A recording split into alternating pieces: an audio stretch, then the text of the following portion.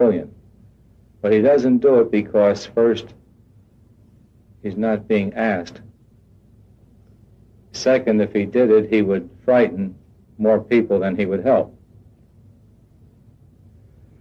But with all his infinite power, he is projecting the absolute truth to each and every one of us.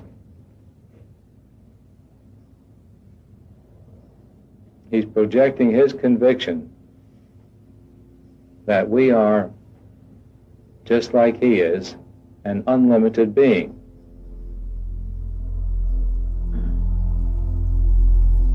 And the only way to experience that limitlessness is in silence.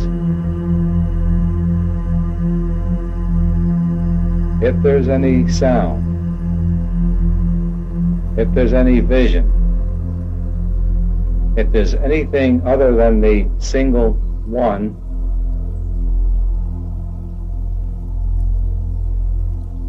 we are not experiencing the absolute. So the Master projects with his power to each and every one the truth of what we are.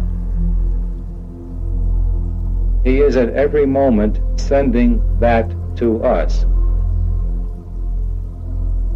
There is no time when he is not doing that.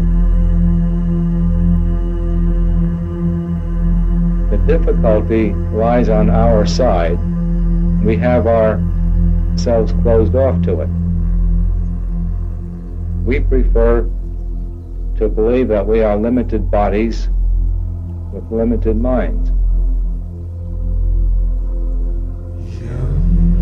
And this is the God-given right that we have.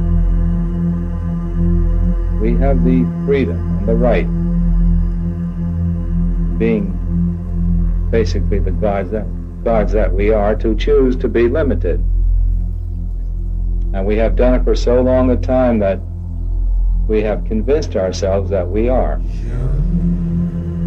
So that the noise goes on within us of limitation drowns out the highest of these silent teachings that are being sent to us all the time.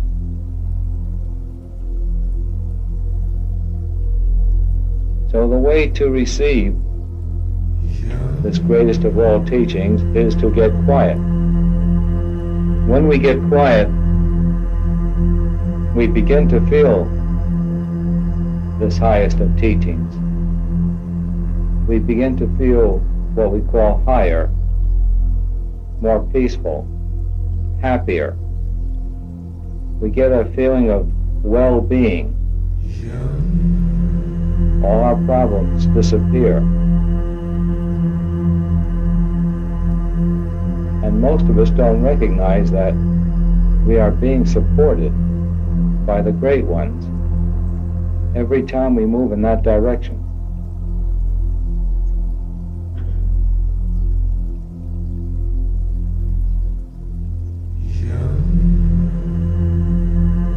Once we experience an assist from a master, we should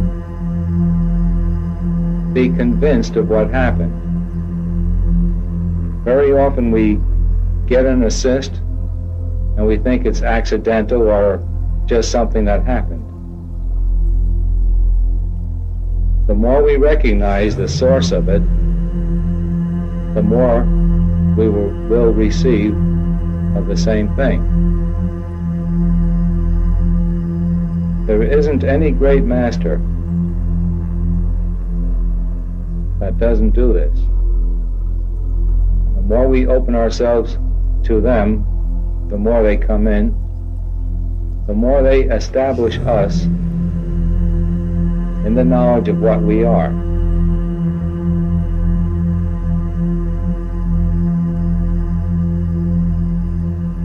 So, to sum it up, the greatest of all teachings is the silent teachings. And the way to them is to get quiet and receive it and recognize that you're receiving it.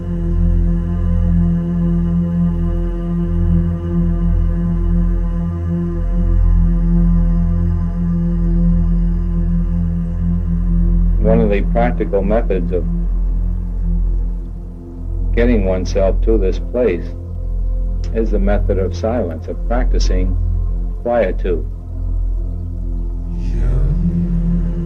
of not talking, especially on your days off. Spend an entire day without talking or writing. Spend an entire week if possible.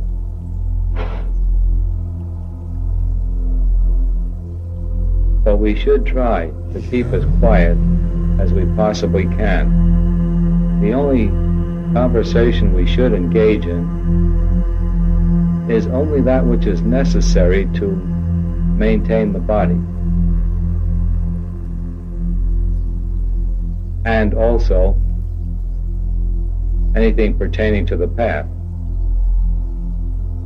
If we are not talking about the path or about sustaining the body, we are expressing our ego,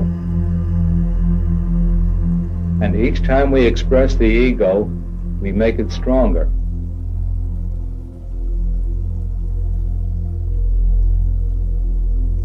Keeping quiet does not strengthen the ego,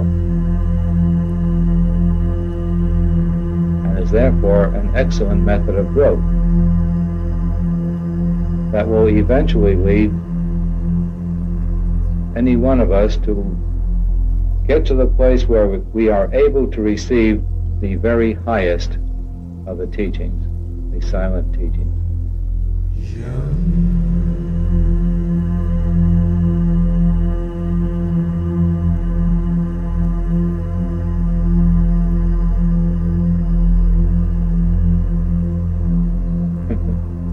Human love versus divine love. Human love is what we think love is. Divine love is a constant, persistent acceptance of every being in the universe, fully, wholly, totally, as the other being is, and loving them because they are the way they are.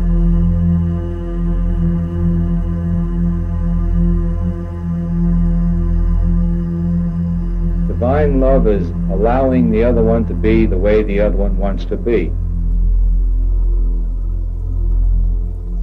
Divine love is seeing everyone equally.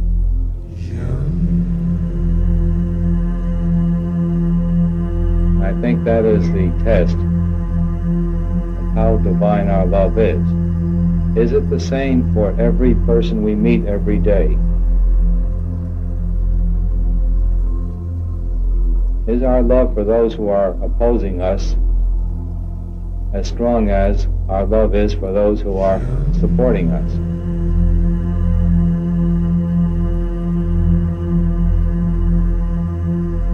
Divine love is unconditional and is for everyone alike.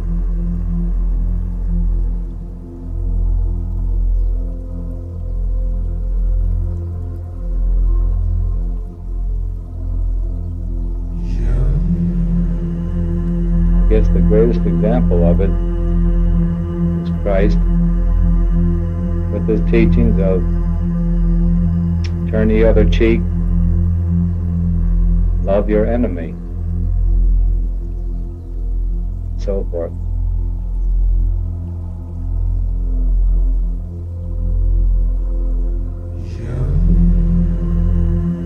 If we as a nation were to practice this, we could make every apparent enemy of ours completely impotent just by loving them.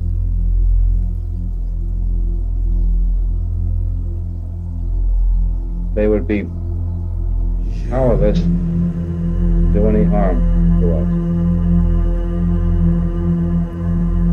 But we would have to do it as a nation.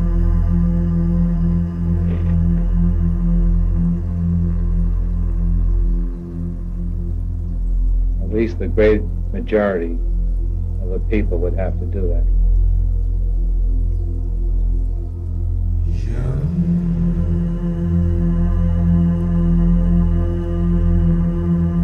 Love itself is something we can't turn on and turn off. Either we have it or we don't have it. And it's impossible to love one person and hate another.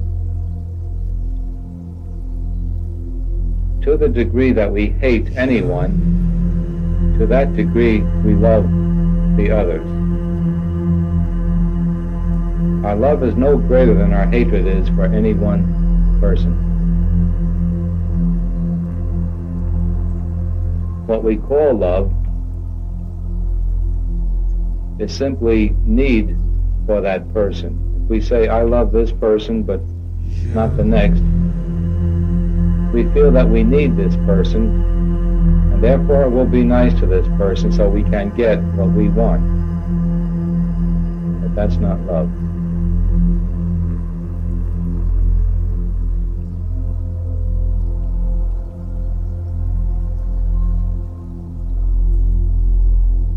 Human love is selfish. Divine love is completely selfless.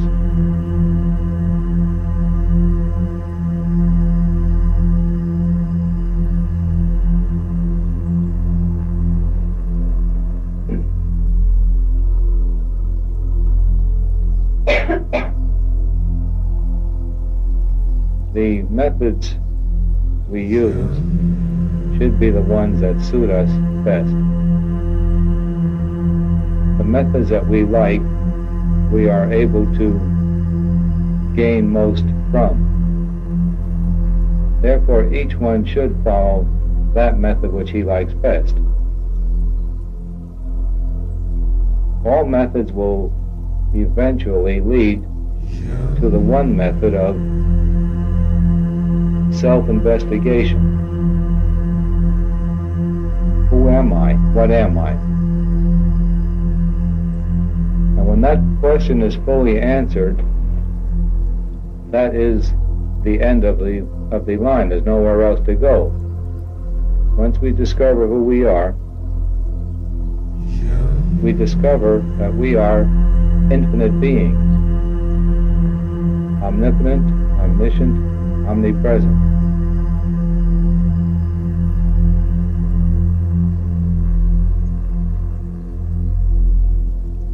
So the outer teacher pushes us toward the inner teacher, which is nothing but we revealing our real self to ourselves.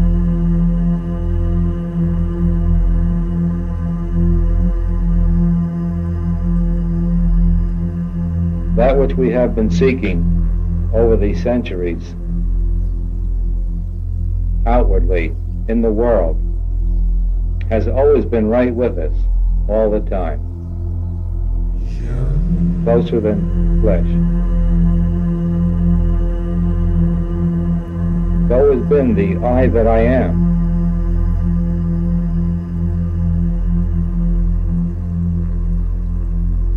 We foolishly have been looking away from it. The moment we start turning our attention toward it, the moment we start looking inwardly, we begin to discover who and what we are. We should continue this until it's full, complete. And discovering who we are is the same as discovering that we are not the ego. We are not that limited being.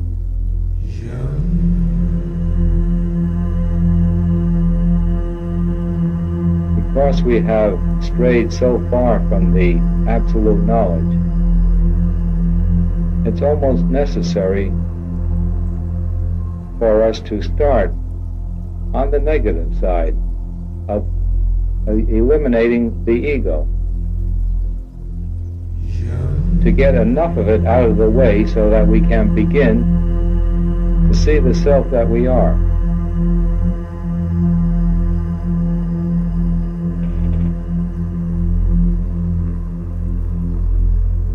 if we work on ego elimination, we should always balance that with getting quiet, worshiping the masters, dropping into the self, reading inspirational writings. If we work too long or too much on the ego, we get caught up with it, it becomes real to us, it becomes too real. And then instead of letting go of it, we begin to try to sustain it. So anytime we are working on any method of eliminating the ego, we should always balance it with a positive method of dropping into the self, into the quietness, into the feelings of bliss, so that we don't validate the ego too much.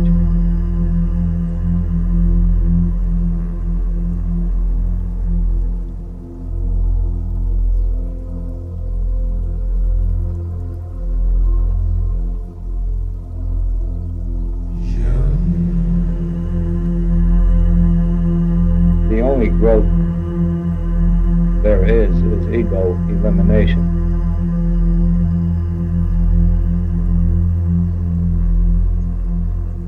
Die until the little self, and then the infinite self is there. The infinite self is always there. There's never a time when you are not a full master. That's perfection, that's eternal, that can never be changed. But your point of view, your identity with it, you can change, because being infinite, you have no limitation. And therefore you can assume limitation. But it's only an assumption. It's only an apparency, it's not real.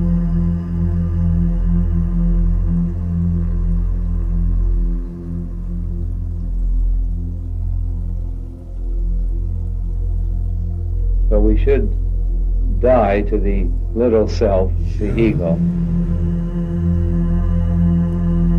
When we eliminate that, this infinite being that we are becomes self-obvious.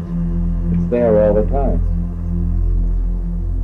just covered over by concepts of limitation, which are only ego concepts. I say never forget God. Always keep in the background, if not the feeling of God, the question, who am I? Or always keep in the background, I am not the doer. It's the body that's doing this. I am the witness. Be the witness.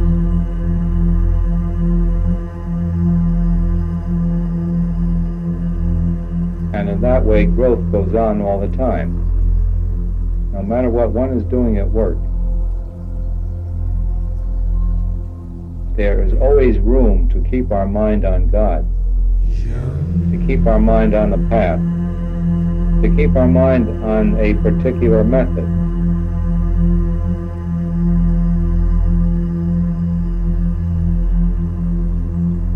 And this should be done if we expect to get out of the mess we got ourselves into. It requires full time if we expect to get realization. Because of what I said before, we have tons and tons and tons of effort put into wrong thinking. Now that we're in the right direction, it's going to take that much effort to undo it. Except if we recognize that being infinite beings, we do have the willpower, and we could will instant realization if we would just do it. How long does it take an infinite being to know that he is infinite? And each one of us, being infinite, could do it in an instant if we would but apply our full willpower. But our will is not that strong in that direction. Our will still says we are bodies, minds, need this and need that, and want this and want that. But that doesn't take away the fact that realization can be instantaneous the moment we do it.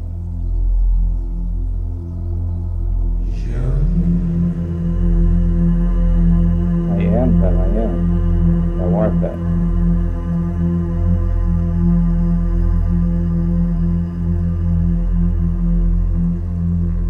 So the real grace is not external, but internal. The real grace is always there. You will never, ever stop trying to return to this unlimited joy with no sorrow, because that is the natural state of the self. And that is the grace, operating all the time. You're always being pushed toward seeking happiness, which is seeking the self. So the grace is operating every moment. But if we expect someone other than us to do it for us, it will never happen.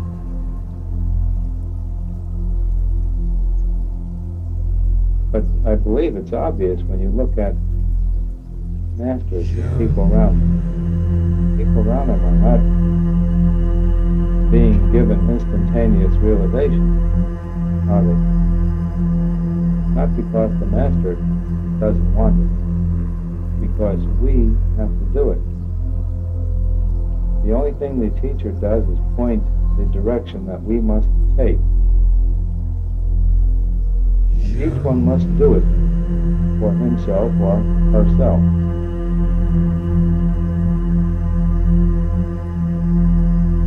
Now, in a sense, it's good to surrender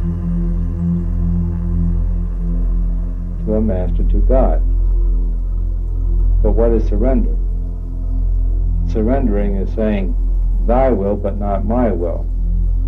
Not my little ego will, but the overall divine will.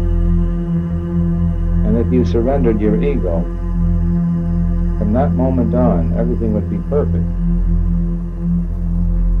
But most of us who think we are surrendering are doing it very conditionally, just a little bit at a time. And it must be complete to be effective. If it's just a little, that's all the benefit we receive, is just a little. So divine grace is always operating. It's the self of you wanting you to let go of the ego concepts of limitation. And it drives you toward the self in the direction of seeking happiness. Someday you'll see the only joy there is of the self expressing more or less, or shining forth more or less. We uncover it a bit more and we feel happier. So every time you're seeking happiness, that's grace in operation.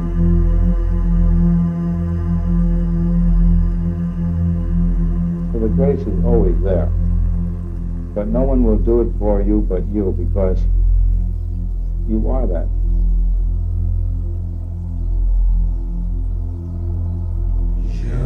It's necessary to take full responsibility for everything that happens to us.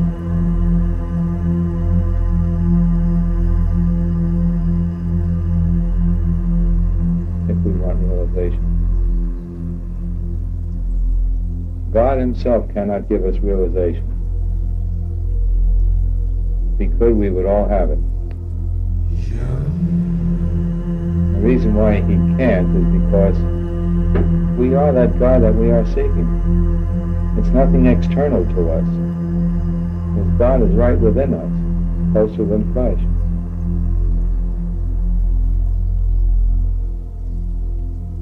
And since we are that God, we are the ones who do it.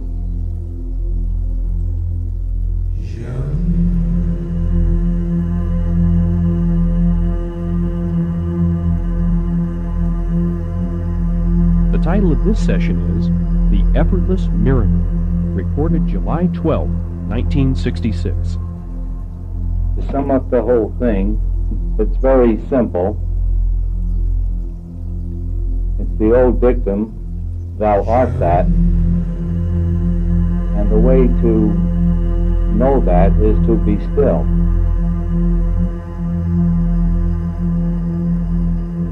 Being still is simply stilling of the mind until there are no more thoughts.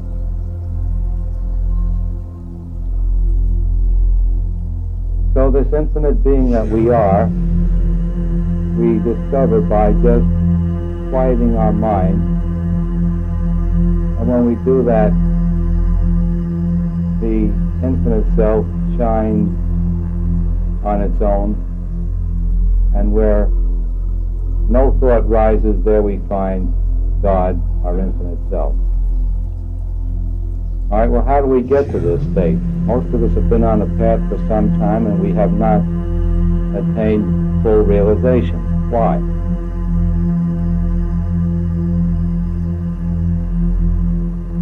Why aren't we fully realized beings, knowing that within us is the infinite power, knowing that we want it, why aren't we fully realized?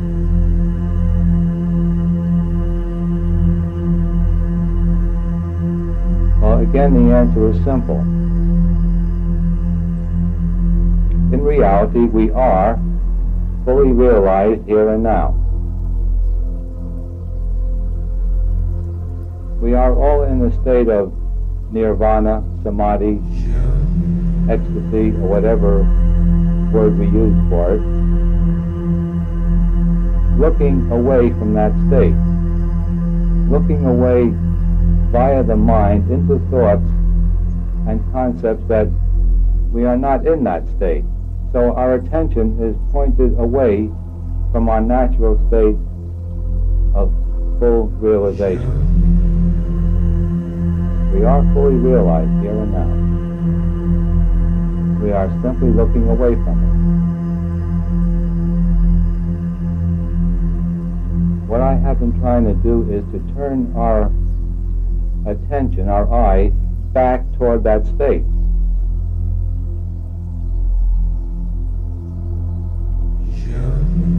By giving you methods that can be used every day, all day, no matter what you're doing, these methods could be used. And they simply point us back in the direction wherein we can see who and what we are.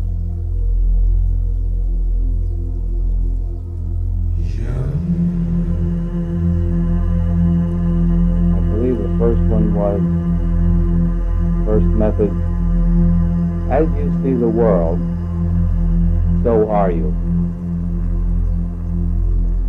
By looking at all these things that we don't like or do like about the world, if we will turn our attention inward, we will discover that it's nothing but our own consciousness.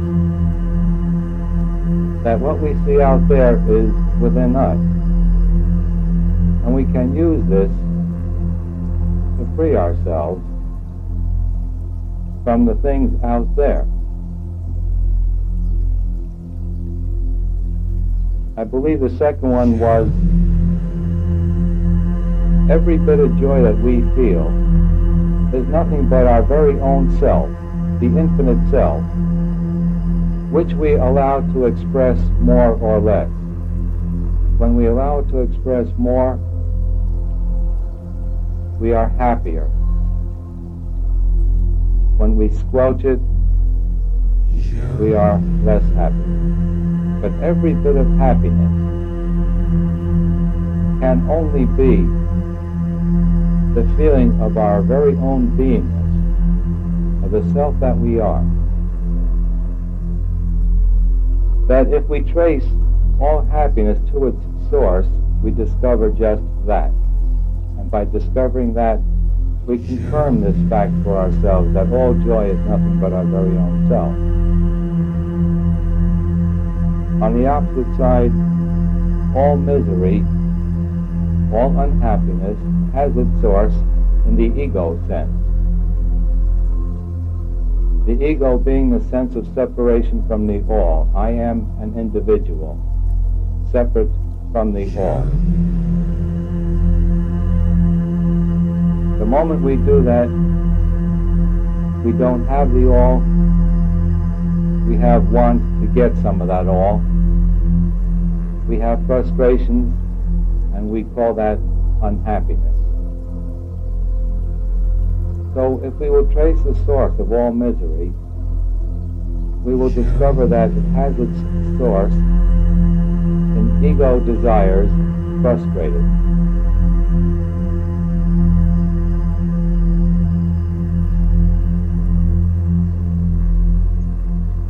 Another meeting we had was on think what you want, think only what you want, and that is all that you will get. The mind is only a creator. Whatever we hold in mind, we create.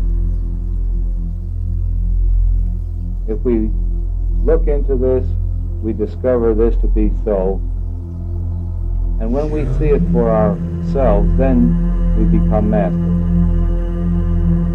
And all we do is just hold in mind the things we want, and that is all we get. We begin to let go of holding negative thoughts in our mind. We begin to let go of receiving negative things. But mind is only creative. It creates whatever we hold in mind. When we don't like it, we call it negative. When we like it, we call it positive. So if we would practice thinking only what we want, that is all that we would ever get. I think the one I'd suggest for tonight is related to freedom, liberation, moksha. The very top state of beingness is called liberation. What is it we want liberation from?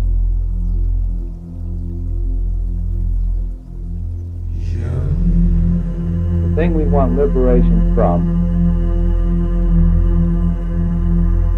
is essentially what the world calls today the unconscious mind, that the Vedas call vasanas, tendencies, habit.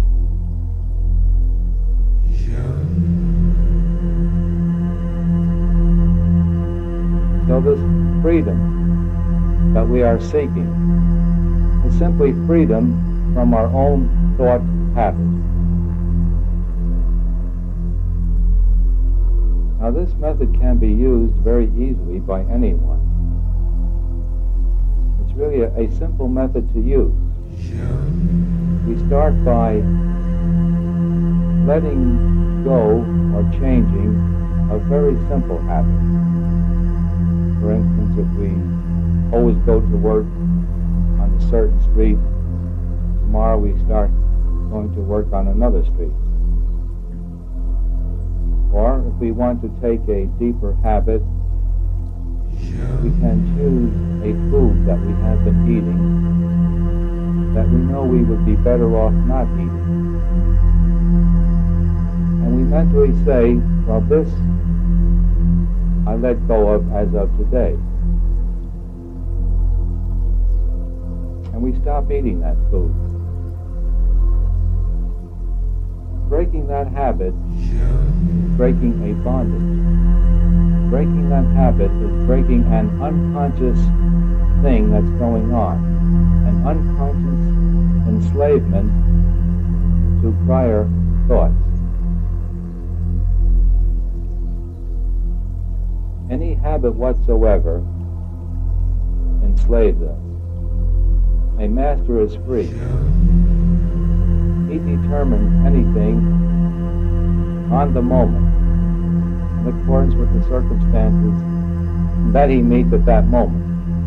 Whereas most of us, we determine things by our feelings and things that have happened in the past, by our habits. So by beginning to break habits, we begin to break bondages that are unconscious. I think this is a method that's excellent. It can be used every day to free us, and eventually it would carry us all the way to complete realization. We would become totally free. There would be no more unconscious mind. There would be no more past tendencies. We would be in control.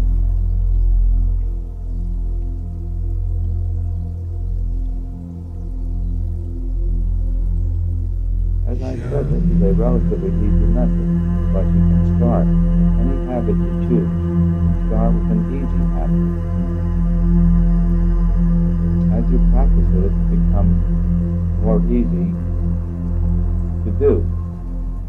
Then you can go after deeper habits and deeper habits.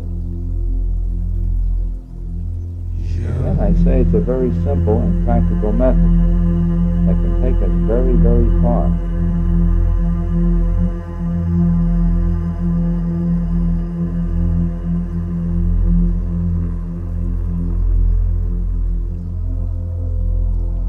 Now, a master's body is a body of pure energy. We look at it, and it looks exactly like our body. But in composition, it isn't. And if a scientist were able to look at it, he would see a far more purified state of energy where the total cells of the body are all in harmony. Everything is functioning together very harmoniously. As our bodies are now, there's a tremendous amount of disharmony, which is evidenced by sickness, pain, discomfort, heaviness. When we have a body of light, a body of purity, we feel no weight in the body. If we want to move it, it moves instantly without effort. If you lifted your hand up, there'd be no energy. It would feel as though it just floats up on its own. So there is a physical change that goes on in the body. It goes from gross matter into pure energy. Now every master has a body of light.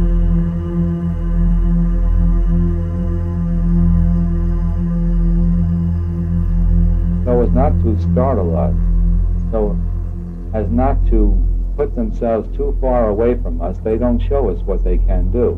But they can instantly be anywhere they want to with that body. Or they can instantly make as many bodies just like that one as they choose.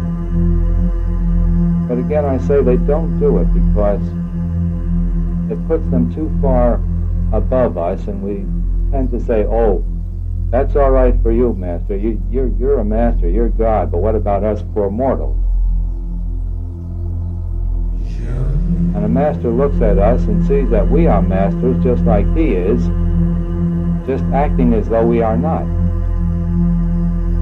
And so as not to put a gap between us, a master doesn't show what he can do with that body. But because that body is a body of pure energy, because it's in a state of harmony, he can do anything with that body without effort.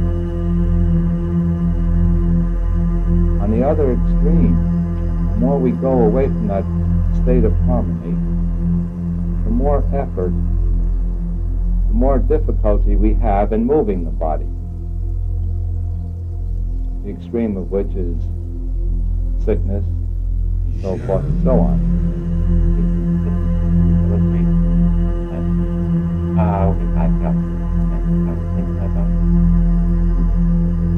Yes, if we feel sick, we can only feel that way if we have the thought, I am sick.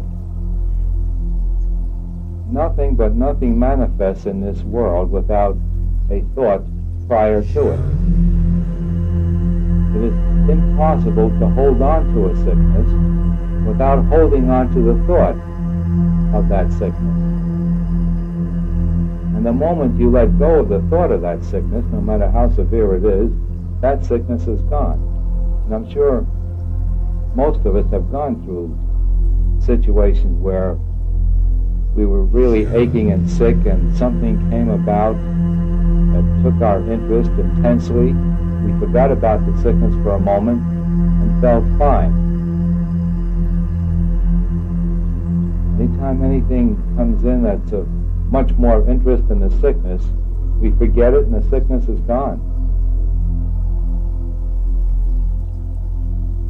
I believe most of us have had experiences of that sort. The easiest thing in the universe to do is a miracle. And the reason for that is it is effortless.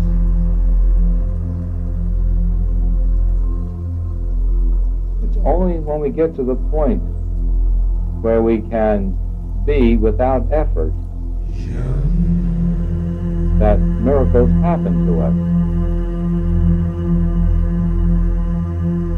And because it's effortless, it's the easiest thing to do. And the only reason why we don't do them now is the strong conviction that we cannot. So what we need to do is to let go of all these concepts of limitation. Peel off the cover over this infinite self that we are. Even natives in the South Sea Isles perform these miracles.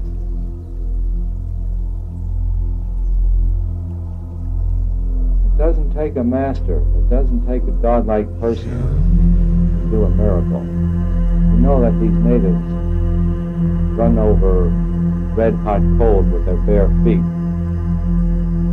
and are not burnt.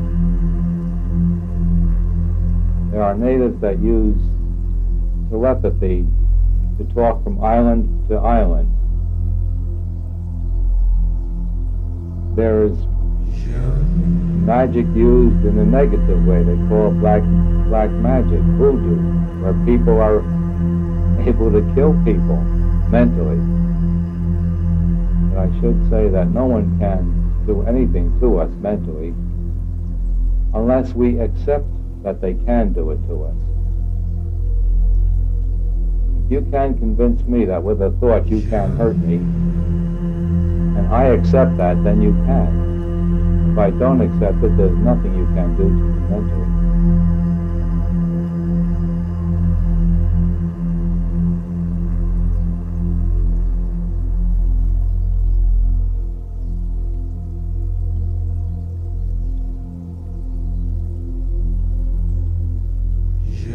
Now the reason why natives who have no understanding of truth can use miracles is that each one of us has our base in God.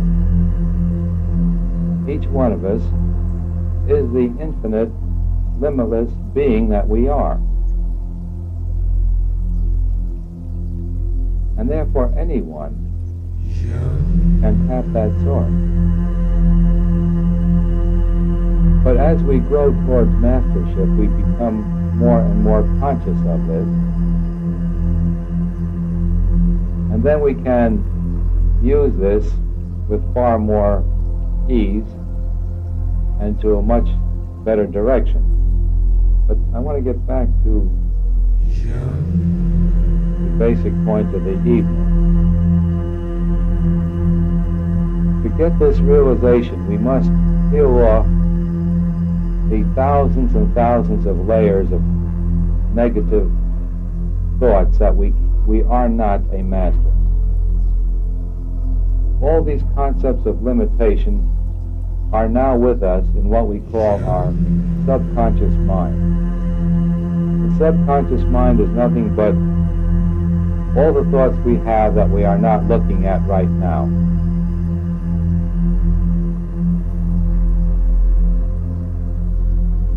Through necessity or convenience, we have set up that mechanism of taking all the thoughts we are not interested in at the moment and pushing them to the background, which we call the subconscious mind. But unfortunately, the subconscious mind is active whether we look at it or not, and is effective, and is holding us down, even though we know we want to be totally free. We are not able to move into it immediately because of the accumulation of all these thoughts that we have pushed into the background and called the unconscious mind. Now, the way to undo this, as I said, is start with one habit. Begin breaking that habit tomorrow. When you succeed with that one habit, take another habit. You discover that there are hundreds and hundreds and hundreds of habits that we are enslaved to, and that each time we let go of one habit, we are a bit freer. We are one step closer to full freedom.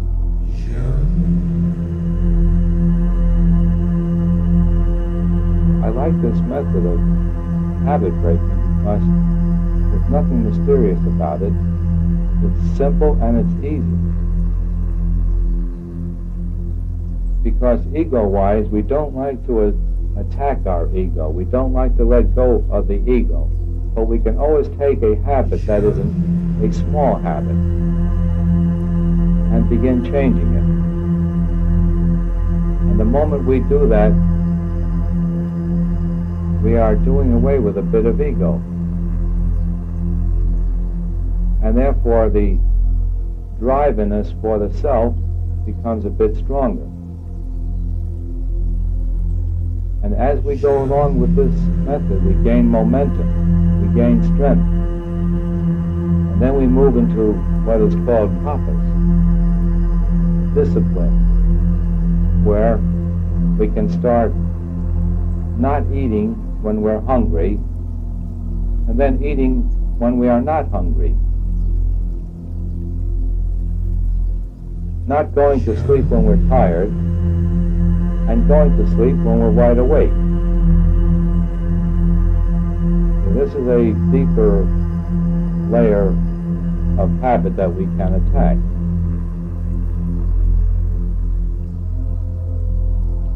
To use this method and to suffer under it is wrong. If I am a habitual smoker, I say, well, I'm not going to smoke, and it just bothers me no end. I would be better off smoking than going through a constant trouble and struggle and negativity of thought, of wanting it and not having it. It would put me down rather than up. But when I start with a small habit, taking a different street, of doing something small, doing away with a small habit, then I find out that I am capable of breaking a habit. And each time I break one habit, it's easier to break the next. And then someday I can attack the smoking habit. I think the one we're on today is the easiest one so far. It's one that everyone can use every day. As we start today, we are starting with definite steps on the road to freedom. By turning inward, we begin to discover this great being that we are. And then when we discover that and we look outward, we see no difference. There is no difference between in and out when we discover the truth. There's no difference between the spiritual and the material when we discover the absolute truth. It's all one and the same. There's a total elimination of all differences. The top state is a state of non-difference. No differentiation.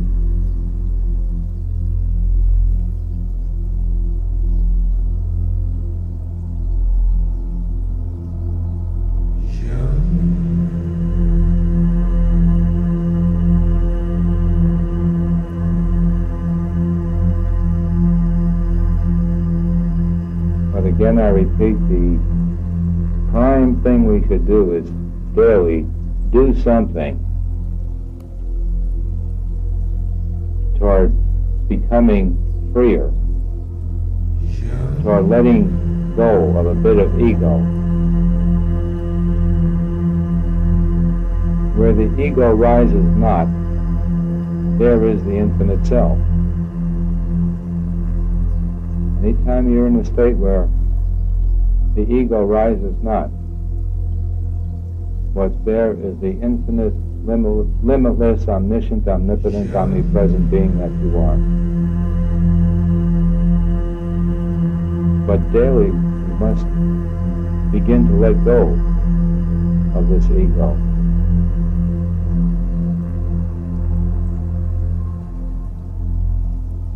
Daily, we should let go of habits.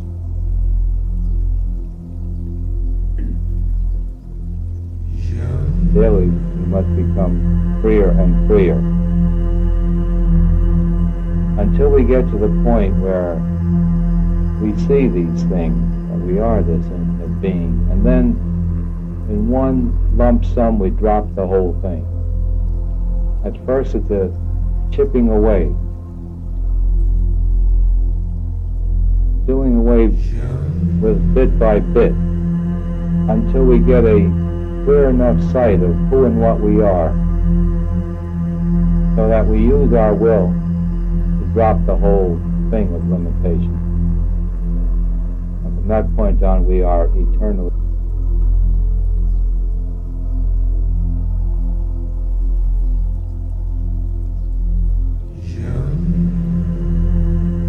The title of this session is Creating All You Desire, recorded June 14, 1966. The subject, of course, is truth, God, and I preferably like to call it happiness, because in the end we discover that the God we're seeking is the ultimate happiness with no sorrow whatsoever.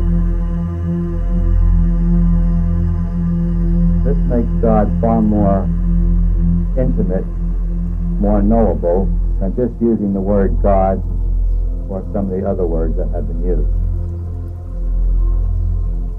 The word self, with a capital S, is a much closer, a more meaningful word to all of us than the word God is. God, to each one of us, is the concept that we have, and more often than not, God in people's minds is the greatest person we could think of within our own concept. It's just the greatest of everything. And God is not exactly that. God we call the self because the inner self of each one of us is that God that we are seeking.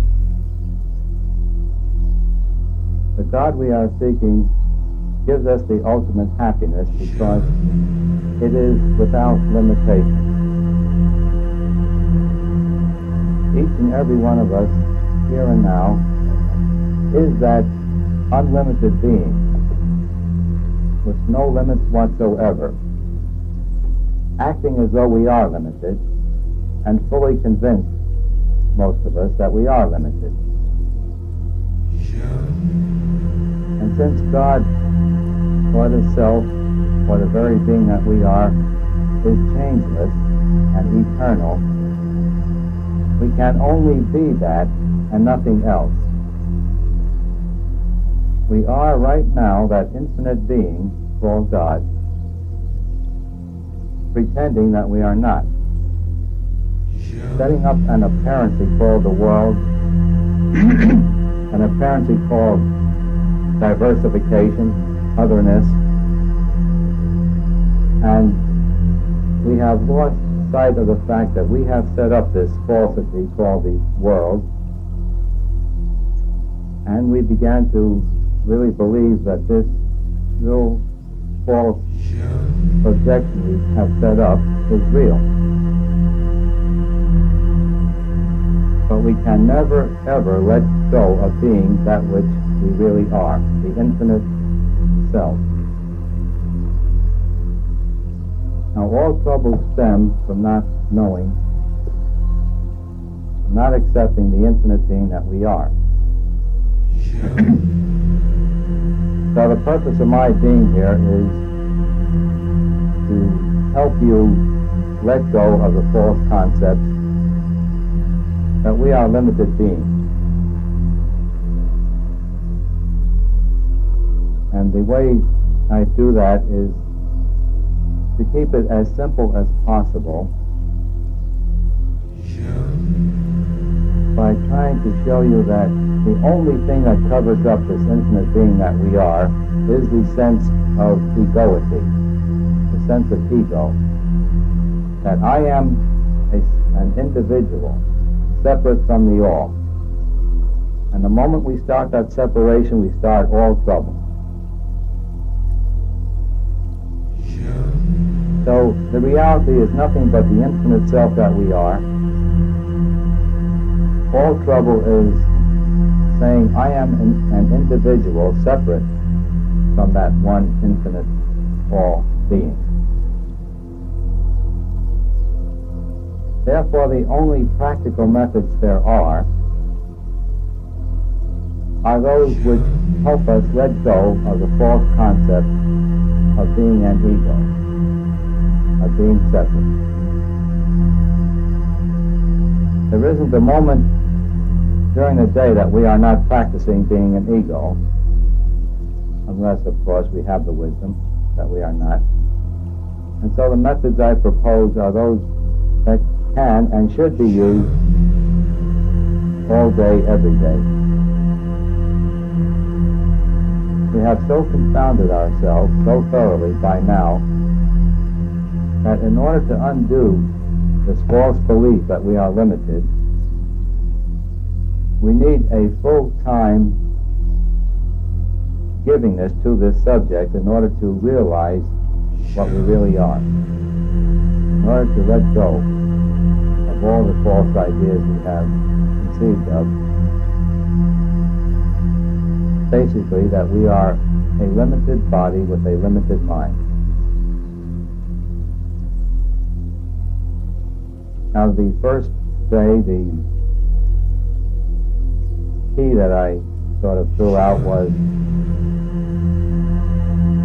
as one sees the world, so is he. As you see the world out there, so are you. At first, this might be quite shocking. The ego part of us rebels against it. But this can be used every day, all day, for checking ourselves to see what our consciousness is. It is impossible to see something out there that is not in our mind. There's nothing out there but our own consciousness. A master, a perfected being, sees only perfection.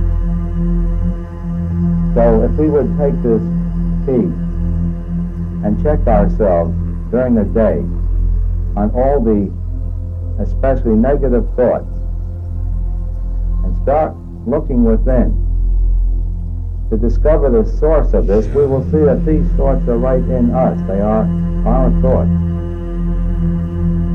That horribleness that we thought was out there is right in here.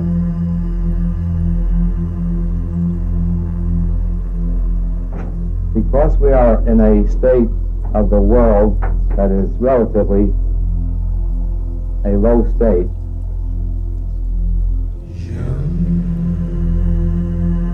most of us are far more with negative thinking because we accept negativity, and therefore we can undo that negativity by facing it, by first learning how to discover this negativity, by seeing that if we see it out there, it's right within us, otherwise we couldn't see it, and then using it to let go of it. Now, using it to let go of it is the most important thing. So we look out there, and anything and everything we see that is not just right, we turn inwardly and we look for this very thing within ourselves, and if we look honestly, we'll discover that that thought was right within us. That concept is our concept, that it doesn't apply to the other, it applies right to us. And then when we see it, we automatically let go of it because we are seeking truth, we are seeking happiness. And it's ridiculous to hold on to the things that keep us miserable. So the first one was, as you see the world, so are you. Since happiness and sorrow is probably the thing that we are most concerned with every day, happiness and sorrow can be used as a means of growth. I want to interject here that any one of these practical methods, if used constantly, will give anyone full realization. Because they're leads onto the very thing that's causing all the trouble. And if we undo that, realization results. Any one of these methods, if used constantly, will lead to full realization.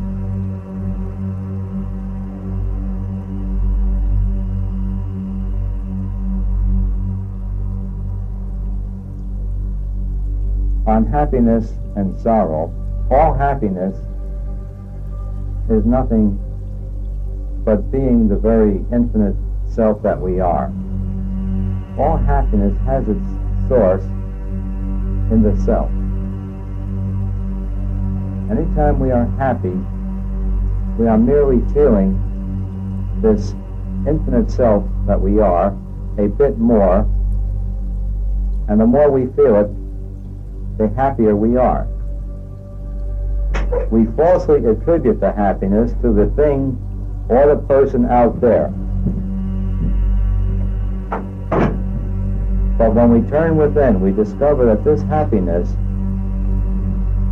has its source right in our very own beingness and is not dependent upon people or things, that we have set up a false concept that it is dependent upon people and things.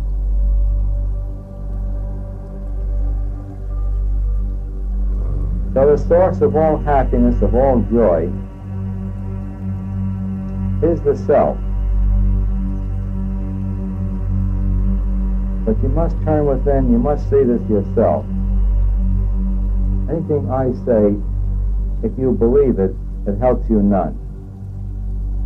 But if you will prove it out for yourself, then you will know it, and it will be most useful.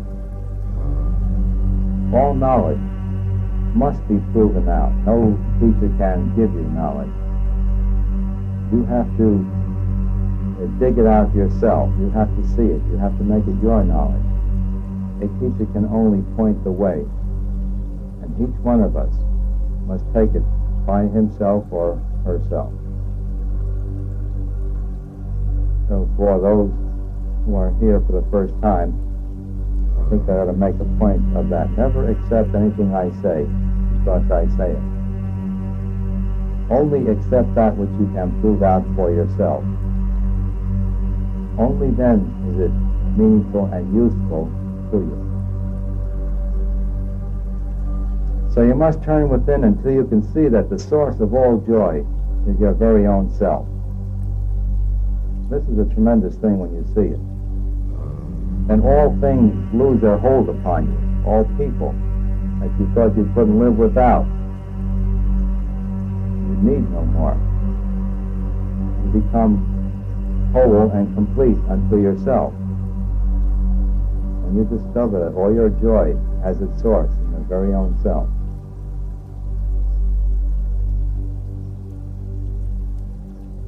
Now, on the opposite side, all misery, all sorrow has its source in the ego.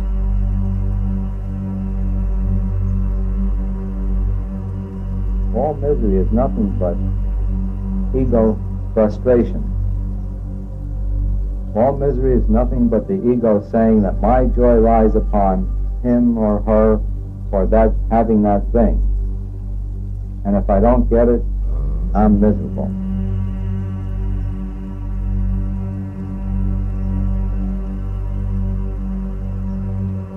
Now, if we will use that, every time we are unhappy, anytime we are dissatisfied, if we will seek the source of this unhappiness, we will discover that it's based on a concept of egoity, that I am an ego, and I want this, and I must have that, and so forth and so on. And we are not getting it, and therefore we are miserable.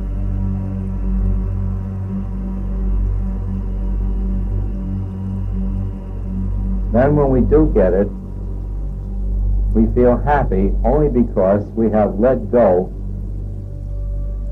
of the limitation of needing something. And we fall back into the very self that we are. And we call that happiness.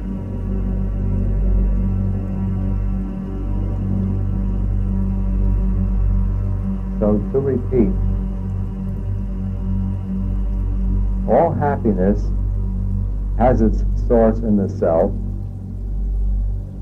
All misery has its source in the ego. And by tracing either the joy or the sorrow back to the source, we gain a bit of wisdom, a bit of truth, and move toward realization.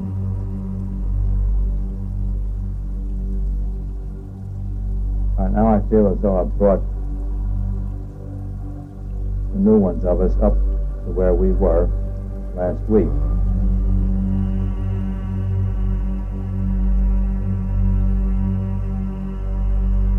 When you see the truth, it's very easy to come out with methods.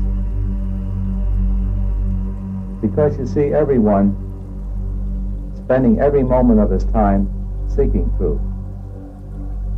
And there's only two kinds of people in the world: those who are consciously seeking it and those who are unconsciously seeking it.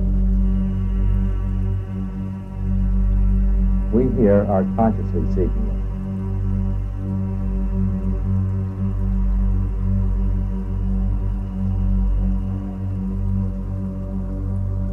I think I'll go into the realm of mind.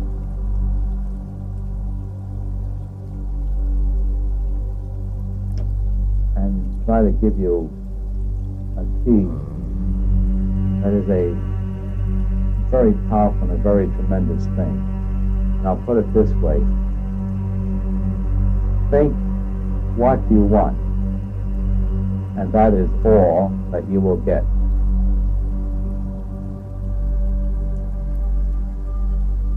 Think what you want, and that is only what you will get.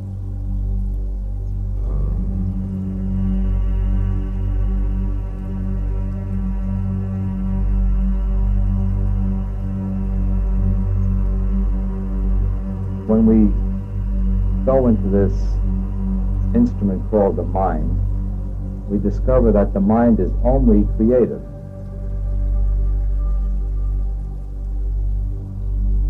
The mind is only creative. The mind creates what we hold in mind. When we create things that we don't like, we call it destructive. When we create things we do like, we call it constructive. But the process is just the same thing. Mind is only creative. Too many of us hold in mind the things we don't want. I don't want this, I don't want that, and I'm afraid I'll have an accident, and I might not have enough money to buy this, and I don't want this to happen. The mind doesn't understand the word not, N-O-T. The mind works on picture thinking. When I say the word table, everyone gets a picture of a table. They don't get a picture of the word T-A-B-L-E. If I say shoe, you get a picture of a shoe. If I say not shoe, you're thinking not the picture of a shoe.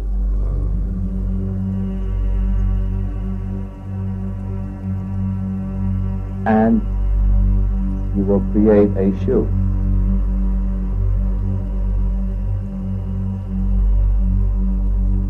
This is the basic error that most people make when they try to demonstrate, try to create something. So, hold in mind many things they do not want.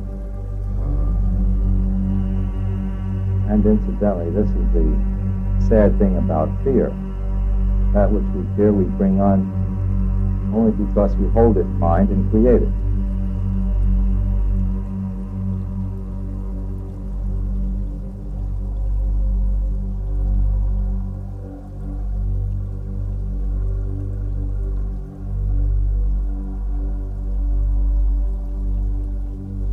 So, if we want a happy life, if we have anything that's bothering us and we don't like it, all we need to do is to let go of the thoughts of that thing, and it is gone. This goes to the extreme of the body. It's impossible to have a sick body without unconsciously holding the thought of sickness. The way to correct a sick body is not to think on the sickness, but to hold only the thought of health. And the moment we do that, the moment we have only the thought of health, there is no more sickness. It'll drop away instantly.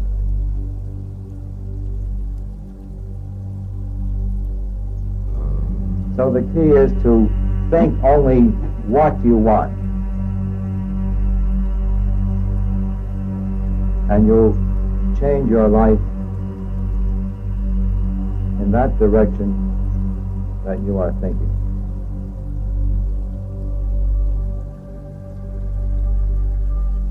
I guess I ought to add,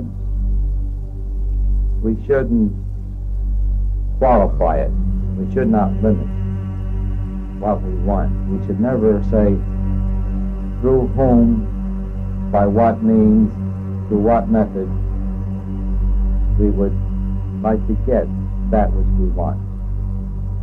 Once we do that, we are interjecting the ego. We are trying to direct the way this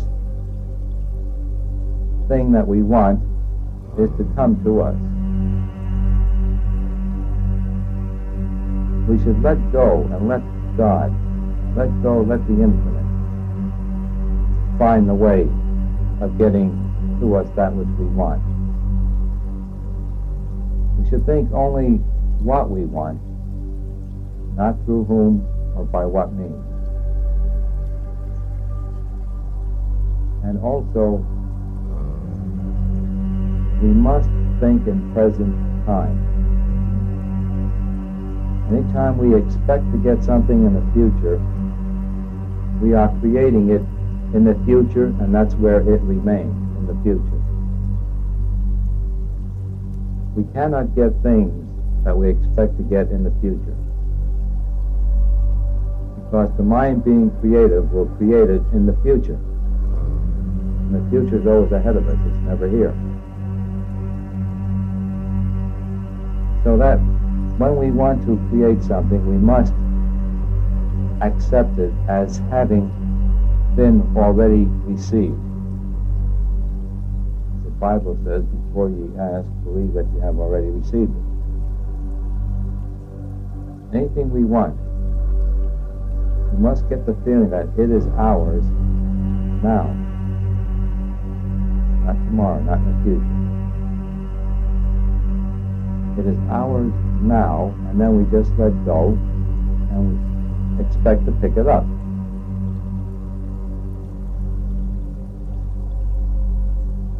Any demonstrating done with the concept of the future in it will always keep it in the future.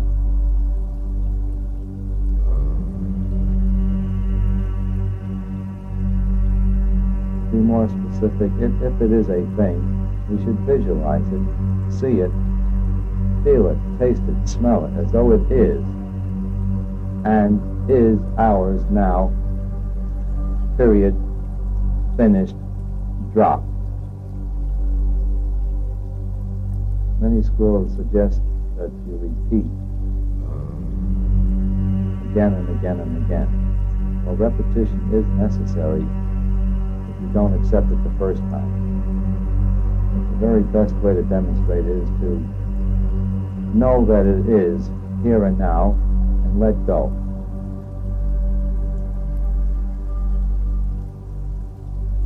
Then it comes very quickly. But we must have the concept of the present. It is ours now.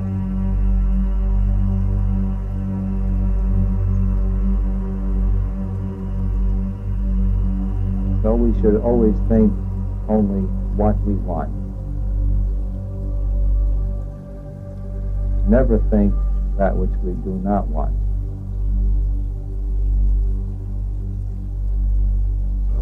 This is so simple. If you will do this, your life will be exactly the way you said it.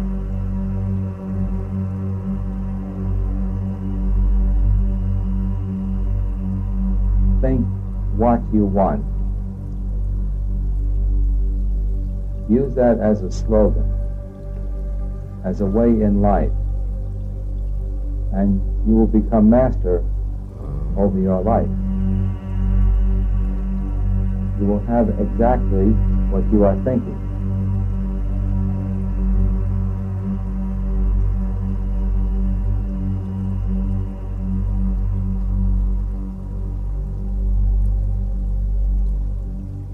A master sees only perfection. Hear no evil, see no evil, think no evil, and no be no evil.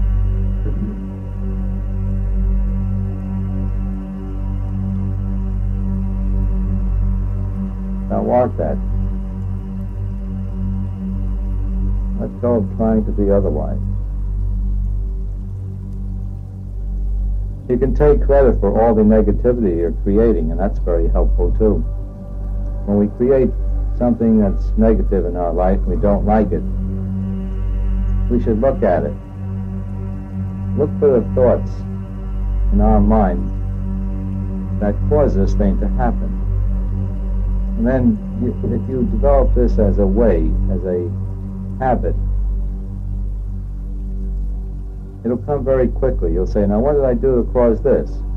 And immediately the thought will come up and you'll say, oh. You'll smile and you'll let go of it. But that too is teaching one that we are nothing but creators. And when you discover that you're able to create sickness, accidents, poverty, it'll give you confidence that you can create.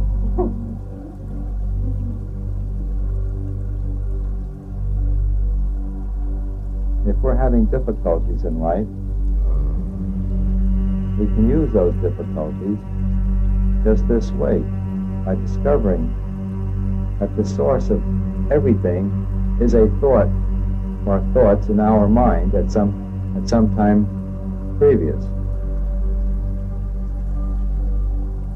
When we see that, we know that we have created this negative thing, and then it will occur to us, well, if I can create something negative, all I have to do is reverse it, and I can create something positive. But everyone is creating every moment of his life, because he's thinking all the time.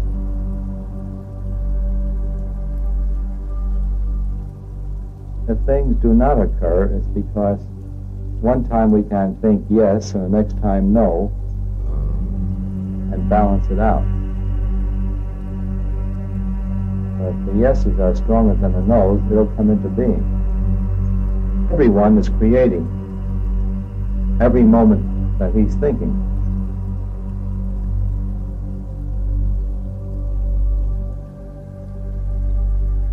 He cannot help but be a creator. So long as one thinks, he creates.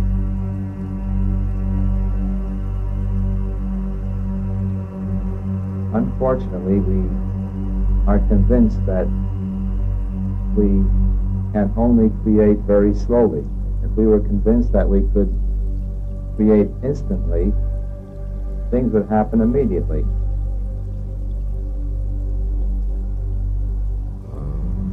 But take credit for all the negativity that we create.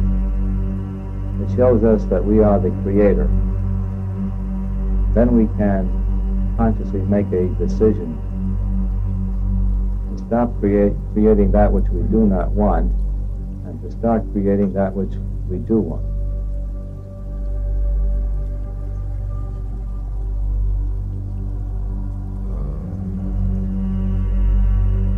This will conflict with the concept that God is a creator. In the ultimate truth, God is not a creator. Only man is. In an absolute perfection, there is nothing to be created, nothing to be destroyed. Everything is absolutely perfect. So in the ultimate, there is no creation. Where the top God is, there can be no creation and no dissolution. The only creator is man.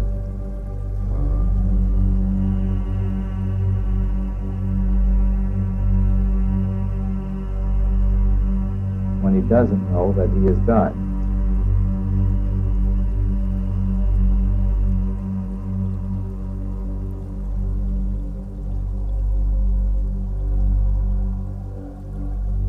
The title of this session is Your Path to Happiness, recorded June 7th, 1966. There are two laws that will cover all behavior. And I say if you'll use these two laws, it'll lead you into full realization. The first is an attitude of harmlessness toward all beings. And the second is the law of mutuality. That any behavior, if agreed to by both, is correct. If one doesn't agree, the other should not try to make the one do it. For instance, I want to go to the movies. I said, come on, let's go to the movies. And they say, no. And I say, well, why not? Come on, you should go. And so forth and so on. That's wrong on my part. If you don't want to go, I shouldn't want you to go. It's only mutual if we both agree on it.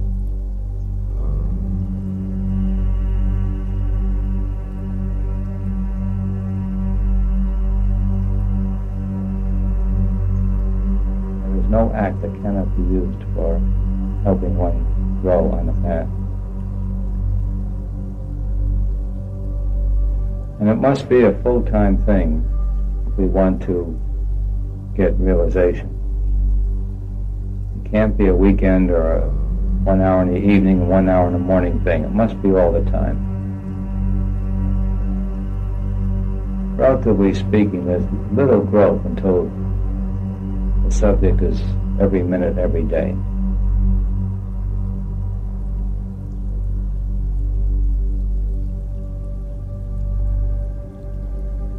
The happier we are, the more we are dwelling in God, in the self. We falsely attribute the happiness to the person out there or the thing out there. But what actually happens is when the person or thing out there satisfies our desire, we stop thinking. And when we stop thinking, we feel good. When we stop thinking, we are being our own self. So someday we all discover that the only joy there is the joy of our beingness, of ourself, which we before attributed to people and things. All right, knowing that, when we know that point, that the only joy is our very own self, it follows that the opposite, misery, is just ego, and more specifically, ego frustration. We have desires, we want things, we can't get them, we feel unhappy. So all misery has its source in the ego. All happiness has its source in the self. Now this can be used 24 hours a day for growth.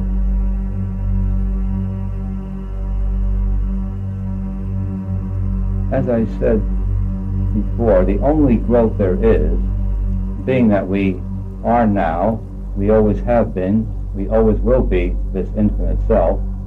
It is changeless, perfect. So the only growth is we cannot grow into the self because we are that.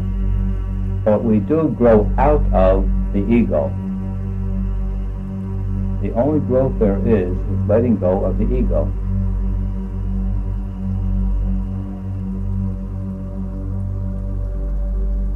So to use this concept of happiness versus misery, every time we are unhappy, if we just assume that, well, this is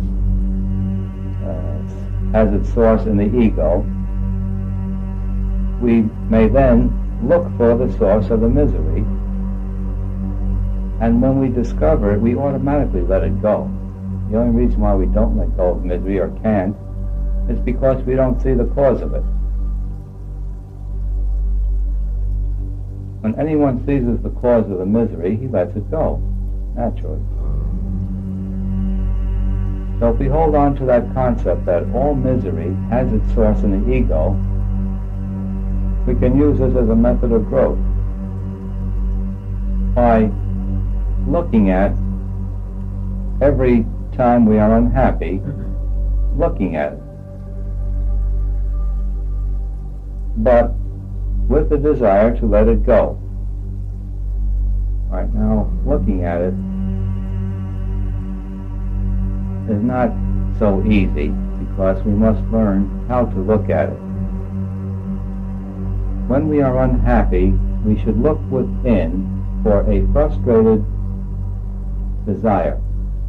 This is the source of all misery. We had a desire, and it's selfish. We wanted something, we couldn't get it, therefore we're unhappy.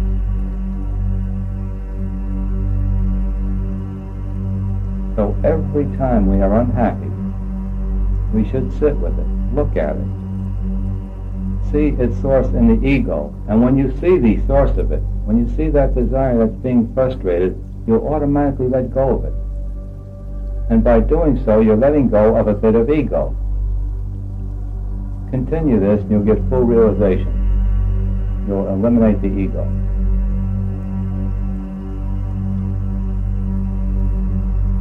This can be used every day. If you try it, you'll discover that it affords very rapid growth. When you're miserable, get quiet, look within, look for the desire behind it. When you see it, you'll automatically let go.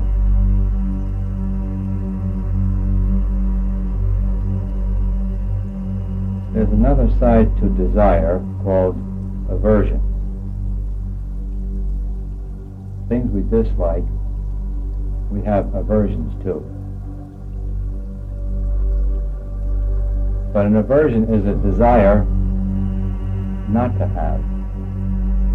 So even an aversion is a desire. It's a desire not to have.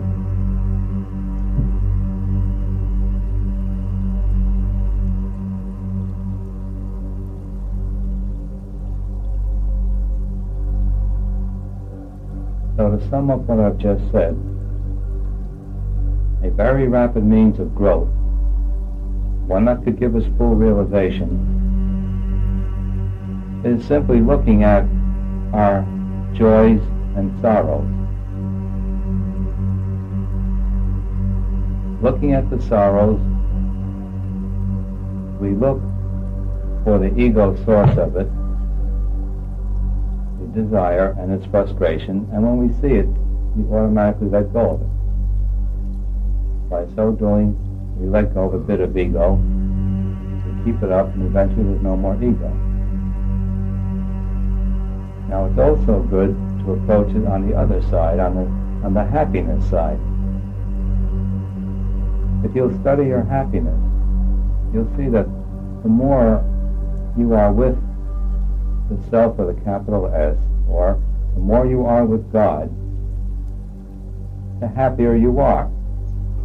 When we see that our happiness is nothing but being that which we are, we will automatically try to just be what we are, more so. So we may also look to the happiness, discover what that is, and find that it's simply our very own beingness. And that will encourage us to just be what we are, really, more and more. So these two big things in life, joy and sorrow, can be used every day for growth. Right now, since we all know it, if we don't use it, I say it's only because our desire for the world, our desire for misery, is greater than our desire for this infinite joy. And that we hold on to that desire merely by habit.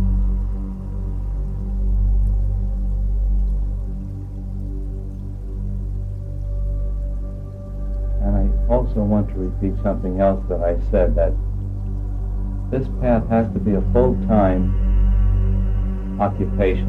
It cannot be part-time. We must be with it 24 hours a day if we expect realization.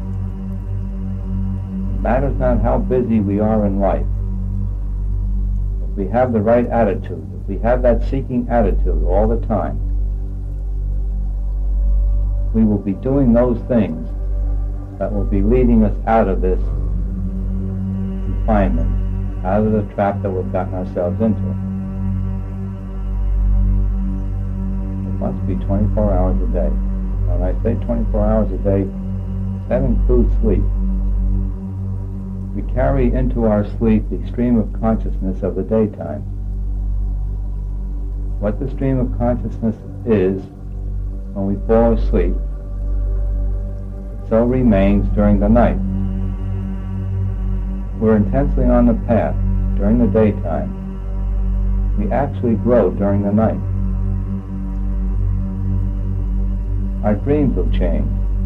Instead of having horrible dreams, they'll become good dreams. We'll even meet higher saints and sages in our sleep state, in our dream state. We will get lessons from them in that state, sometimes more easily than in the waking state. But growth does go on during sleep. If we make enough effort in the waking state to make it all the time. So growth can be 24 hours a day, and should be. And if we want realization, it must be.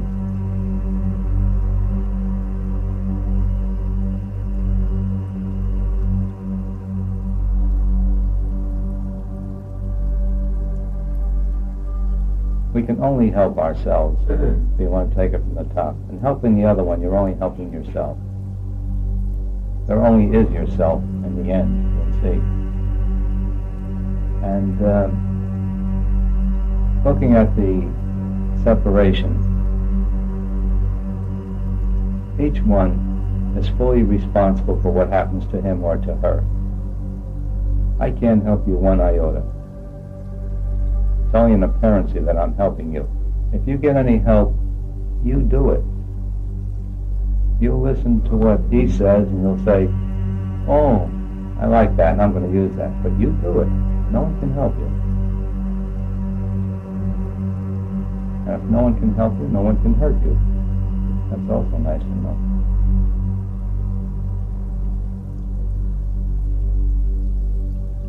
All right, I'll give it to you from the top. Before ye ask, believe that ye have already received. The way the Bible puts it. When we pray, if we know that our prayers are already answered, so it is. Whatever we want would be ours instantaneously. If you got that much faith in God, your prayer will be answered immediately.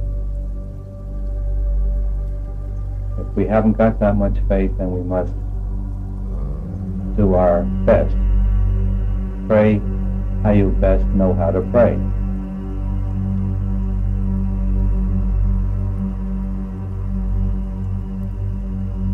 Now, the one prayer that we should have above all other prayers is to pray for wisdom. The mind is only creative. It creates what we hold in mind. And it doesn't recognize the word not or no.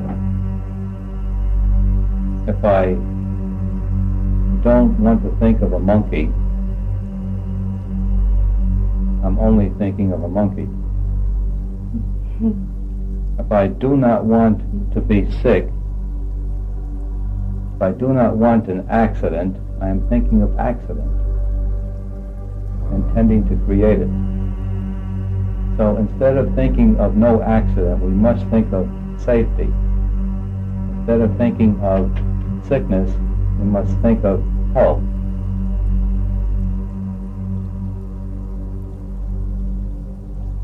This is the greatest weakness in so-called demonstration. People think in negatives. They don't want this and they don't want that, and that's what they create. So we must think only what we want, never what we do not want. And if we would think only what we want, that is all we would ever get. It's as simple as all that. Not easy, but it's simple. If we would think only what we want, that is all and everything that we would get.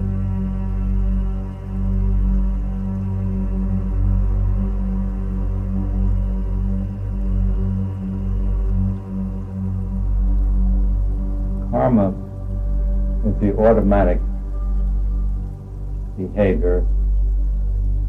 Karma is past habits. Karma is our unconscious mind, etc., etc. Being infinite beings, we can transcend karma. It's impossible to work out karma.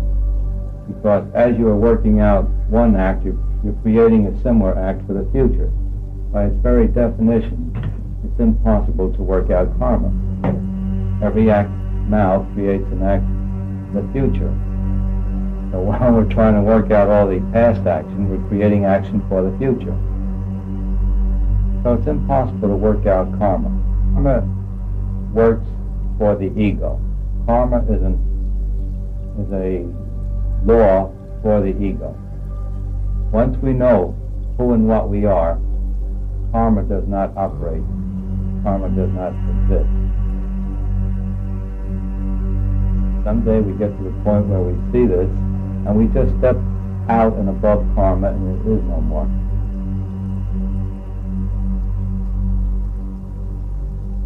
See, these things are so simple if you'll look at it from the top. I use the word from the top. Anytime we reason, we should always start reasoning with truth, with a true statement. Then everything is simple. As statements of truth, we may take God is all. God is perfect. Start reasoning from there and see where your troubles are. They'll disappear. They have to.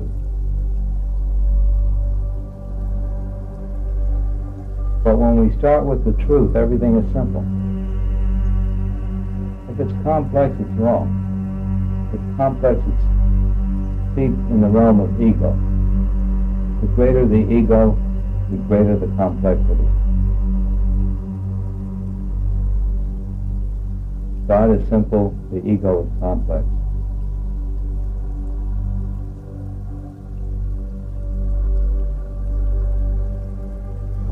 Karma is created in our thought. The action is just an aftermath of thought. It's impossible for you to commit any act without a thought of it prior to it, right? The act is the karma is created in the thought. It's the thoughts we take with us, it's not the acts. The act is gone through and finished, but the thought remains. In the era that we're in, it's called the Kali Yuga, it's a low period. The majority of people are in the tamasic, or in the state of lethargy. It looks like a very peaceful, docile state when one is in there. It's a state of apathy. The rajas, the energetic state, is much higher. When we start to move into that energetic state, we begin to express the subconscious desires and wishes. And so they come out, and we seem to be getting worse, whereas before we were thinking it unconsciously. Now we want to carry it out. We want to hit somebody. We're angry. We start fighting. And it looks as though we're going in a wrong direction. But it is a higher state. Arjuna did not want to fight. He was told he had to fight. If you can't fight, you must fight. If you can't fight, you don't have to fight. The way it comes out. If you can fight, you're already moving above the state of rajas, the energetic state, and you're moving into the sattvic, the spiritually peaceful state. When you're moving toward that spiritually peaceful state, you're able to fight, but you don't want to, so you don't. So when you move up out of the lethargy state, it looks as though your character sometimes is becoming worse. It isn't. You're just expressing more, and it's showing what before was unconscious. An anger mood is a higher mood than the mood of apathy. The highest mood is that of peace, bliss. And there's all degrees between those three states. Of fully realized master,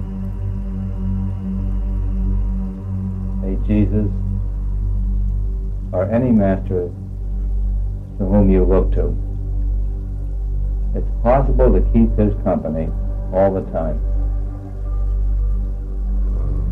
You can learn that positively by testing it out. These masters are omnipresent. They are right where we are all the time. They are readily contacted. They're not difficult to contact because they are pushing toward us much more than we are pushing toward them. But we must open ourselves to it. We must make the contact. So the very best of holy company would be a fully realized being.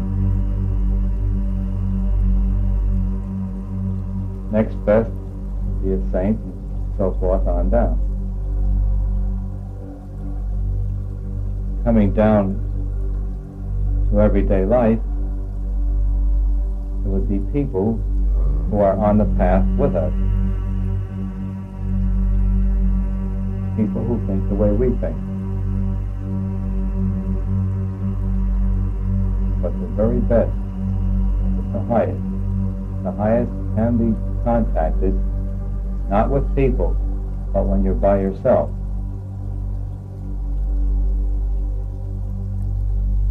Therefore, the more you can be by yourself,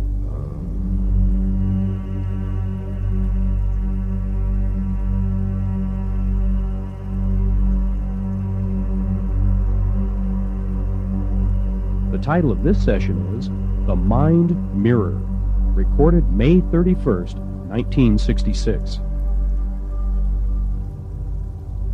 now why do we who are more with this subject than others, why are we in a position where we don't have joy all the time, with no sorrow?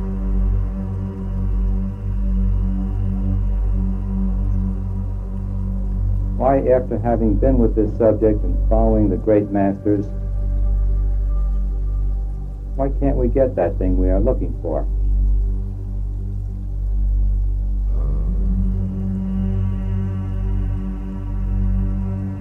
What is wrong?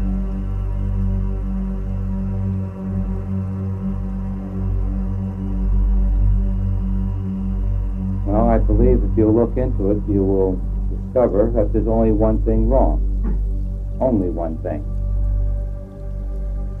Our wanting this growth is not as strong as our wanting this world, as our wanting ego approval. Therefore, I try to be as practical as can be by presenting you with methods that you can use every day to grow by. There is no moment in life that cannot be used as an opportunity for growth. There is no moment in life that cannot be used as an opportunity for growth. Now the only growth, and I'm underlining this word only, the only growth is letting go of ego. When the ego is zero, God is all.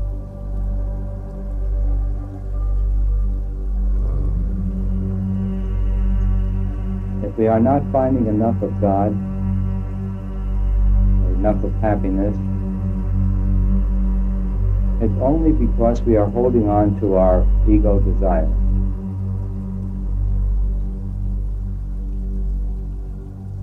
So I think at each meeting I'll present one particular method that we can use in everyday life to help us let go of our ego.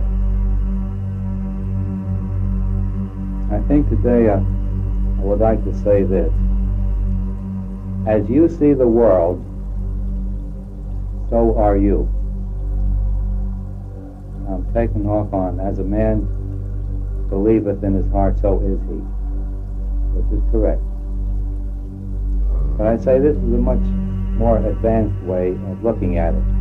As you see the world, so are you.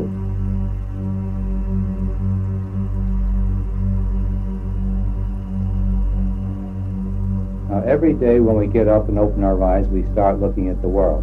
We meet people. And as we see those people, so are we.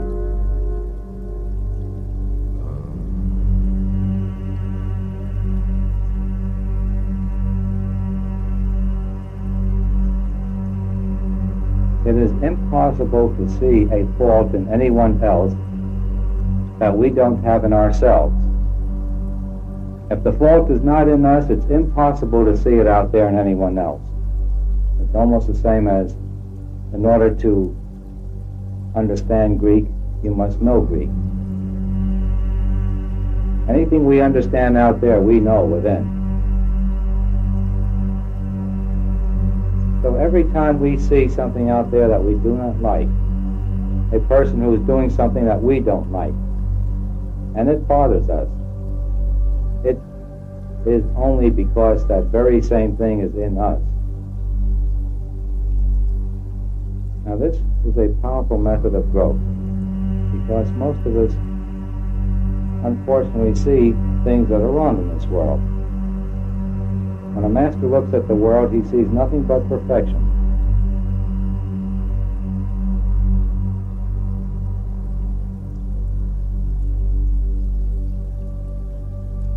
We should try to get the same viewpoint.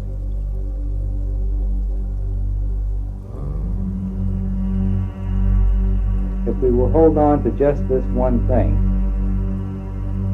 there will be a tremendous growth. Every time you see something wrong in someone, look for it in yourself. And when you see it, let go of it.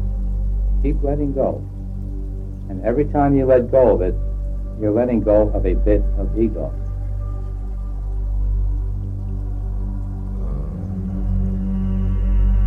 The whole thing is very simple.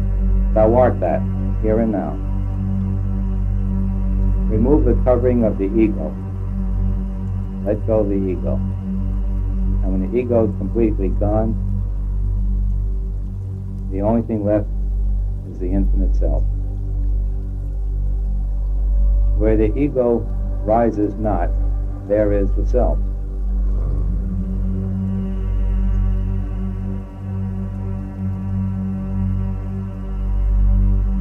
So in everyday life, as we meet people, situations, every time we see something we don't like, we should turn within, see it within ourselves, let go of it. Now this will not clear us in one day or 1 week, because there's an awful lot to be cleared. We have developed for many lifetimes ego attachments and desires. And they don't go in 1 or 2 days. When we start letting go of the ego, it appears sometimes as though the ego is getting stronger and stronger and bigger. That's not true. It'll never get any bigger than it is right now. What happens is that as we let go of it, more of it presents itself to us. We are looking at it more, and it appears sometimes as though the ego is getting bigger.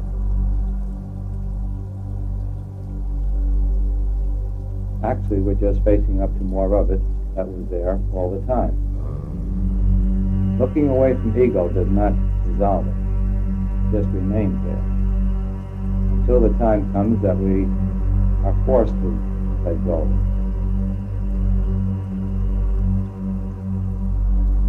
So, daily, right through the entire day, if we will just look at the world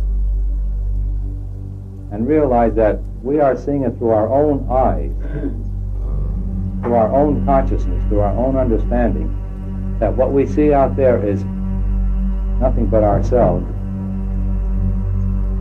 this can affect a rapid positive growth that will show results immediately. The first week you'll feel better.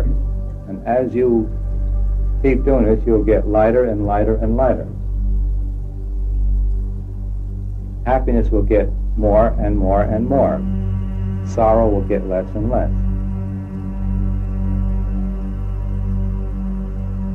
But the main warning I give you is don't expect it overnight.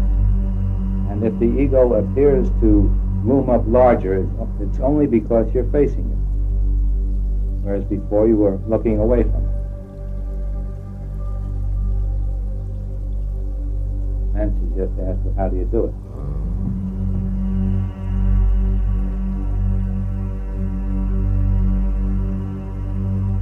Well, you see someone out there who's trying to be the life of the party, the number one.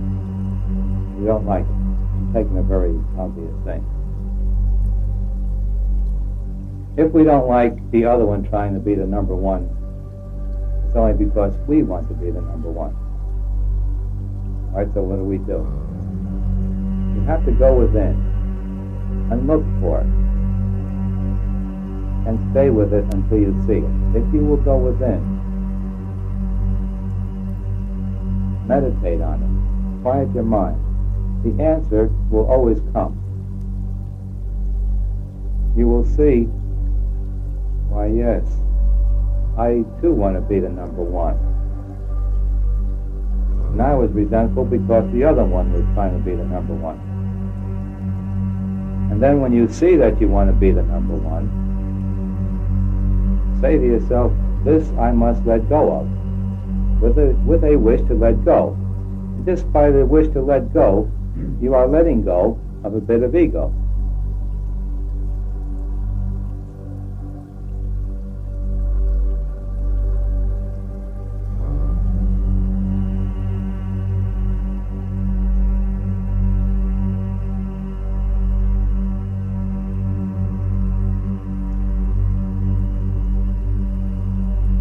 There are no better lessons than those we get from our family.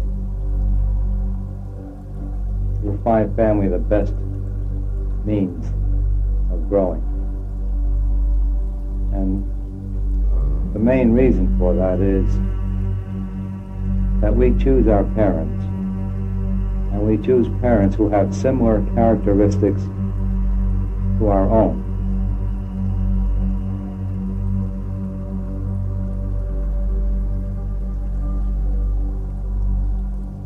So there's always a to and fro between parent and child because of this. Parents are telling the children what to do, and the children are fighting right back, up and back, all the time. Most of the time, as parent and child are together, it's a constant to and fro on the thing we're talking about. Because we have it in ourselves. We see it in our parent, or we see it in our child. And they see it in us. Which causes quite a lot of friction. Now, there can be the opposite relationship, too. We can have an ego lift if our parent has the things that we like. Parent and child are together on something that they both agree on, then there's an elation, a support of the ego going on all the time. That's possible also.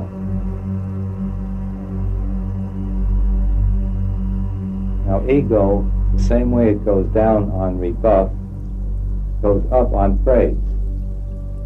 So we should look for it two ways. And remember, anything that can be lifted by words of praise can be as quickly dropped by the opposite word. The state that we want to attain to is one of equanimity, where we are always happy, where our happiness does not depend upon things and people outside of ourselves. The real happiness with a capital H is our natural state and is independent of people and things. Anytime it's dependent upon anything outside of ourselves, It's an ego pleasure, which must necessarily have an ego pain after it.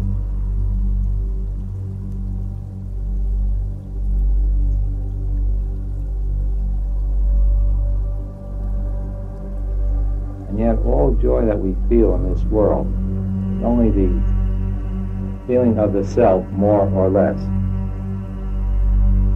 Even though we attribute it to someone or something outside, that feeling of joy that we feel is nothing but the self.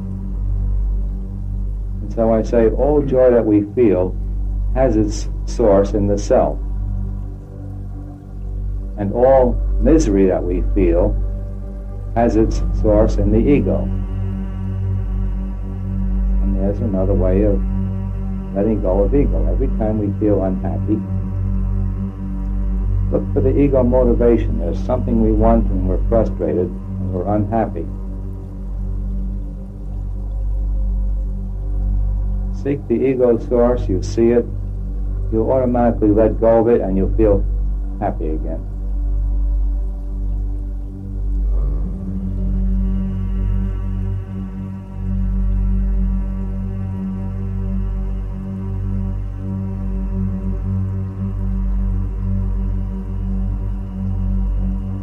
Another way of saying it is, there's nothing out there but our consciousness.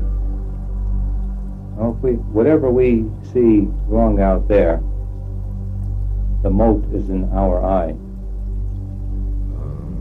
A master sees nothing but perfection in you, in everyone, and in everything. If he says otherwise, he's just talking for the benefit of the hearer in order to communicate.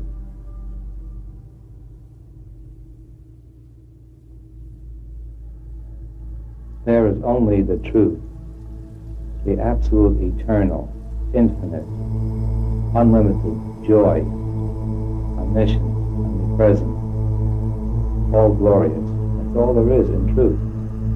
Anything other than that is a falsity, the appearance, the delusion, the Maya. So what you ask is, well, isn't this Maya true? So the only thing I can say is, no, it isn't.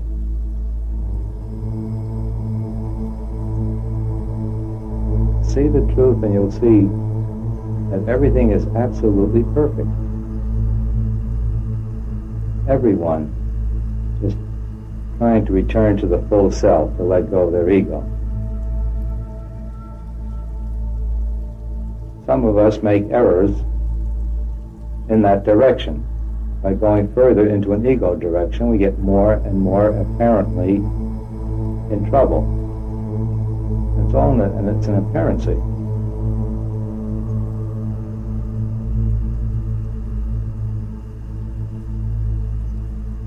Until the apparency gets so difficult, we start looking in the other direction.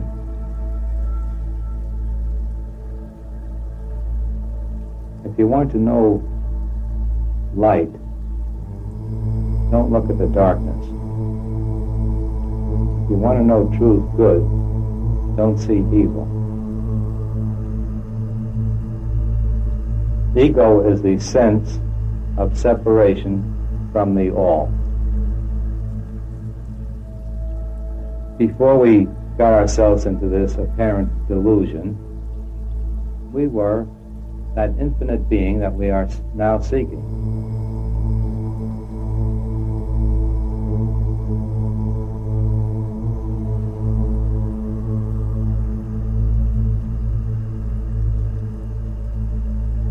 Through some work in beingness, we decided to play a game. Really a game of limitation. We decided to be just a little limited. Now, in order to be that way, we had to move away from the all.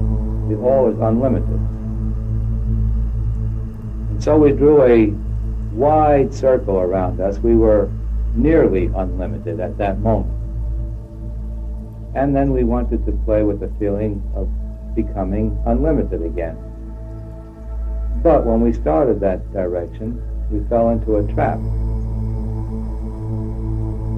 In the game of limitation, instead of going back to the unlimited, we went further and drew a less wide circle around ourselves and became more limited and tried to get out of that. We kept doing that, and the main divisions of it is, first, we were what is called a causal body. We created a body to be separate in. And in the causal body, it's the realm of ideation to us now, the realm of ideas. And in that causal body, the moment we had an idea, it was completely fulfilled. It's almost like hurting yourself and stopping and say, gee, that feels good. You create a little separation, and it feels good to go toward the all each time. So we first created the causal body, and the moment we had an idea, or a thought, a wish, it was immediately fulfilled. Then we tried playing more limited through an astral body, which to those of us who are now in the physical is a heavenly life. In the astral body, whatever you think is immediately affected. We're not limited by time then. Then we moved from the astral into the physical, which is the slowest, the most dense realm possible to any being in the universe. This is the lowest state possible, the physical. There's only one possibility of going lower, and that's lower in the physical. But the physical state is the lowest state. This is the deadest state that's possible unto us. When you know this, you'll never fear death, because death feels like a wonderful freeing. It's a tremendous experience after you do it, not before. Because before we think we are nothing but this body, and when this body goes, we go. And even the pain in death is not nearly as much as the pain you suffer through life. You have migraine, headache, and diseases, and mental agonies with families, and heartbreaks and love. That's more severe than dying at death. Because dying at death generally is just a pain for a moment, and then this tremendous feeling of freedom. So we came down to this most limited and densest state called the physical. And now all of us are on the way back. And there's no question about that. We're in a period of the world that is relatively low in vibration, very difficult, very physical. And those of us who are on the path are definitely on the way out, because if we can get the right direction in this morass of livingness as it is today, it's because we started on this a long time ago, and we're continuing it in spite of the world, so to speak. And we can go from the physical, we can graduate, get our wings, fly off into the astral. And you can spend far more millenniums in the astral than you do here, because it's an easier way of life. And we can graduate into the causal. But if you understand what the ego is, you can go all the way from the lowest realm that we are in now back to the highest by eliminating the ego sense. When we lose all of our ego sense, we are fully realized. We go all the way.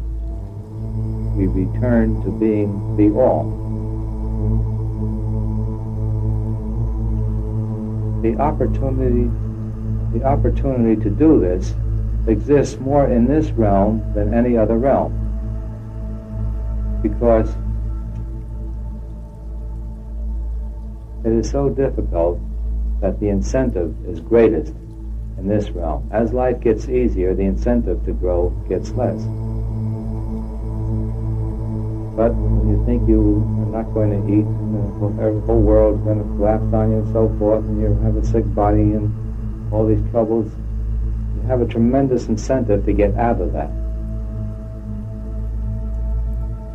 And the incentive being so much stronger in this realm, it's possible to transcend all the realms and go right back to the one in the all. So this sense of egoity is very basic and very important. It's the start of all trouble, and letting go of it is the elimination of all trouble. It's the sense of not being the all, not being that God which we are. And if you're not the all, there's something missing and you're trying to get it. First $100, then 1,000, then 1,000,000, then 1,000,000,000, then the Earth, then the Moon, then the solar system, then the galaxy, until you wake up to the fact that everything you're trying to get, you are. Once you see that, there's nothing to be gotten anymore. You are it.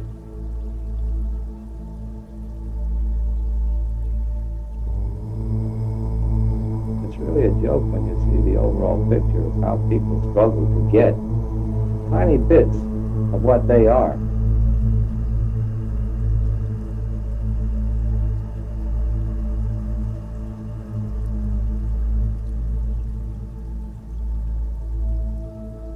So every time you see something wrong in the world, look upon it as a mirror, and that's all it is.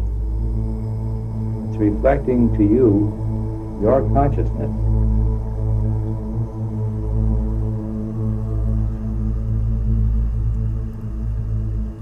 And if you accept this, you can use it to undo your ego.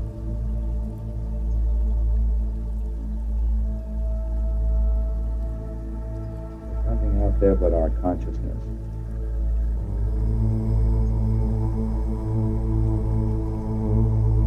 If you ever want to know what your consciousness is, just take a check on what is around you and what you see and what you go through every day in life. That's your consciousness.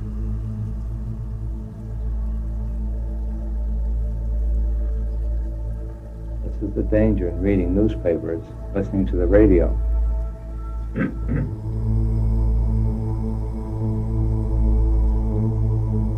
world in general has a very negative consciousness. If you go with it, it helps you in that direction. Now, if someone tells you that that's escape, it's not. Anytime you acknowledge anything in the world, you're supporting it. You acknowledge war, death, misery, you're supporting it. It's the mental thoughts you're sending out. See, we all send out thoughts. Every time we have a thought, we think it's a secret little thing within ourselves.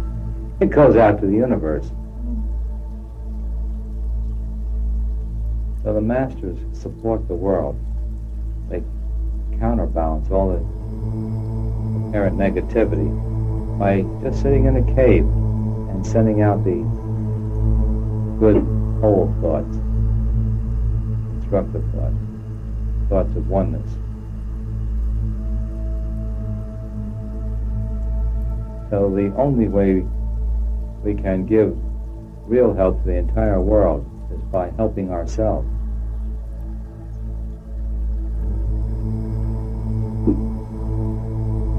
The more positive our consciousness is, the more we send that out to everyone.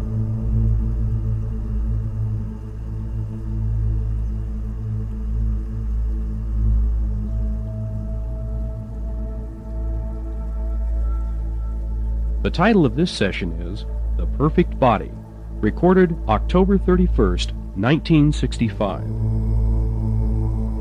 If we don't have a perfect body, and we want a perfect body, That means we do not believe or have the conviction that we can make the body perfect.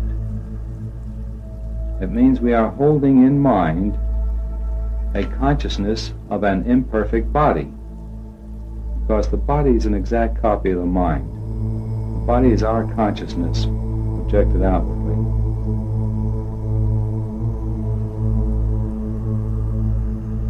Now, is it necessary to have a perfect body? It's not. It's necessary to have a perfect understanding. Everything else being equal, if you can't have a perfect body, make your body perfect.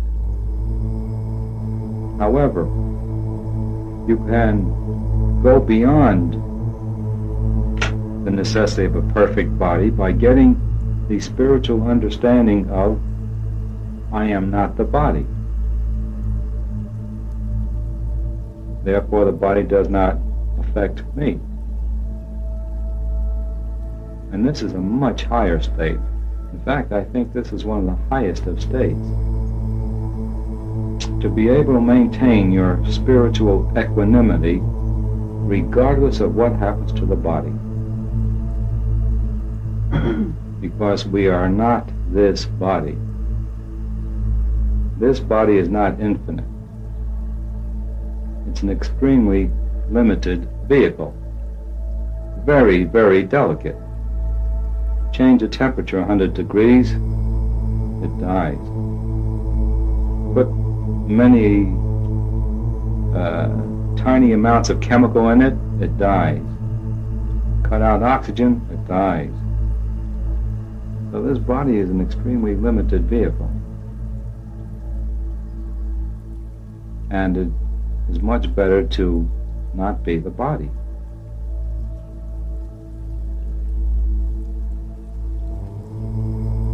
The spiritual discipline of having an imperfect body and not having it bother you is a very high spiritual discipline. Many fully realized masters will go through life with a sick body.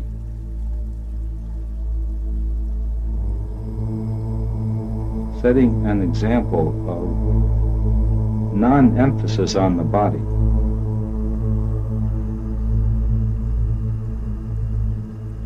Because the body is our biggest trap into limitation. I am this body.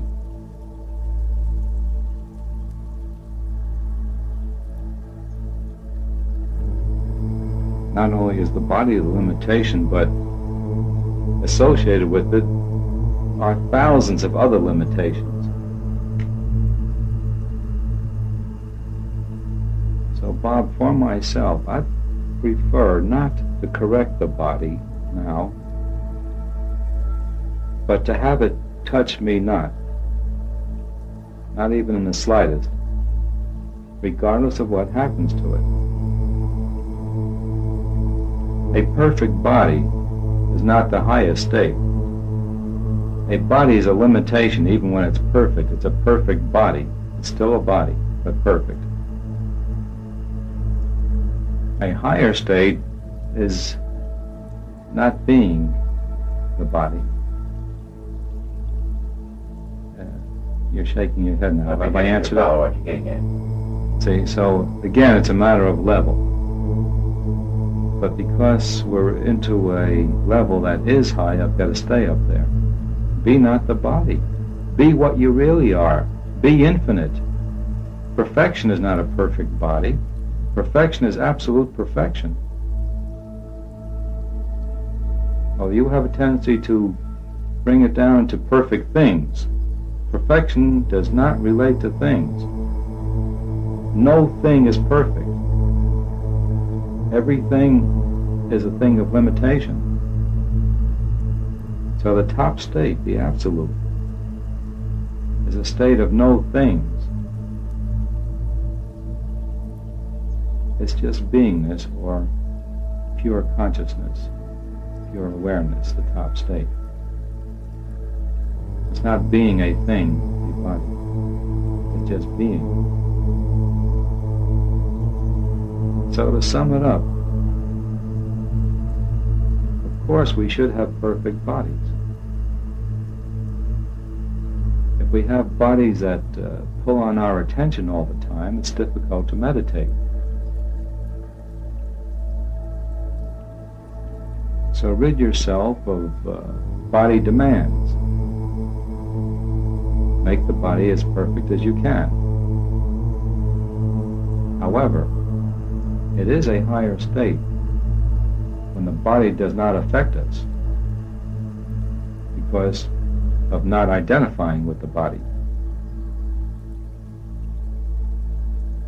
But the top state is just beingness, only beingness, or consciousness, only consciousness. It's consciousness conscious of all consciousness. It's beingness being all beingness. And consciousness and beingness means the same thing at the top. Being anything is being a limitation. See, happiness is our natural inherent state. We are the all. We artificially create a lack and then a desire to undo that lack, which when that desire is fulfilled, we feel better. It's like sticking a pin into you and it hurts and you take it out and say, gee, that feels good. This is exactly what enjoying things and people is. We hurt ourselves, remove the pain, and say, that feels good, that makes me happy. Every time you feel happiness, you feel only your real self, more or less. The happier, the more you feel your real self. And you attribute it to things and people out there. The mechanism of it is that when we create the lack, we start up thoughts, I need this person, this thing to make me happy. That causes a bit of pain, that need, that lack. Which when we are relieved of that thought, we return back to being ourselves, which is what we call happiness.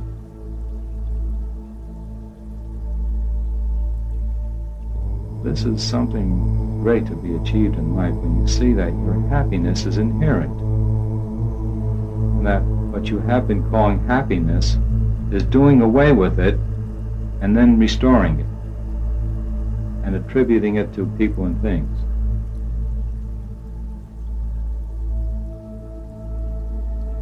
So if you want to enjoy a body, that's your privilege. If you want more joy, don't enjoy the body, just be joy, which you naturally are. That's the natural state.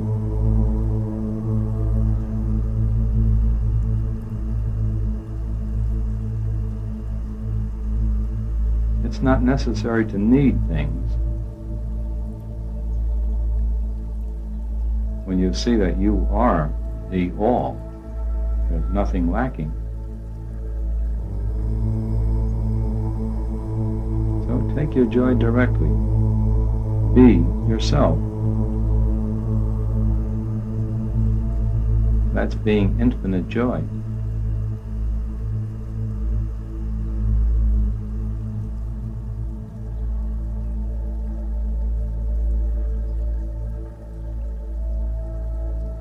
I saw that there's as much life in this body as there is in a piece of wood.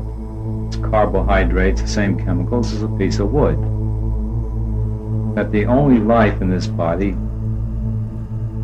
is me. I put the life in the body. I saw that the body is my consciousness, and my consciousness puts the life in the body. When you see that you make the body, you can change it. You can mentally change it. Now, the body we have right now is the education body-wise that we have accumulated up to date. This is my concept of a body. That's your concept of your body. It's deeply subconscious right now. This is why it's difficult. This picture of the perfect body must be more powerful than the sum total of all the pictures in the past of an imperfect body. Right now, you have to get that picture of a perfect body with a thought that's stronger than the sum total of all the thoughts of imperfect body of the past. When you're able to do that, your body will immediately change to this new thought of perfect body, which is more powerful than all the past thoughts. Does that make sense? This is the mechanics of it. All right, now what's a powerful thought? A powerful thought is a concentrated thought. The more concentrated, the more powerful the thought. A concentrated thought is a thought without other extraneous thoughts present at the time. The very best way to get a most powerful thought is to let go of yourself, your little self. Let go of your feeling, I am Bob. I have this, I have that. And say, yes, there is only perfection, including this body. You can let go of the world. So I say your thinking mind is your biggest obstacle. Your mind is going on faster than the speed of light all the time, whether you're aware of it or not. If you're not conscious of it, it's going on subconsciously. You've trained yourself to think. And you've got it spinning with all these thoughts. You've put a lot of importance upon this thinking in the past. The importance of it is also subconscious. So it's not easy to let go of the importance of thinking. And these are obstacles to your letting go of thinking, which if you could let go of thinking, and just one easy thought, with no other thoughts around, I am perfect, instantly you'd be perfect. I'm talking about the body.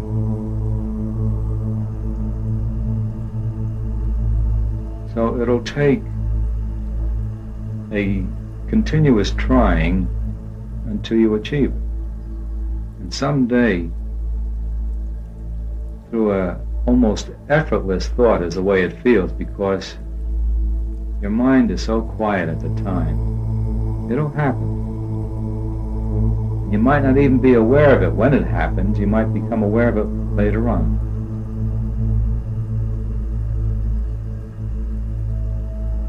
Just reminded of the case I heard of a man who was in a wheelchair for so many years, I forget how many. House caught on fire. He packed 2 bags and ran out and sat down on them. It was after he sat down on the bags he had realized what he had done. He had forgotten that he couldn't walk. See, when it does happen, you're accepting the positive so much, that negative thing is forgotten for the time being.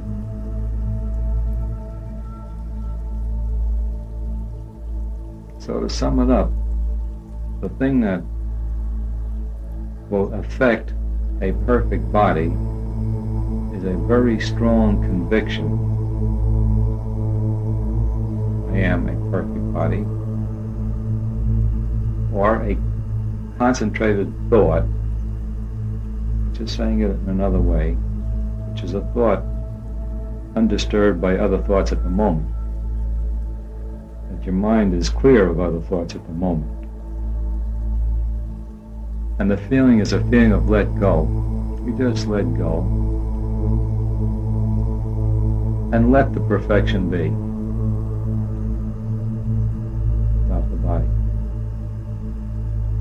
Now, the best way to see this, I believe, is through the night dream.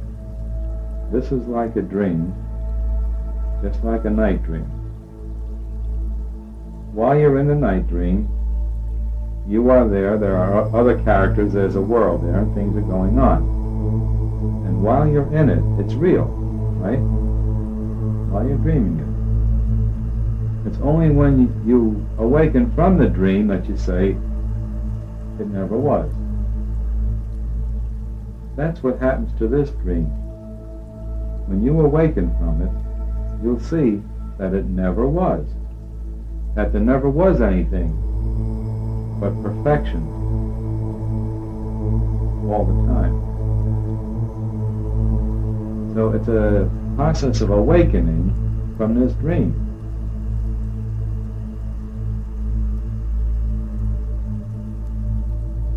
To see this, you're going to have to go through it. I couldn't give it to you. But if you'll continue, you'll reach a point where you'll see that, my gosh, it's just a dream. And then you'll see that it's a dream that never was. That there had always been perfection. But again, you can't comprehend that until you experience it. You might get it momentarily. Many people do. You get a momentary picture of the whole thing as being a dream. There never was anything but perfection. And then the next moment, you trick yourself into the delusion again of thinking that it is real. You see, there's really only one thing I want to do in the world, is to have everyone know what I know. At the same time, it's not for me to push this on anyone, but if they really want it, I really want them to have it. So the two get together. So I don't see it as boldness. I see it as doing the right thing. When you see the perfection, there's nothing to do. And I really feel that I am not a teacher. I am never teaching. I still can't get used to the concept of being called a teacher. Francis has got me to accept it more now than ever before. I can do it more readily, say, oh yeah, I'm teaching. But in my consciousness, I'm not teaching. How can I teach a perfected being who is omniscient? In this top state, you perceive this world as nothing but your very own self, the capital S. There is nothing but the self. Or, there's nothing but God. God is all. Everything you see is God. And you are it. That's the way you see the world. Others look at it and say, it's just the opposite. You look at it, it's perfect, it's God. It's me. God. So there's no contradiction when you're in a top state. And you, to the eyes of others, float through life the way they do. But in your perception, it's not the way they see it. And the very top state is being in that top state and in the world at the same time. Oh, someday you'll laugh at all this tremendous effort to be exactly what you are and have always been. It's such a joke to go through a tremendous struggle only to be what you are, always have been, always will be, creating all these devious means of assuming you don't have infinite joy, even giving up all joy, and then going through a tremendous effort of trying to establish infinite joy again. It's a joke. Now, in truth, there is no such thing as time. Time is a variable. Truth is that which never changes. Perfection is always perfect. It doesn't change. Anything that changes is imperfect, is unreal. Time is nothing but a mental concept. You have a dream at night, and you cover maybe 80 years. And while you're in that dream, it was an 80-year period. How much time was it to you after you awakened? That 80 years becomes maybe minutes. I'm just trying to bring out how time is nothing but a mental concept. In the dream it was 80 years. You awaken and say, gee, it was just minutes. You awaken out of this dream, you'll see it was no time. It was always there. Everything that was or will be is here now. Time is like taking a movie reel and looking at one frame at a time and saying the frame before it is yesterday, and the frame after it is tomorrow. It's all there. You can look at it all now. But in time we choose to look at one frame and then say the one on this side is the past and the one on that side is the future. If you look at the whole reel, you could see your entire life from beginning to end. But mentally, you choose to do it the way you're doing. Time is only a mental concept. But in order to accept this, you've got to see it yourself. You've got to perceive it. You've got to realize it. Thinking on it deeply, you'll get the realization someday, wow, it's just a mental concept. Eternality is now. It's an ever-present now. No past, no future. It's all here now. There's only a now.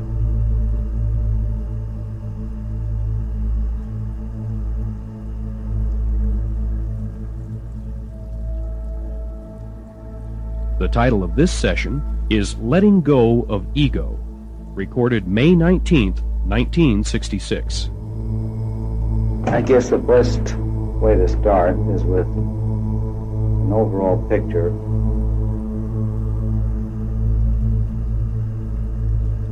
of our direction in such a way that it embraces those who have been here for some time and those who are here for the first time. I think all the questions that the philosophers ask, I try to get the answer to, that the psychologists ask, but even the field of medicine asks, and the world of religion, are really all asking the very same thing, approaching it from different angles.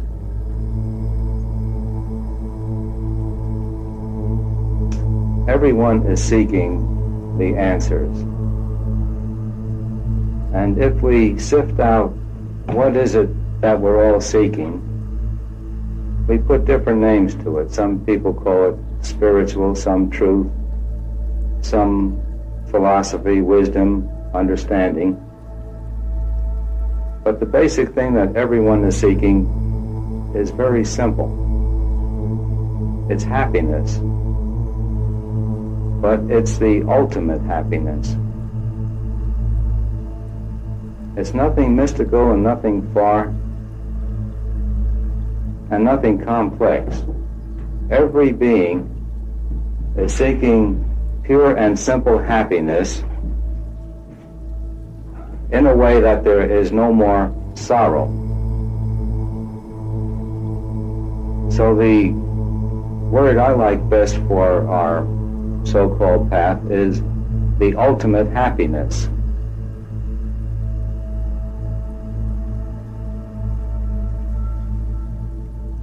The ultimate happiness, of course, is the ultimate truth of our beingness, truth of the universe. And there is only one ultimate truth, is the way it turns out to be. So all of us are seeking this continuous happiness with never a taint of sorrow.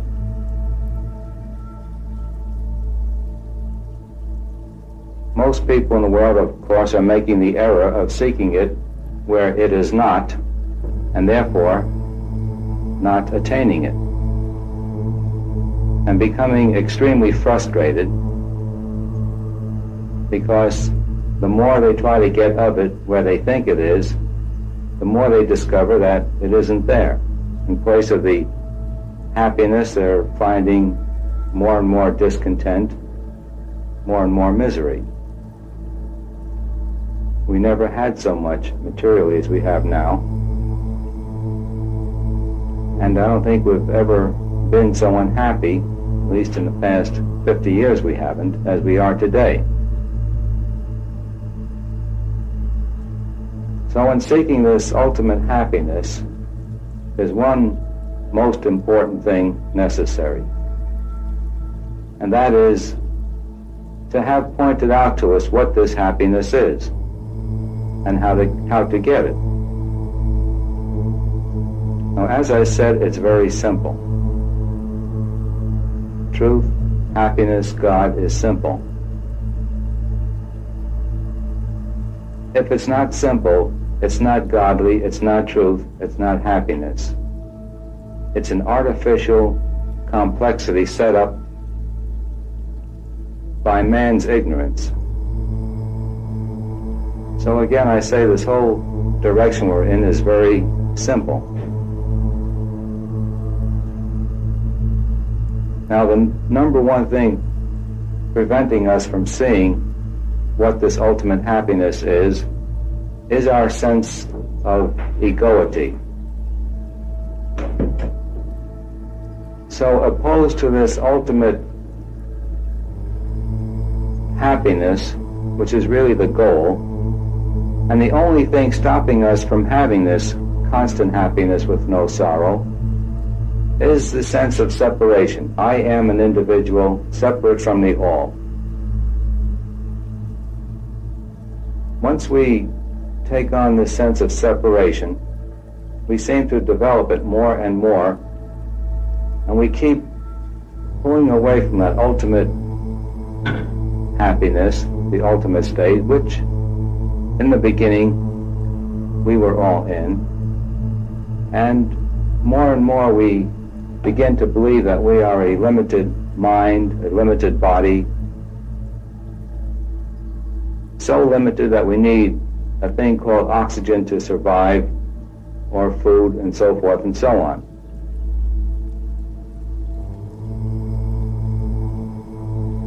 This ultimate happiness that is the goal is something that never, ever really leaves us. It's right within us all the time. But we cover it over with concepts of limitation, of being separate. And the more we do it, the more concepts we build up until we get to the point where we are today, extremely overloaded with concepts of limitations.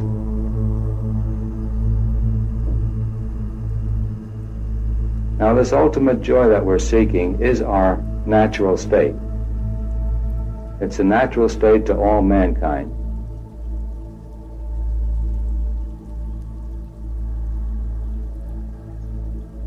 To get this ultimate happiness, which is our natural state, all we need to do is to let go of the obstructions that we have set in the way of seeing what this happiness is. We have built up endless concepts of limitation over this unlimited being that we are, naturally.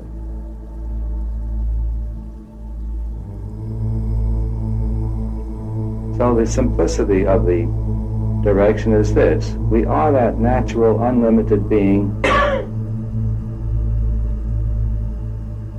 possessing right now that unlimited joy, but covering it over with a sense of limitation called the ego.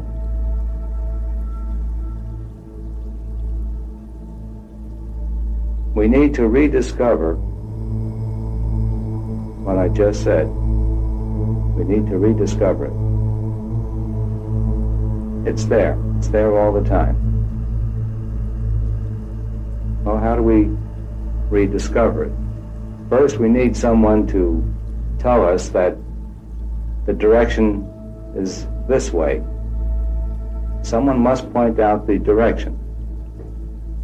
Secondly, we must look in that direction, and we must discover it for ourselves. No one can give it to us. We must see it. We must see it through our own mind's eye. And when we do, we re-recognize that which we always were.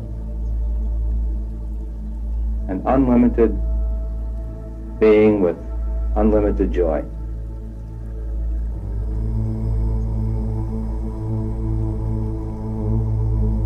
Now the direction must be inwardly. It is not outwardly. Everything out there we discover is something that we have dreamed up and then put a tag on it as being real. This world, this universe, we have dreamed, and through accepting this dream for so long, we think it's real. So what we need to do is to turn our attention inwardly to re-examine, rediscover what is the truth of everything. And as we do that, we begin to see the falsity or the illusion of the world, and by getting concentrated in the inward direction, we see this infinite being that we are. So the path resolves itself into two things. One, seeing this infinite being that we are, and two, seeing the limitations that we have superimposed over it and letting go of them.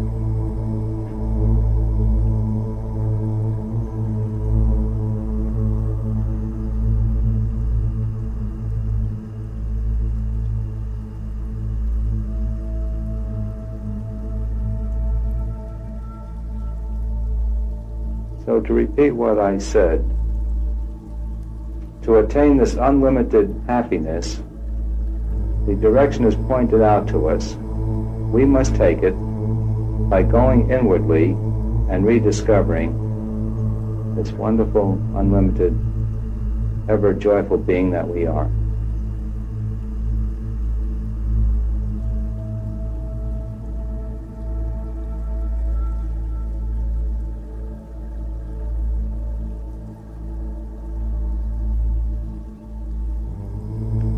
The time it takes us to do this is determined by one thing only: the intensity of our desire for it. If we are convinced that our joys lie in the world, we will never, ever attain this happiness. We will always be with much misery. But when we accept and then begin to prove that the joys are just our natural state, are not attached to anything out there, then our life begins to become more joyful, and we can, with more conviction, take the right direction. It seems at first the thing that drives us in this direction is the thing called misery. We go so far in the wrong direction, we just can't stand it anymore.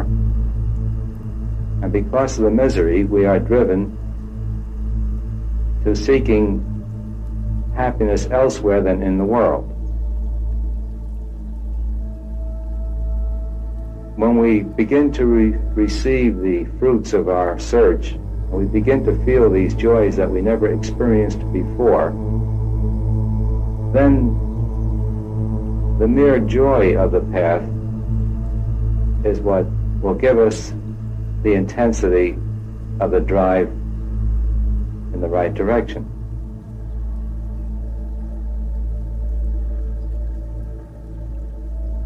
We also discover that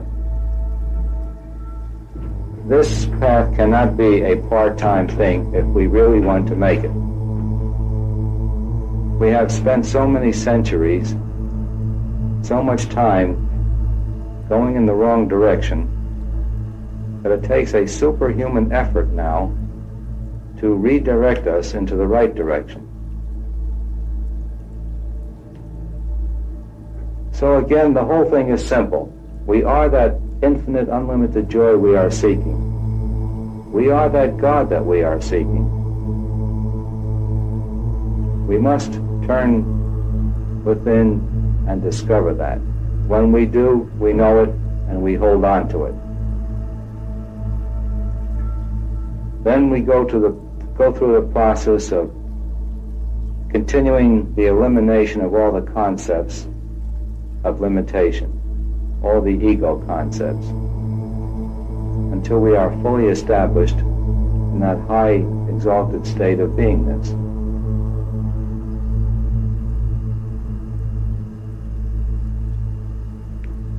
I believe the only reason why I should be here is to help. That if I can't help, there's no reason for my being here. I believe every one of us have been with the path quite some time.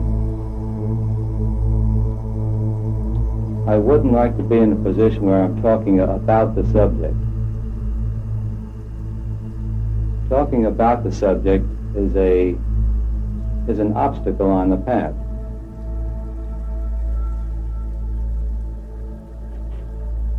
What should happen here is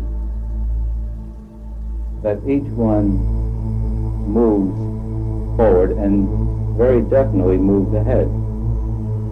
If that doesn't happen, I see no reason for my being here, because we can all read almost everything I'll say. You can read it in books, found somewhere. There's nothing new on the subject of truth. It's eternal. It always was, it always will be the same. So the thing that's different, or I hope is different, is that there is something affected here. That something will happen to give us more realization than we had before we came here.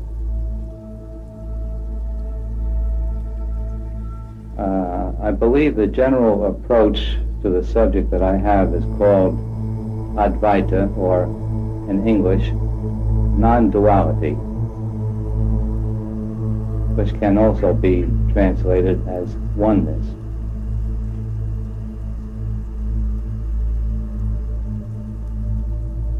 And that there's only one singular method of growth. That one method of growth is letting go of our ego.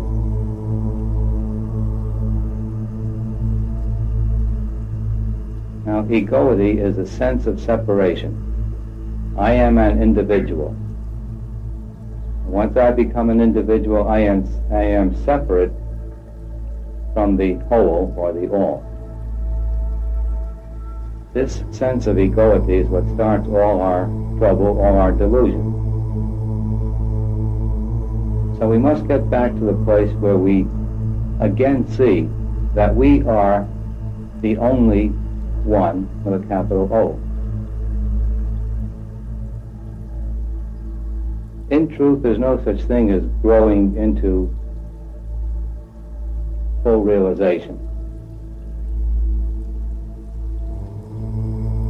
And that is because we are now, we always have been, we always will be that infinite being called God or the Self. That's one thing we cannot get away from. We are that. I am that I am. That's the changeless part of us. We cover that over with a sense of being a separate individual. So growth consists only of letting go of our ego. And I hope that through these meetings we do that more so than we have done before.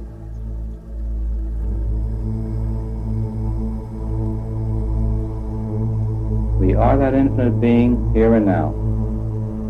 We are blinding ourselves to it by saying, I, the infinite being, am a limited ego. I, the infinite being, am separate from the infinity. We must change those concepts. Let go of them.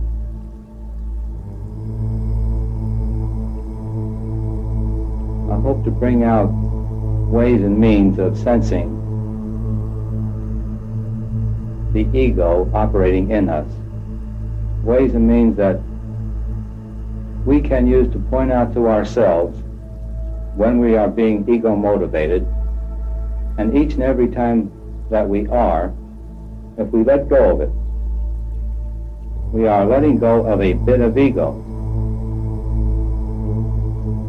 If we keep this going from here until the end, we eventually get to the place where there's no more ego left.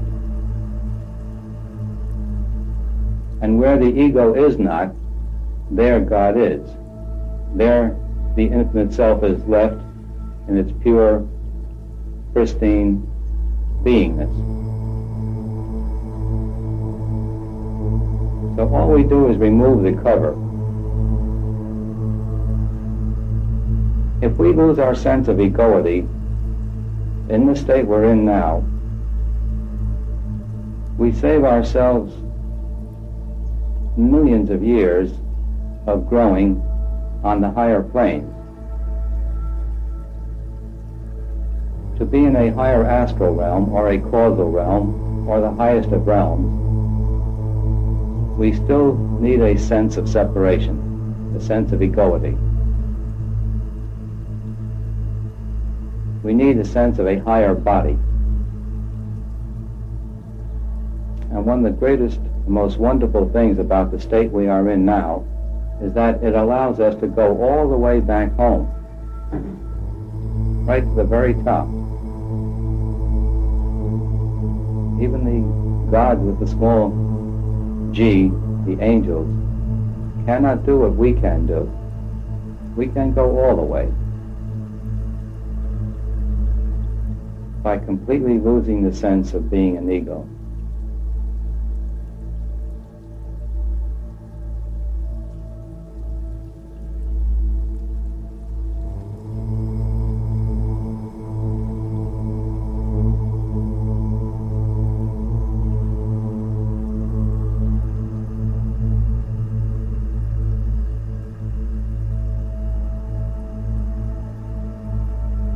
I try to bring out the very highest of teachings. I like to start from the top. If we ever expect to know the truth, we must start with the truth and reason from there. We can't get to the truth from the falsity, the lie, the reality of the world as most people see it. If we try to grow from this world up to the truth, it just won't work, because we're starting with the lie and trying to reason from there. We must start reasoning with the truth. Now, the truth is the absolute one, the changeless. That which never changes is true. If it changes, it wasn't true in the first place. It changed. So we define truth as that which never changes.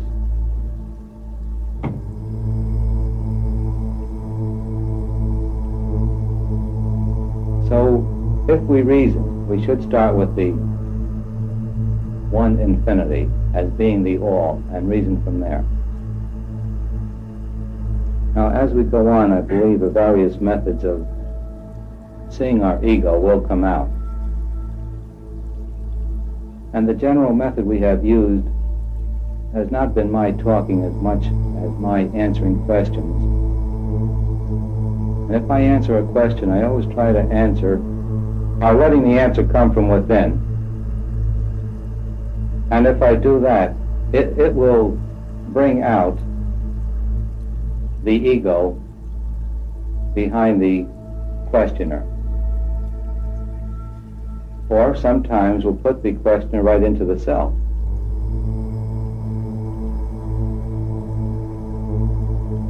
And very often the answer is put in such a way as to provoke thinking rather than answer the question. Unfortunately, we all know that questions can't really be answered for us, that each one must answer the question himself or herself. So my method of answering questions very often might seem kind of odd, that it's not direct, it's roundabout, or it's provoking. But the purpose is to make obvious to the one asking the ego motivation or the ego, so that he may see it, and if he chooses, let go of it. When I come in, I sit down, I just know, I have the conviction that thou art that. And to the degree that I have this conviction, to that degree I help you be in that mood, in that state.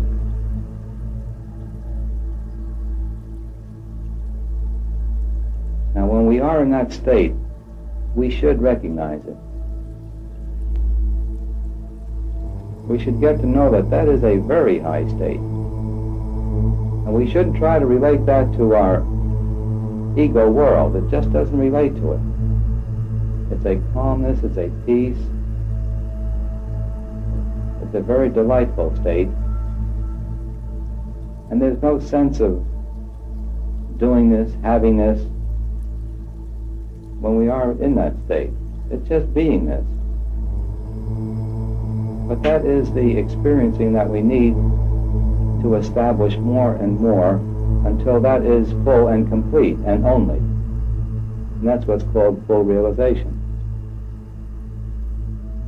Another point about our teaching is we like to get all the mystery out of it because it is basically so simple. Thou art that. Stop trying to be not that, is the basic teaching.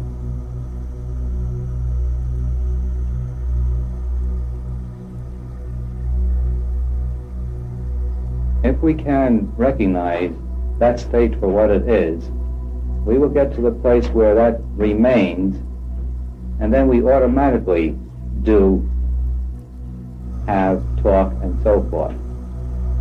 And we no more associate ourselves with the doingness, havingness, and so forth.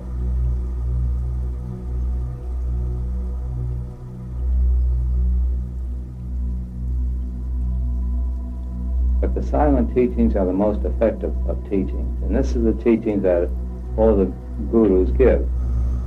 This is one reason why they're mostly not in body. Because when they are in body, most of us attribute egoity to them. Because they have a body to us and they eat and they sleep and so forth. When they don't have a body, we give them more credit that is due them.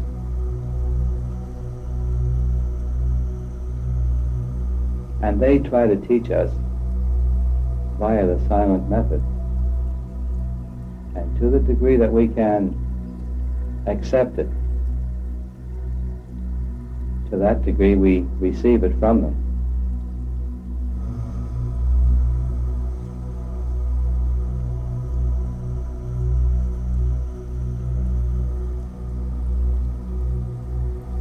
The stilling of the whirlpools of thought.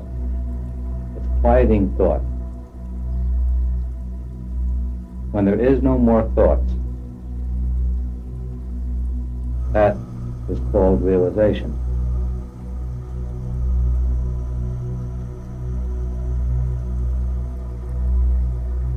All thought is motivated by the ego.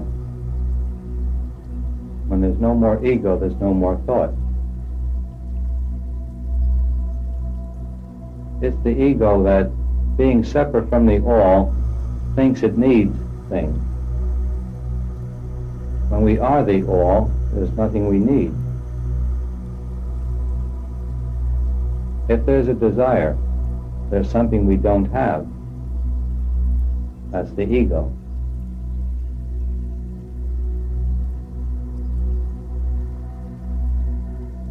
So it's the ego we need to let go of.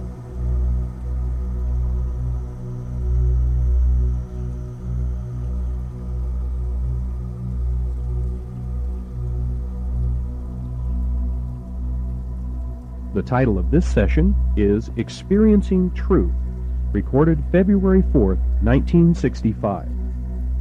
All we need to do is to let go of our concepts of limitation. And what's left over is the natural, infinite, unlimited being.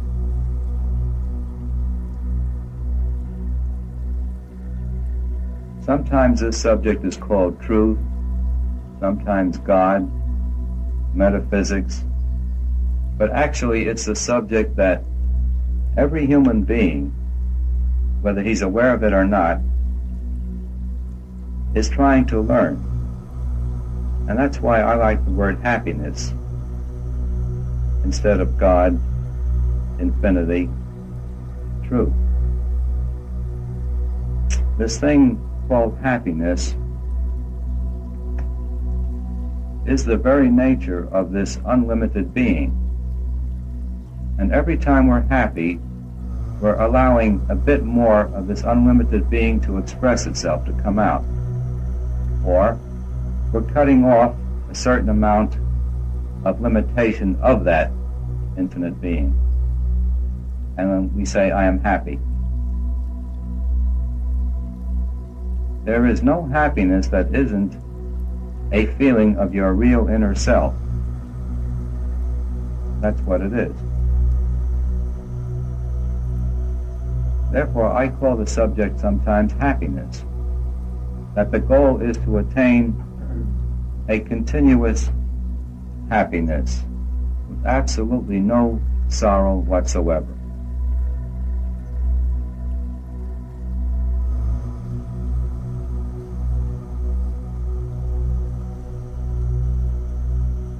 When I define the word truth, I say truth is that which never changes.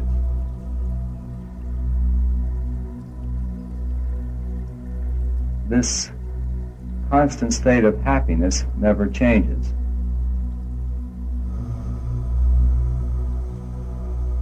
And as I said before, I like to make this practical. What is it that never changes?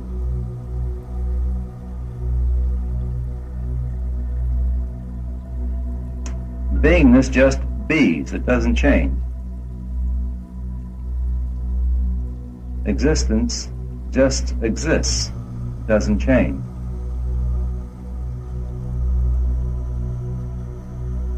So truth is beingness. But it's beingness being all beingness.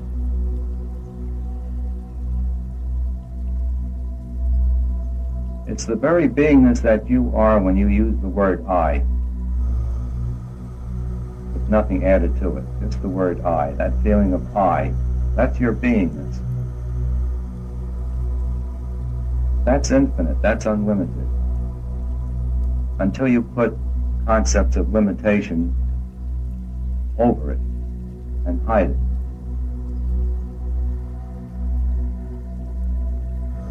So the top goal is beingness, being all beingness. When we recognize that you are me, or that I am you, I am all beings.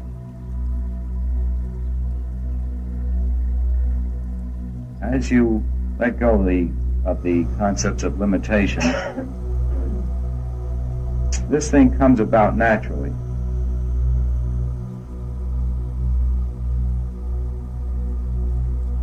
Another thing that doesn't change is awareness that is aware of all awareness. That's the ultimate, can't change anymore. Consciousness, conscious of all consciousness. See, this infinite being, that some people call God, we are experiencing all the time, every moment, by just experiencing our beingness. But we limit it to this body and this mind. But that beingness is actually infinite. That awareness is infinite. And all we need to do is let go of the concepts that limit it. Now, the first major wrong step we make is to say, I am an individual separate from all beingness.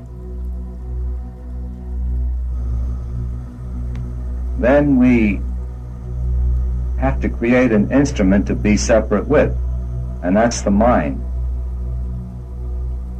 The mind reflects back to us as much as this infinite beingness as we want it to.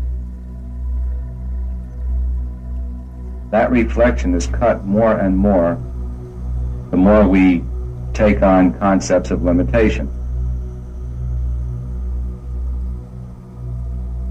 We cannot grow into this infinite being because we are that here and now. But we can let go of all concepts to the contrary. Now, the reason why some of you have been so happy for a short period of time and then all of a sudden it seems as though the sky fell in is only because you were able to perceive this infinite being that you are.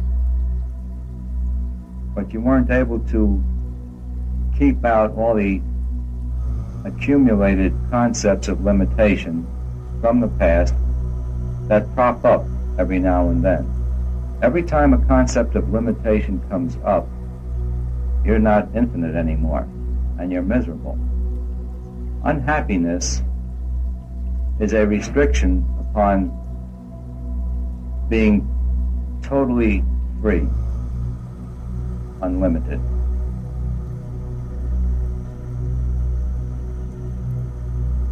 So these patterns of thought from the past, they're tendencies, predispositions now. They prop up even after we've seen very deeply this inner being that we are. So what we need to do is to keep throwing off these limitations as they crop up until there are no more. Then what's left is the infinite being that we are.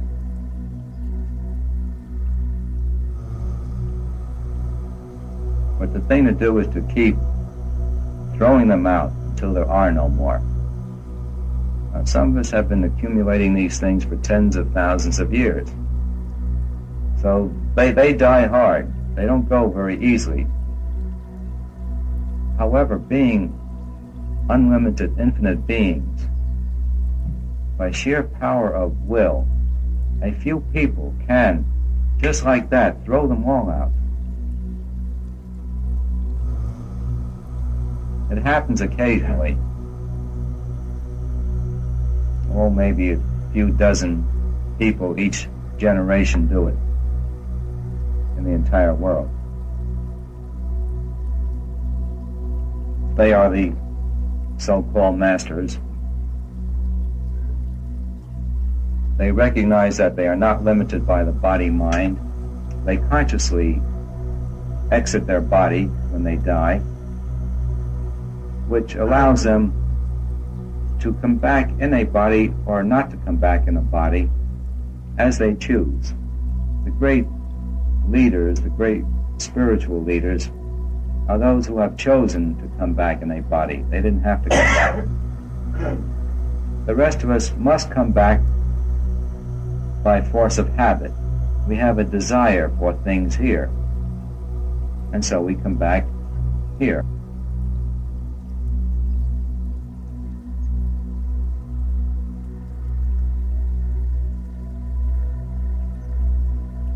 Desire is the only thing that keeps us coming back to this state of life, which is the most difficult possible state to any being, is the state we're in now.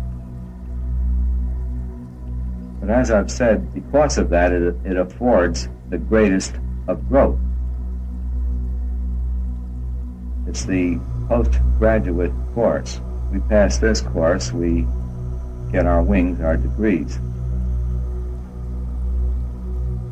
So even though it's extremely difficult,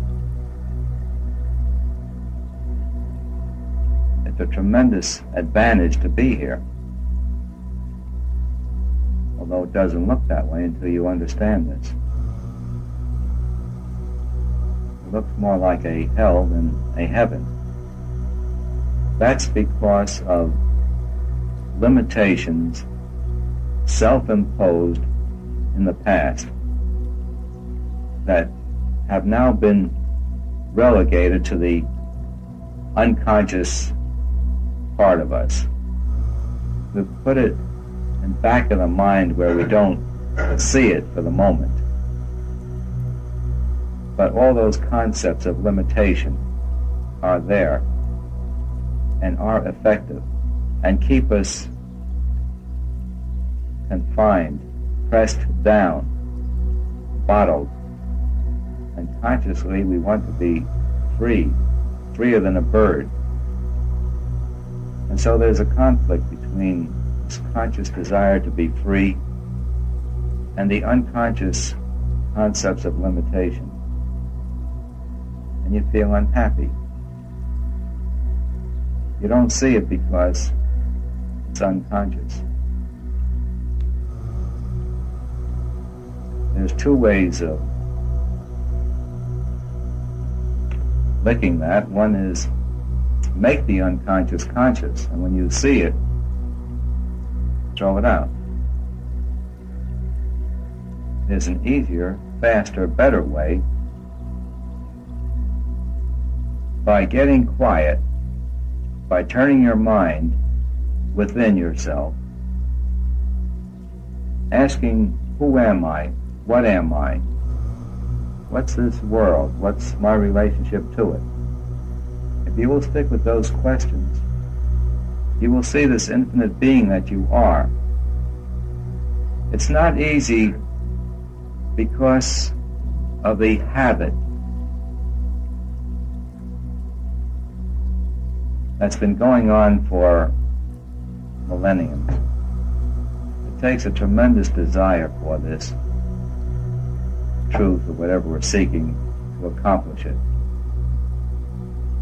Most of us get the desire from being beaten so hard by the world we finally get up enough gumption to want this. And then when it begins to make your life happier, then you want it because you know this is it. There's no top limit to happiness, to joy. And when you experience some of this joy gotten from going within, you will always want to re-establish that very happy state, which is the natural state. No matter how much you'll get away from it,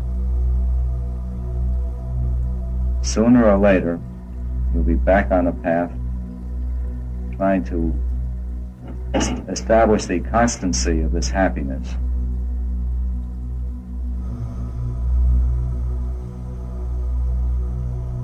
The basic law in this universe is harmony. God is absolute harmony. When we are in tune with the universe, our life is completely harmonious. No effort is required to do anything. Everything falls perfectly into line. When we see God as all, and we know God is harmony, everything is in harmony right now. And to the degree we accept that is the quickness thereof.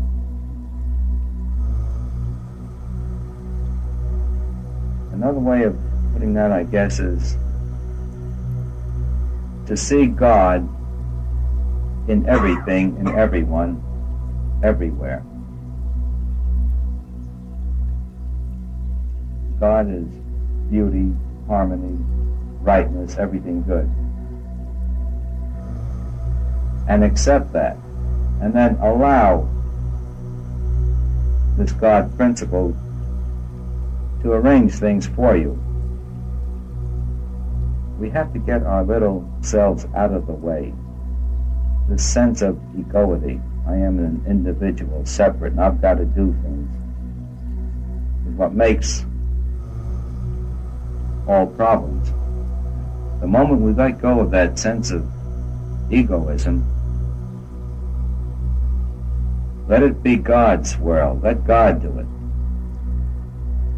He knows how. When we do that, everything falls into line. It can be a court trial, it can be anything. It can be a sick body. The moment we accept that principle, everything harmonizes. Radical reliance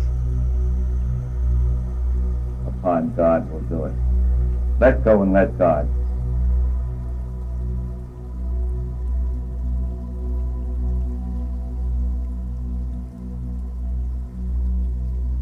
I moved unusually fast because either I got the answers or I was finished. But the method I used happened to be the very highest possible method. Who am I? That was the driving question. Who am I? What am I? I was so determined, my mind was concentrated. And when your mind is concentrated, the answers are there. A concentrated mind is a mind that keeps out extraneous thoughts, holds only the thing you're interested in. And when you do that, the answer comes.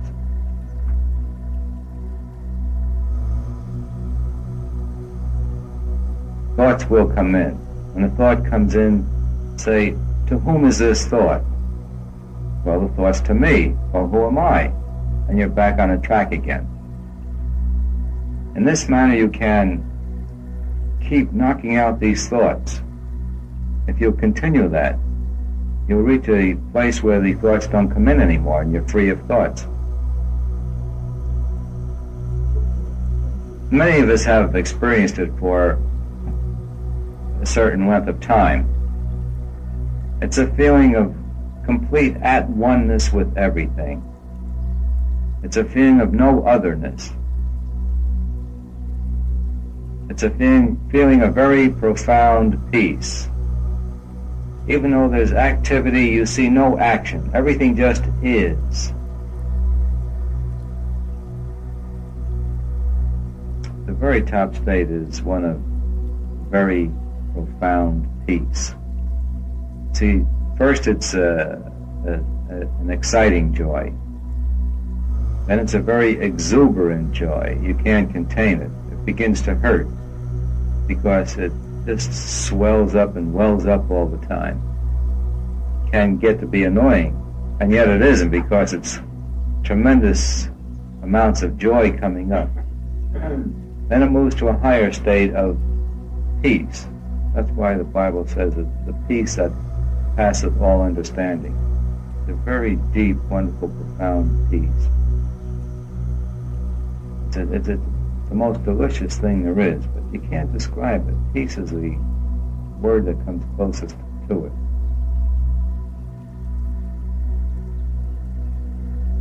You see, because these states are not ordinarily experienced, there are no words for them. First, it's feelingness. It is feelingness. Then, when it goes on, it turns to beingness.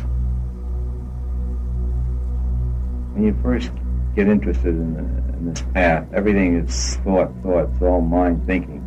And thoughts take on a certain feeling. It's like a thought and a feeling at the same time. It's a thought feelingness. And as you move, you get into the realm of feelingness. And then the step above that is the realm of beingness. So it depends on where you are as to whether it's feelingness or beingness.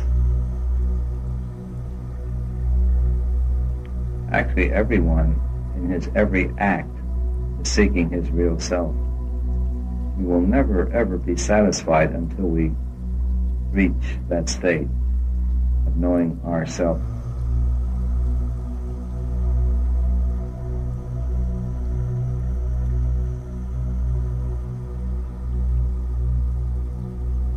In 1952, a physicist by the name of Lester Levenson discovered a way to free himself from all limitation. Prior to that time, he had been very successful, but he suffered from the physical and emotional ills that so often accompany worldly success. But since his discovery, he's enjoyed perfect health, peace, and happiness right up to this day. His peace and joy are very evident to those who know him. His mastery of life has become legendary, and his compassion for others has led him to help many people toward achieving the same peace and happiness that he enjoys. Between 1964 and 1972, Lester spoke to many groups, some of whom recorded his talks. This special cassette program includes 11 of those talks. The delivery style of the talks is deliberate. By the time these talks were recorded, Lester had learned to speak in a manner that would draw attention not to him, but to his message. As you listen to his message and begin applying it in your everyday life, you will discover it to have a quality and power well beyond even your highest expectations. The title of this first session is The Ultimate Goal. It was recorded September 28, 1964. The thing that every one of us is looking for in this world is exactly the same thing. And what is it that we're all looking for? Happiness with no sorrow. A continuous happiness with no taint whatsoever of sorrow. All right, this being the goal, why is this the goal? The reason why this is the goal is because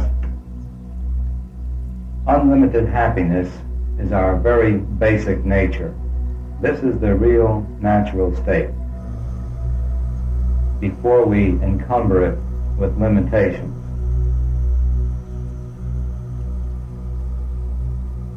Now, why is it that most of us don't have this continuous happiness with no sorrow?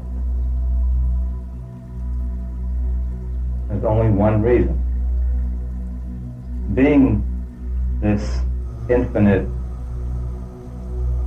being with infinite happiness, we do away with this joy, this happiness, by saying first, I am an individual. Then, I have a mind. Then, with this mind, which is nothing but thoughts, we start accumulating thoughts of limitation. I have a limited mind, body, with all sorts of trouble. In this manner, we take our unlimited beingness and we limit it to the extreme. Now, the only real purpose of being here on this earth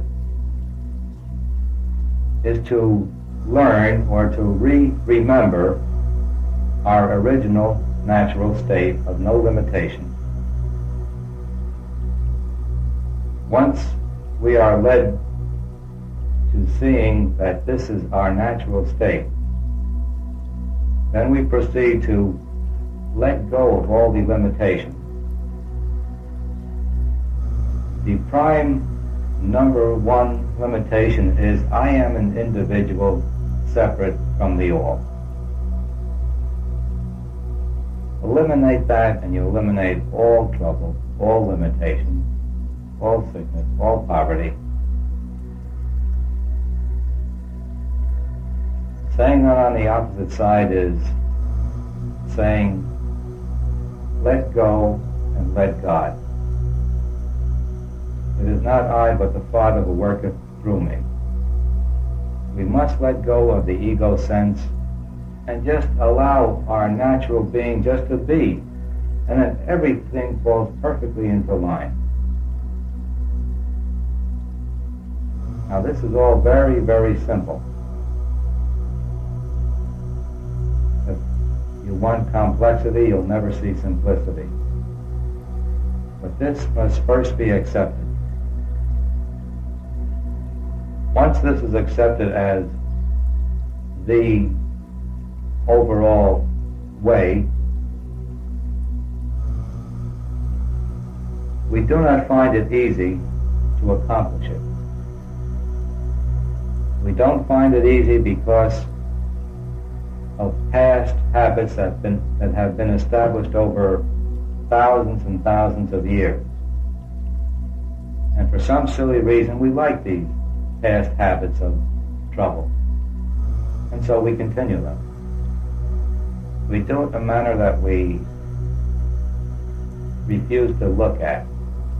We call it unconscious behavior, unconscious or subconscious. And we go on and on and on repeating all this behavior of limitation automatically, calling it unconscious. Now the unconscious mind is only that part of the mind we refuse to look at. When our desire is strong enough, we will dig up this unconscious habit and begin to let go of it. There is no growing into the natural being that we are. That being is perfect, here and now. There is only letting go of concepts to the contrary, that we have troubles, we have limitations. Anyone who says, I have trouble, is just in their mind. That's the only place where it is. Because you can't see anything anywhere else but in your mind. Whatever you look at, whatever you hear, whatever you sense, is through your mind. That's where everything is. Change your mind, and everything out there changes. Change your thinkingness, and you change the world for you. So the way, the path, is simple. The method of undoing it is not easy because of past habits. We need a very strong desire to begin to let go of these wrong habits from the past. Without the desire, there is no growth. This desire must be stronger than the desire to make this world real, rather than it's a fiction of our imagination. It really is a fiction when you see the truth. It turns out to be a dream that never was. But first you'll see it as a dream. Then you'll see that this dream never was. Exactly as happens in a night dream.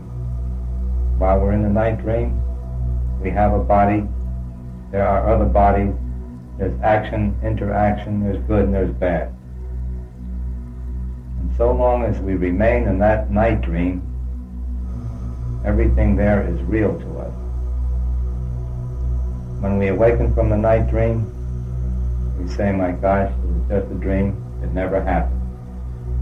And exactly the same way we awaken from this dream called the waking state, we see that it was only a fiction of our imagination, it was only a dream, and we let go of it, lock, stock, and barrel.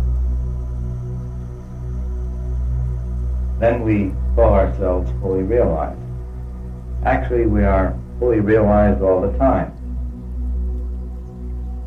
We are fully realized beings, saying that we are not. So all we do is let go of we are not. What's left over is the fully realized being that we are.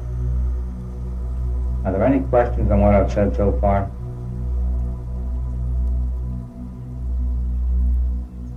Everyone understands it, at least intellectually.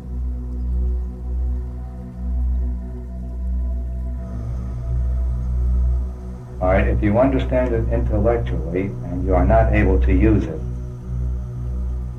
it's because you're not looking at yourself honestly, truthfully,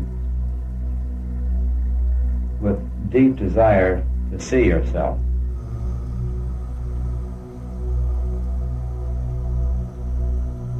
In the process of which you have set up as the unconscious mind all the things you don't want to look at.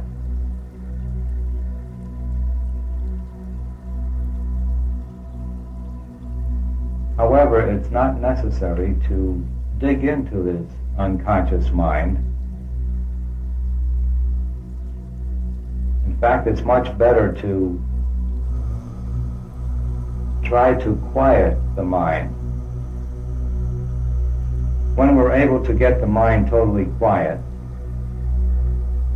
what's left over is the infinite self. Every thought is a thing of limitation. Therefore, when we quiet the mind, this infinite being that we are becomes self-obvious to us. We see it. We recognize that we never were that mind, that body, and from that moment on, the mind and body has no influence upon us. It just goes its way. It just keeps floating through life in sort of a hazy dream that has no effect upon us. So the very best method of all methods is to quiet the mind, to seek the being that you are, to pose the question, who am I? And if other thoughts come in, ask, to whom are these thoughts?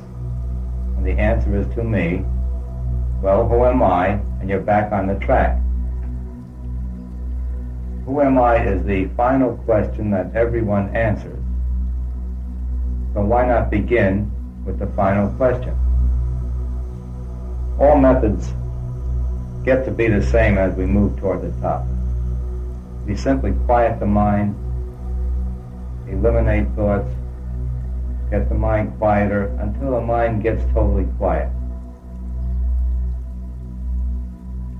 What's left over is our glorious, infinite self.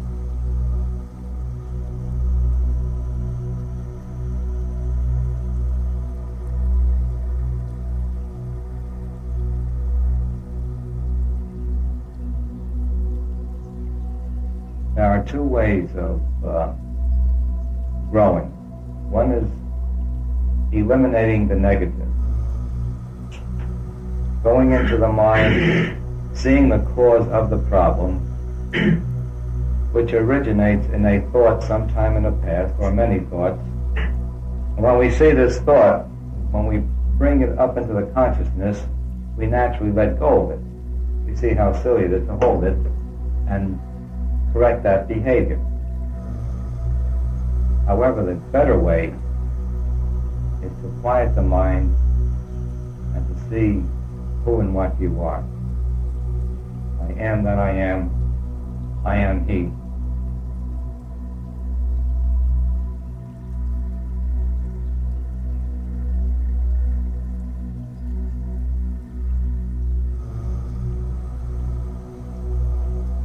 right, now I'll take up a step below where I was talking. This so-called apparency called the world. The world is only an illusion that we created. Someday you'll discover that you created this entire universe. The method of creating is by first creating what we call a mind. We create our mind, which is nothing but a composite of all our thoughts. And thoughts create the material world.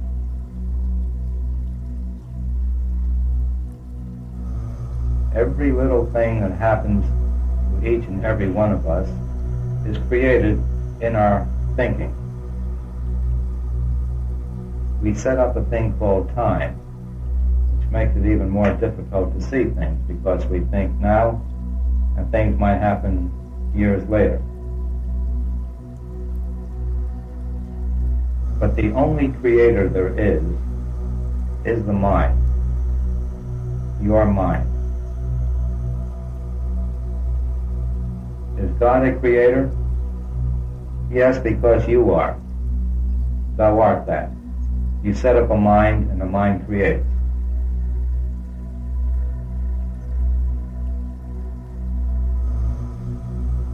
It is good to discover that everything happening is caused by our thinking.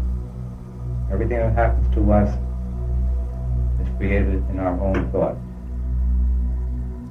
It's a stepping stone toward realizing that we are the creator. First you discover that you created your trouble. Then you discover that you can create good things. Then you discover that you can create anything you desire. After you discover that there is nothing that you cannot create, you're still unhappy. The reason being that you have separated yourself from the one. So then you try to control the mind. You have already gained control over matter. You control the mind in ways like, if you have pain, you don't feel it. If it's cold outside, you feel warm. If it's hot, you feel comfortable. This can be done mentally. This is in the line of getting mental control. When the mind is really controlled, then you'll eliminate the mind. When the mind's eliminated, there's nothing left over but the infinite self that you are. So we start by becoming masters over matter. Then we become masters over mind. Then we become masters.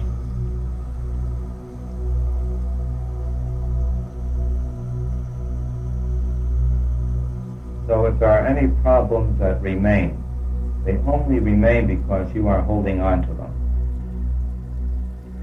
The moment you let go of them, they are gone. If you tell me that isn't so for you, that isn't true.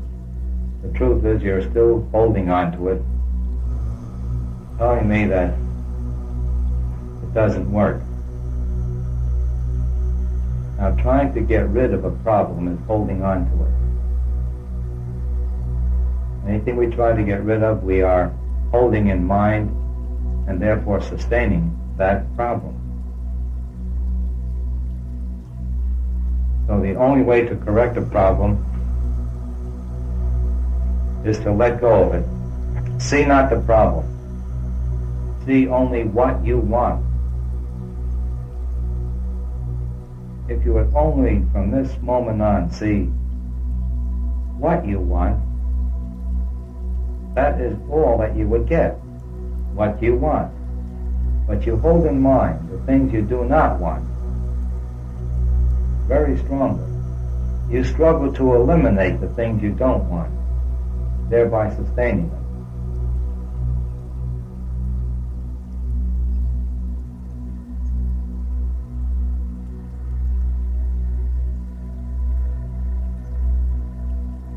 You should have only one desire.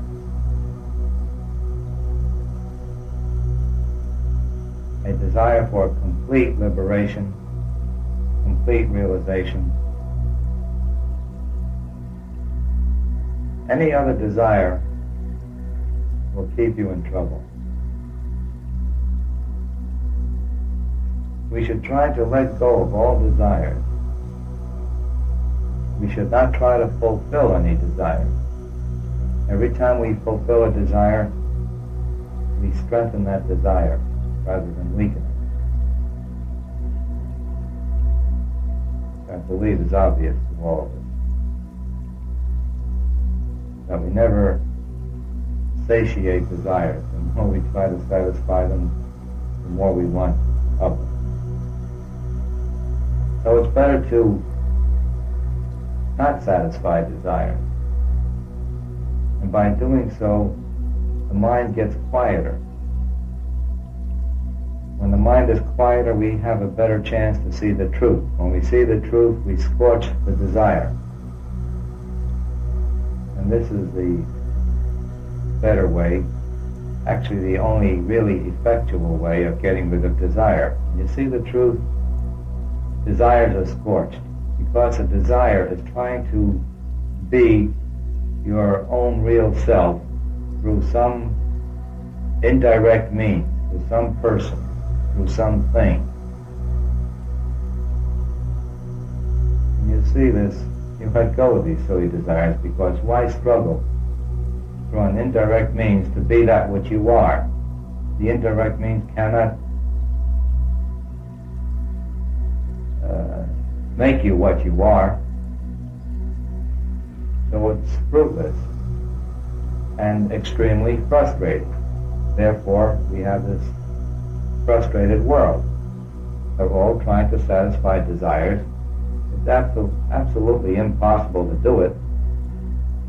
They go on, lifetime in, lifetime out, until we recognize that desires are our enemy. Desire is an admission of lack. If I am the infinite one, I desire nothing. I am the all. You must get back to that state by behaving as one would in that state.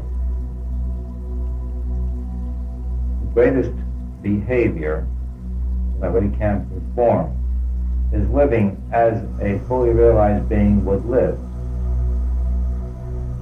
Try to attain the desirelessness state.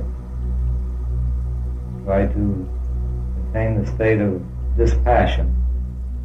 No attachments, no aversion. Try to attain the state of equanimity, a feeling of equal-mindedness toward everything, everyone. Acting this way will push us toward being that way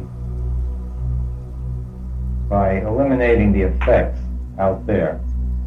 We help to eliminate the cause.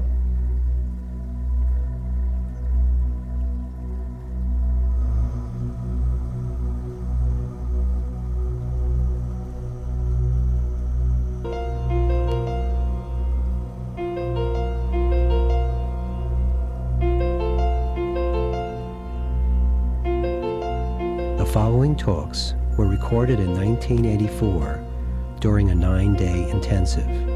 These rare recordings were recorded on a home video camera on extended play. We have done our best to sharpen the image and balance the color so that you can have the direct experience of Wester's message. In order to get the most from these tapes, please listen to them with your heart and leave your head aside. Enjoy. Morning. I'll take you on the major roller coaster ride that we are on and have taken. It's interesting, your daily lives are roller coasting all the time. It might be that the archetypical thing was the original roller coaster ride, but we should know intellectually the whole complete picture, which when we do, I think it better helps us place ourselves, better helps us move in a direction of getting off the roller coaster.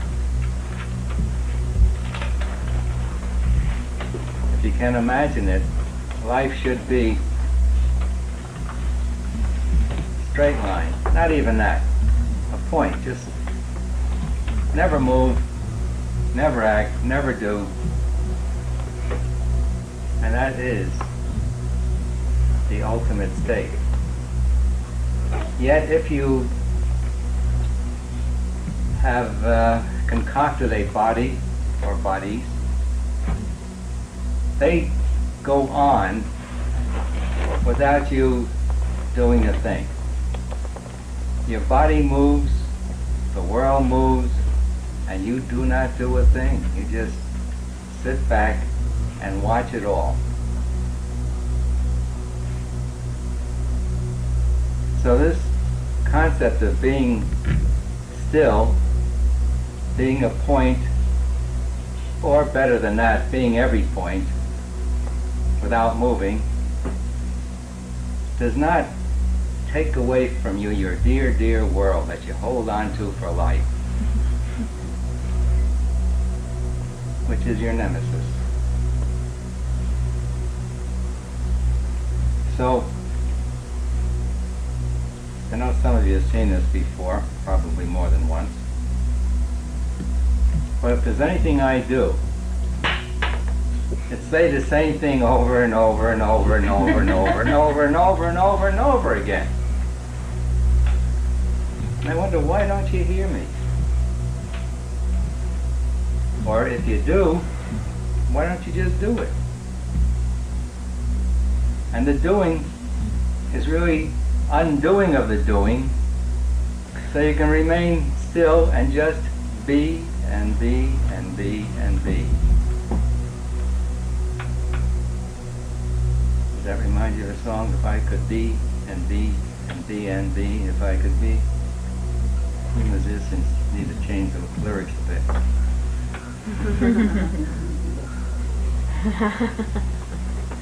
But what I'm really doing, I see, is introducing mantra. If anyone here do mantra or have done mantra? Okay, I'll give you some. If I could be and be and be and be. I ain't got no body.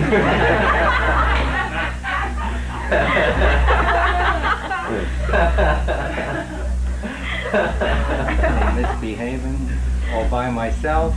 That's it. There's a lot more. There's a lot more. But the whole concept of mantra is to get your mind in the direction and try to quiet it by holding it on that one direction so that the other directions would drop away. It'd be wonderful if they would. But mantra is good if you have a very noisy mind, to get it quiet. Okay, Marilyn. Rodak, a good one. Didn't I? Which one? I am I. I am No, I gotta be. You gotta be free. I gotta be free, or I gotta be Change me. the song. Change the song from I've got to be me to I've got to be free. Oh, I gotta be free. I gotta be free. You could also. Gave me I am I. I gotta be me.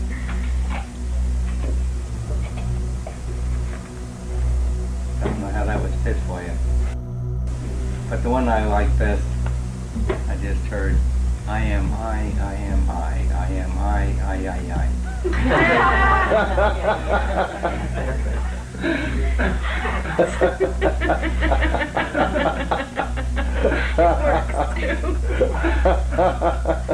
Yeah, try it. The last part. Get in the habit of just singing to yourself, I am I. Not the last part. How to spell I? The one. I am I am I. That's I. The Yiddish eye. So this roller coaster that I decided to take a ride on,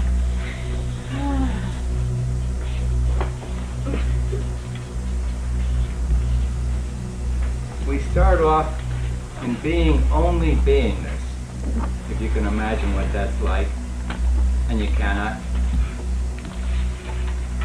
The mind cannot see beyond the mind. Mind is a come down from beingness. So when you try to imagine it, it's impossible. But how many of you have experienced just being your beingness? I'd like to see a show of hands. That's almost all of us. There isn't a moment when you're not. There isn't a moment when you're not experiencing your beingness. And this is what you're looking for. In your every act in life, you're looking for your beingness. And what is it? You call it yourself, or make it with a capital S.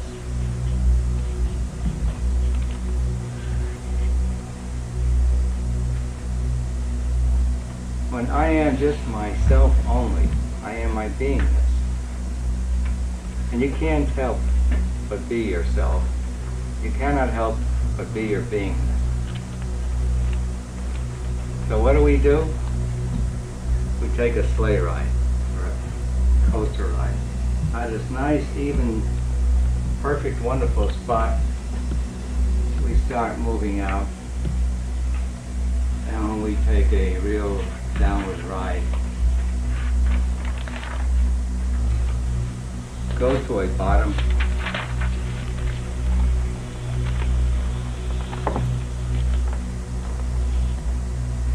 And then ride back again.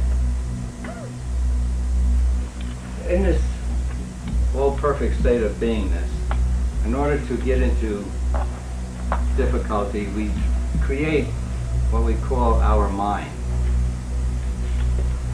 So right at the beginning here, we set up a mind.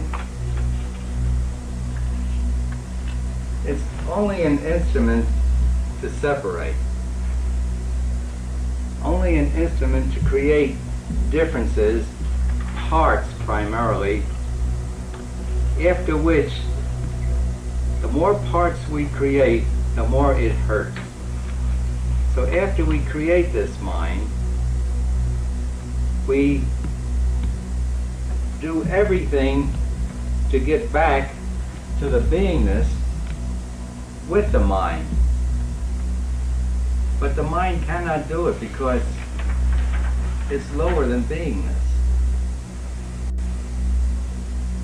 But what the mind can do is direct you toward letting go of the mind so that you can just only be. But once we start out, that's not enough. We set up a body. The first body is a causal body. It's a delightful body because there, every concept, every idea we have is instantaneously fulfilled.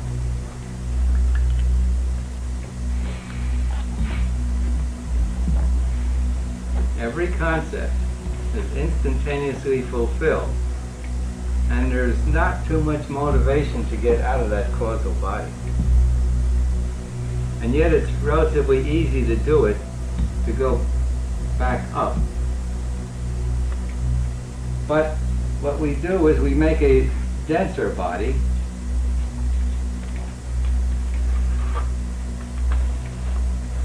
called astral.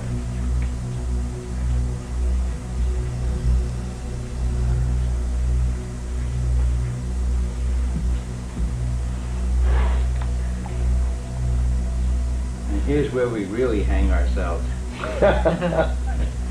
I'm putting the neck right around that line. When we get down to the physical.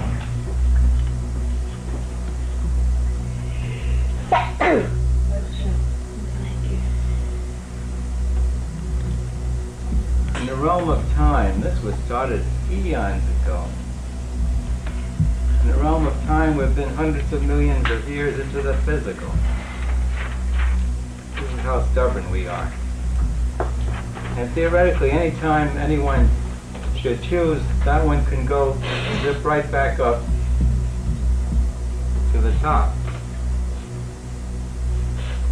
But as you've noticed, you get so caught up in your toys, in your externals, you just don't want to let go. So we develop all these externals more and more and more. The more we develop, the heavier we feel. The slower we get, the slower we move. Until you hit bottom, the state we are in, the physical. It's the slowest, densest state possible unto beings everywhere in the universe. We cannot go slower, lower, denser than we are right now. So that's a great place to be. We're halfway through, and we're actually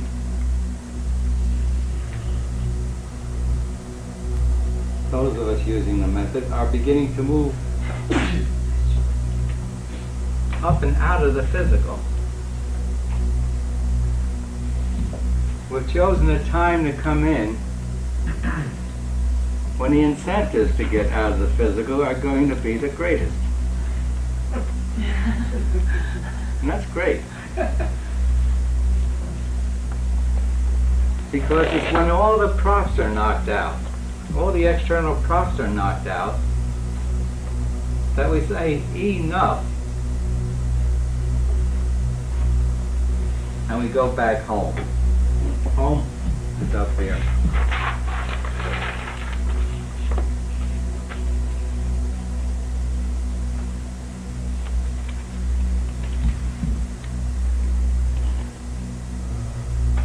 So you've chosen a wonderful time.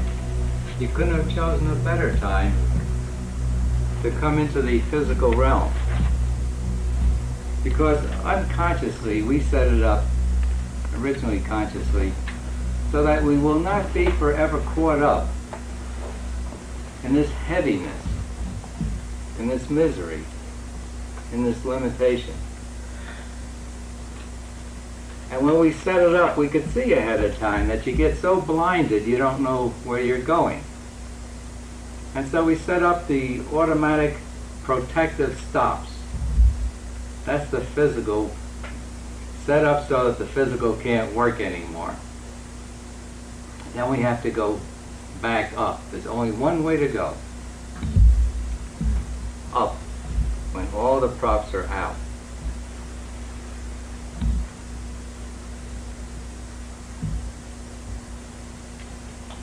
I don't know whether to mention it or not, but I will. The leader of what's considered one of the most spiritual countries in the world died this morning. Gandhi? Yeah, Indira. Oh my God. What? She was assassinated. Yeah. By whom? 2 of her guards. They were Sikhs.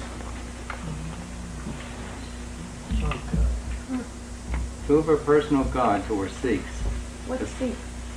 That's That like kind of religion. There's a Sikh group in India that kind of stepped aside from Hinduism and are seeking their way.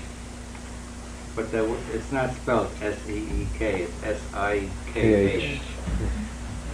They're a big group there, and they're trying to separate their part of the land from India. And so there was a battle going on. But the irony of it, who did it? Her closest personal guard. What I'm saying to you, there are no safeties in this world, and what are you doing every day? You're trying to make it safe. Even if you get to be the head of one of the most spiritual and one of the largest countries, you still can't be safe. Until you identify with your beingness. And when you do, you will have the absolute safety there is. You're untouchable, immortal, whole perfect.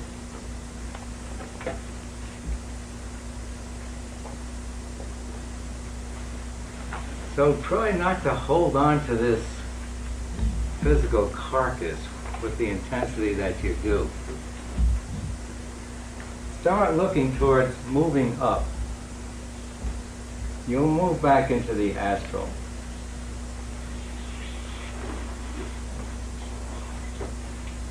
When you get up there, it's different from here. Here you're looking in a downward direction all the time. Here, you keep your direction up.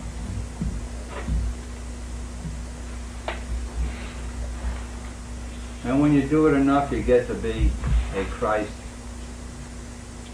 a Buddha, back in the causal. That's where they are. And where they are is such a thin line from just beingness only. Should they choose to go over the line, they can do it. But they get caught up in wanting to help the world, so that ones who start helping seem to hang around for thousands and thousands of years. But they do it in a very comfortable body, the causal body.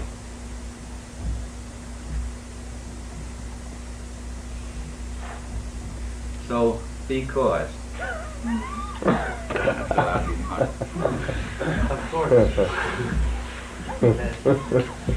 And what about you, Lester? Are you in the causal? Mm-mm. If I were in the causal, I wouldn't be talking to you. When I say you, I mean the world. I sat in it for years. And then came out to do my duty to God and my country, obey all the laws, and do good. In other words, you were drafted. But I volunteered for it. You have to volunteer originally. Cause a voice.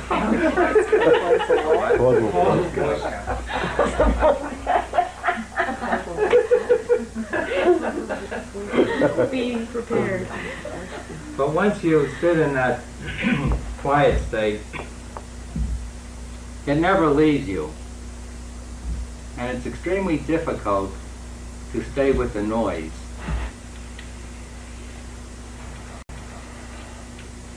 I still have to use radio, news, read the newspapers, know what's going on in the world and so forth, because if I don't, I just automatically float up.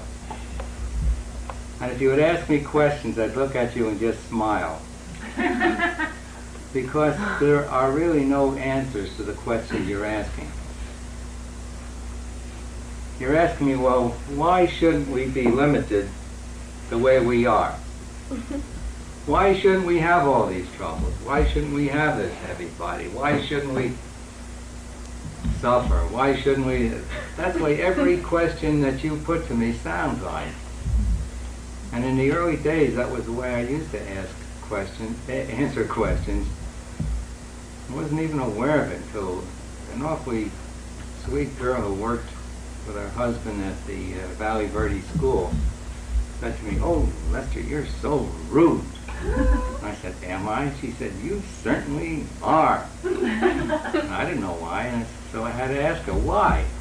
She said, "I just asked you a question a few minutes ago, and you looked at me and smiled. You didn't even answer me. Then I asked you a second question, you did the same thing. Then I asked you a third question, you did the same thing. That is rude." And I said, "Gee, she's right, but I still don't think it's rude." I said, "Could we ask them over again?" She didn't want to. But I did try to answer her questions more so, and then I came back. This happened in Phoenix in a restaurant. I came back to Sedona. I asked closer ones,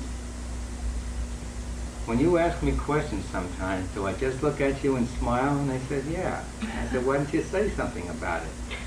This was Reverend Lindsay. He says, "Oh, I understand." And another fellow told me the same thing. It was only then that I realized I was not answering the great majority of questions, but I was answering, see, from where I was coming from, with a smile.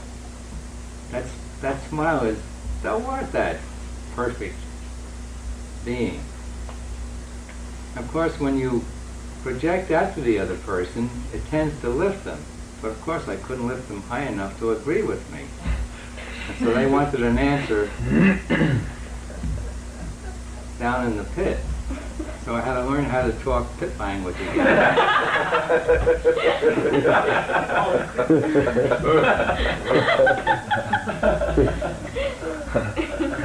That's good. And So this is all pit talk, huh? Is that when you moved to New York, Lester? what? Is that when you moved to New York? Oh no, it was back in the early 60s. I began, I think it was really 68, I began watching TV.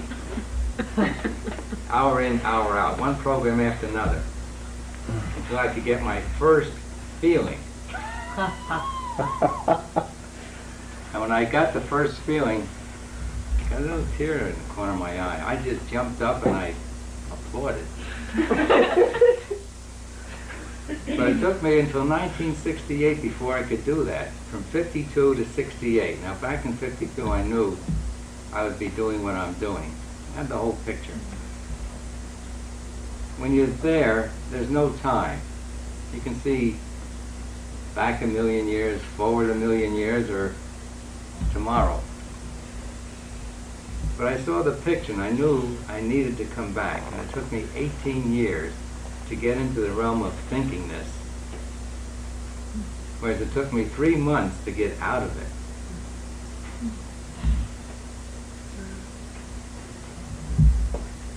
See, this is beingness. This is thinkingness.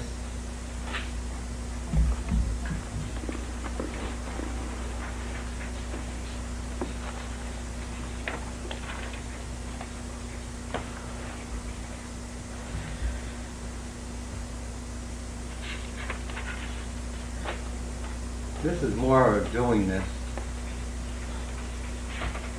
You're quite active there. And incidentally, when you dream and you see your body, that is your astral body. And that astral body is the matrix for the physical body. So it looks exactly like it. Matrix means what? Matrix? Center? Mater. Mother.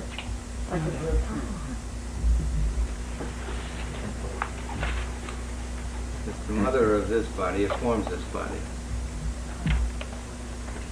And down here we think we have to have in order to be.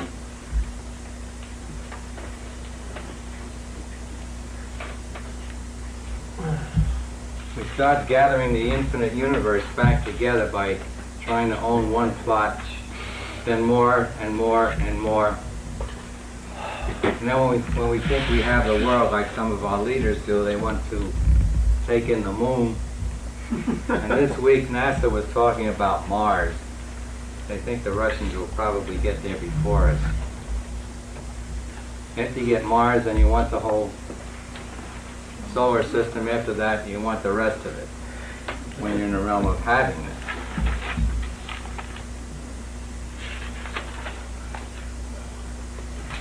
So when you're in happiness and you start to do, it moves you up towards the astral. Now there's a difference between here and here. When we're up in that top state, we're up there in sort of a passive way. And when we run the gamut of all this, we come back to it in a positive way. I think the best way I can explain that is like sickness. If you're born healthy and you're healthy all your life, do you appreciate sickness, health? Take it for granted. You like it, it's nice, but you're not aware of the value of the health. However, when you're sick for a decade or two or three, and then you become healthy, you will always appreciate the state of health. That's a positive knowing of what is health. Whereas if you're born healthy and remain healthy all the time, it's a passive knowing of what the state of health is.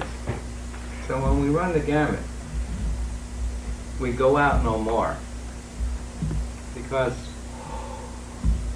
why live in a hell? And that's the state we're in here.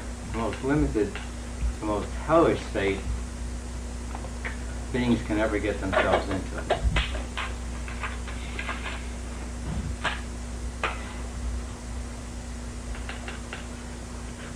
Because we're down here,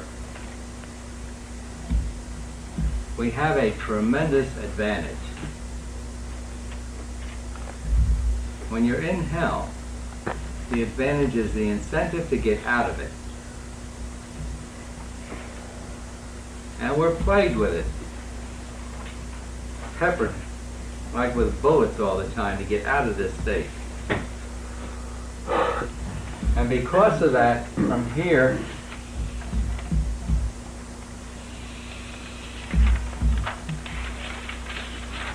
we can go straight all the way back home, when we so decide. Now I'll tell you this, once you get up into these nicer realms, you'll take eons to go all the way. Things are nice. Everything falls into line.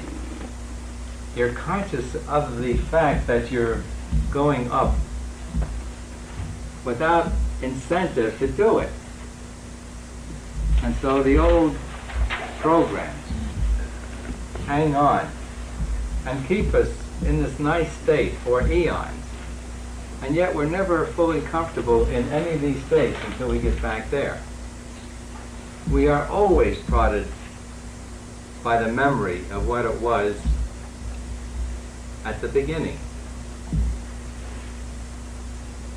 So to avoid the endless, you see, when you're in these states, you're highly sensitive. The majority of the time, everything is wonderful, but when things are not, you feel them far more intensely than you can feel now. Your feeling is totally concentrated on whatever that feeling is when you're up there. And by comparison to the harmony you're living in, it's extreme. Doesn't last, but when you hit it, and you will hit it, it's extreme. And so you're occasionally going into a terrible feeling. How many people have read the autobiography of a yogi? I can use that book to allude to these things. Here you take Yogananda. He was free before he was born. And at one time he's going to visit one of the saints who's way out, and he meets him. And all of a sudden, he drops down on the ground and he's crying and screaming, "Oh, please, give me an experience of God."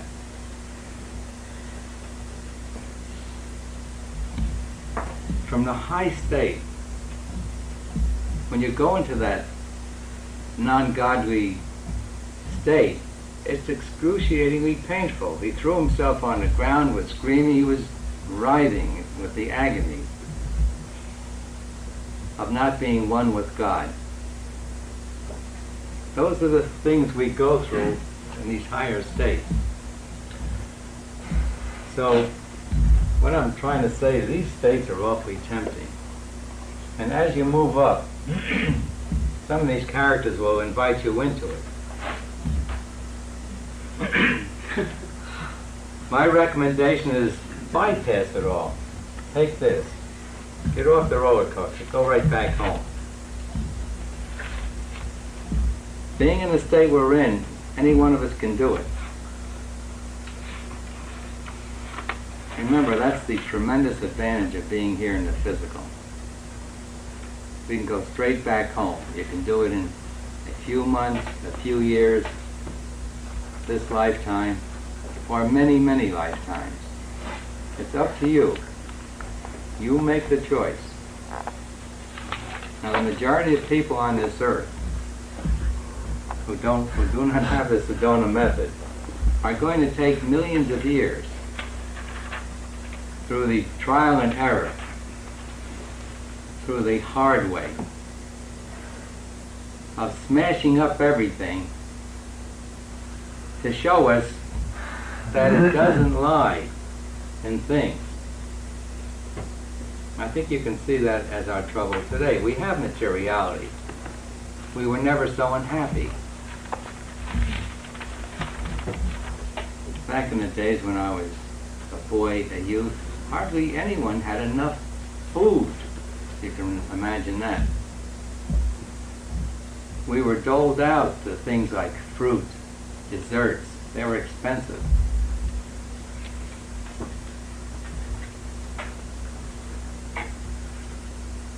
Things like cars, TVs, radios, airplanes, boats. A very small percentage, probably less than 1%, of us had those things back in those days. But today, everyone has more than what the wealthiest man had back then. And we think material things will bring happiness. And we still do. We still go after them.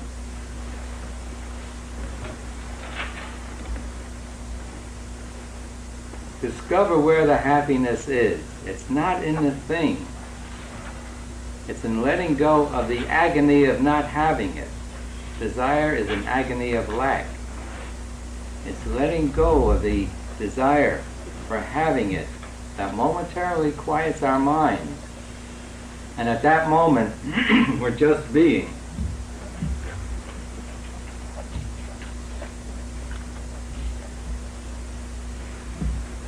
Discover wherein lies your happiness.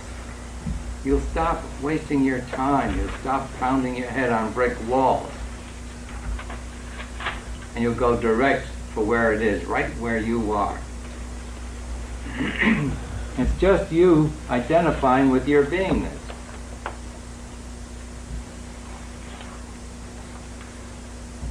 Can you see why I say it's simple? It's the simplest thing in the universe to be. You are. That's how simple it is. And when I say it's easy, what does it take for you to be you? Nothing.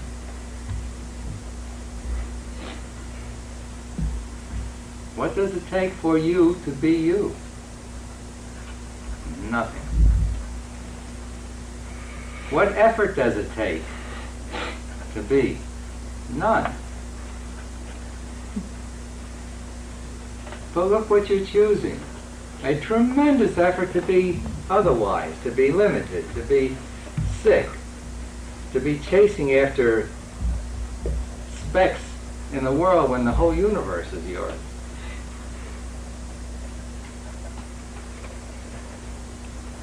So it is simple. It's you, your beingness.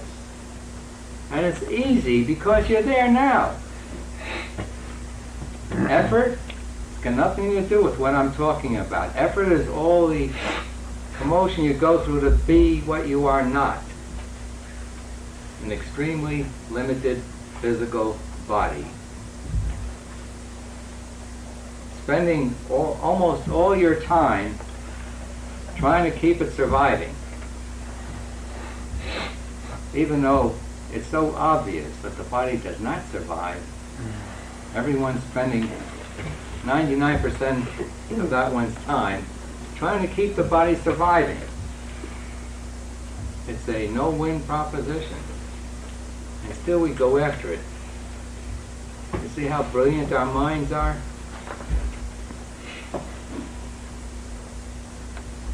Loose the mind. Stop the thought by ridding yourself of the motivators of all the thoughts called feelings. No feelings and you're there.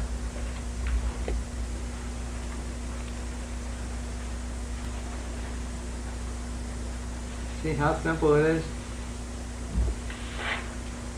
Now when you so decide to let go of your feelings, it's easy.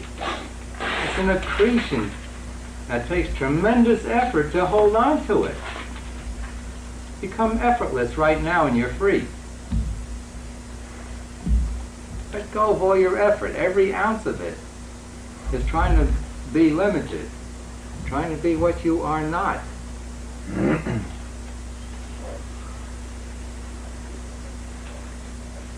It's simple, you are it, and it's easy, it takes no effort. Every ounce of effort you use is trying to be a limited body.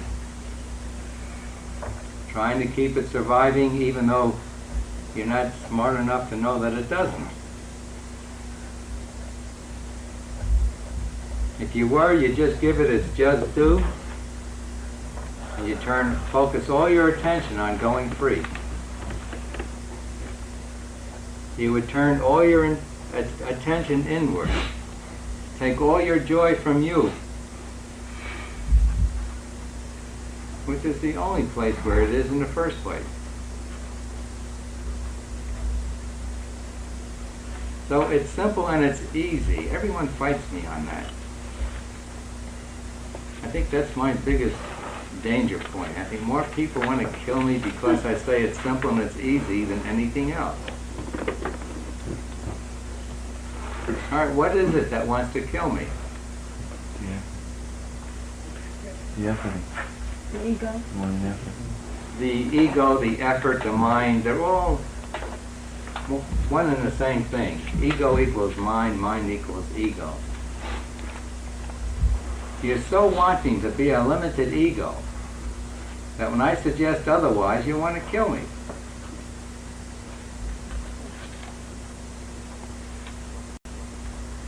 Isn't that silly?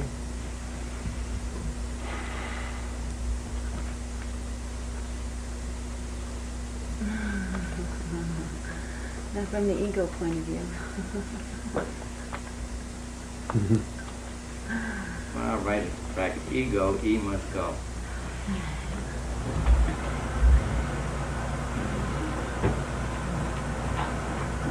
I don't know why everyone chooses to hang on to the misery. And as long as you're trying to get your joy from this world, for each ounce of pleasure you take, you get pounds and pounds of pain. For each ounce of pleasure you take, you get pounds of pain. Putting it another way, for each ounce of pleasure you take, you get pounded with pain.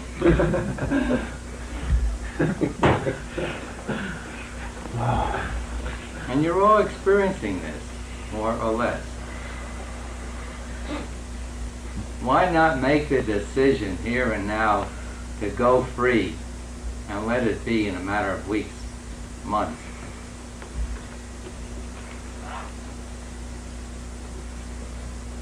And then to bait you, I say, you want to have anything without effort, if you're free. You want to do, you can do anything without effort, if you're free. So there is no giving up. There's only a taking on more and more and more until you're infinite.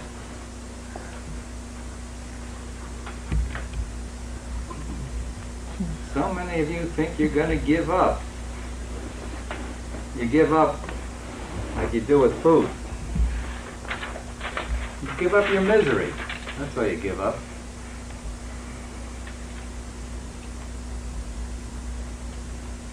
But you have not convinced yourself yet to what I'm saying now.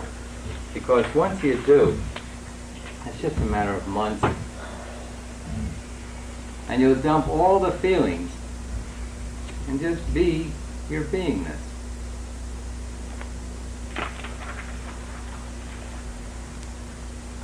Okay, I've taken you on a roller coaster ride, the main one. Of course, what we do on these rides is we impose another roller coaster. Down here, it's really sharp. So on our way up, we're going to see that we have a choice to go into the astral and the cosmos.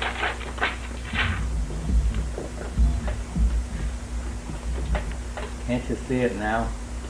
No. You don't think you have a choice? I mean, I don't know anything about the astral or the cosmos. I didn't experience that. It's all in the mind. You're experiencing both of them right now. When you have an idea and you see it through to completion the moment you have it, that's done by the causal part of you. When things happen immediately, that's done in the astral part of you. Like in a night dream, whatever you think is immediate. And when it takes time and years, you're in the physical.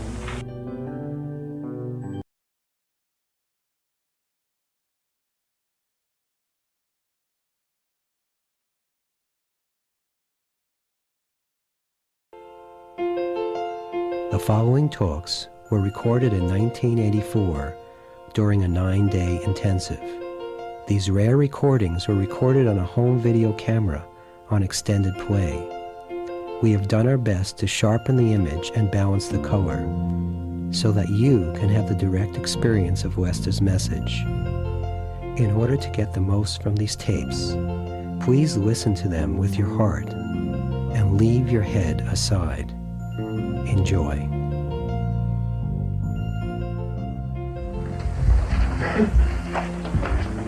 In a way that will help you identify better with that which you really are. And with a lot of helpful hints on how to identify with the real you, the you that never ever changes, the you that's whole, complete, perfect, the you that you're trying to get to in everything you're doing, the you that you're looking for where it isn't, externally.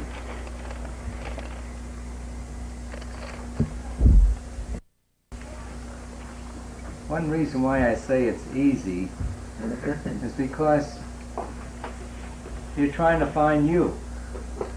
How difficult is that?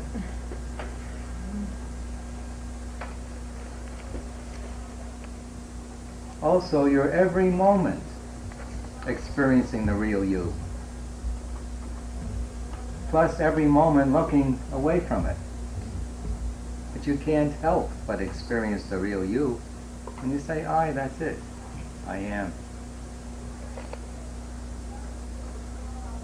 It's the beingness that you are that is you.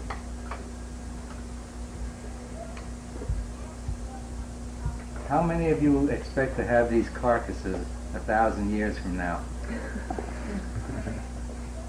100 years from now, even 50 years from now? We have one person. Marilyn will tell us all about it.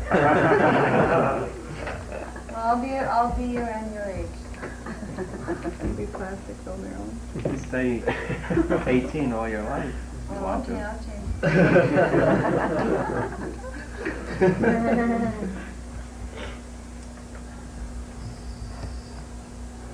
And if you really love the body that much, you do it.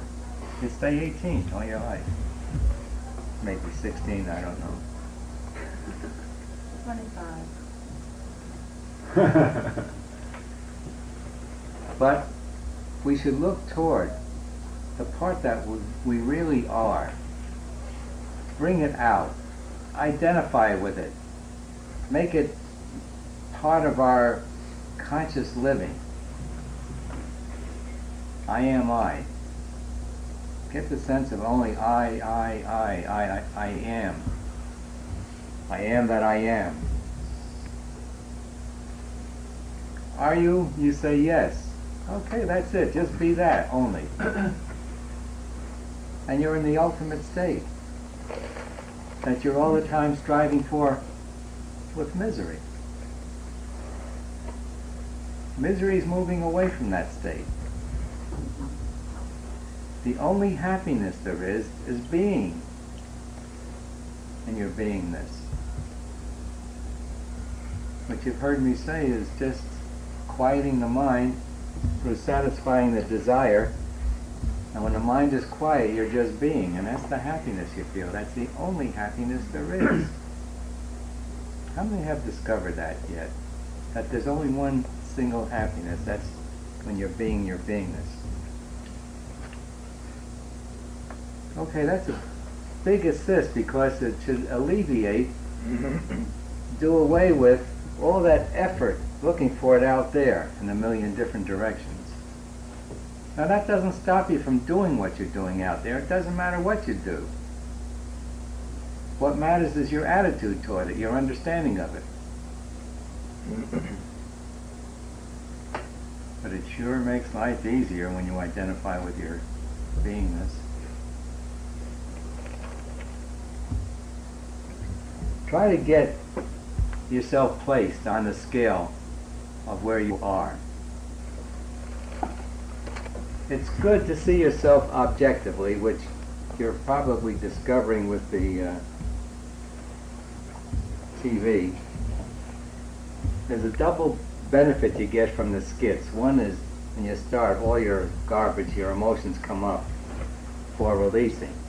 And then when you watch it, it's entirely different, isn't it, when you watch it? Yeah. Because the first part is very subjective. It's me with all my pet garbage. And it's not what it looks like objectively. We don't see ourselves the way we really are. So when we come back and look at it, we want to hide, most of us, don't we? That's not me. I didn't do that. But you see yourself objectively. It helps you move into the points of garbage that you are very much avoiding. So when you identify as to where you are and you see it objectively, you can say, boy, I'm in the first step, or I'm in the 10th step. I've got to move.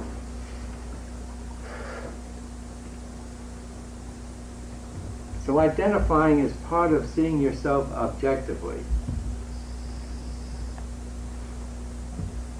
And there's three parts that you think you are.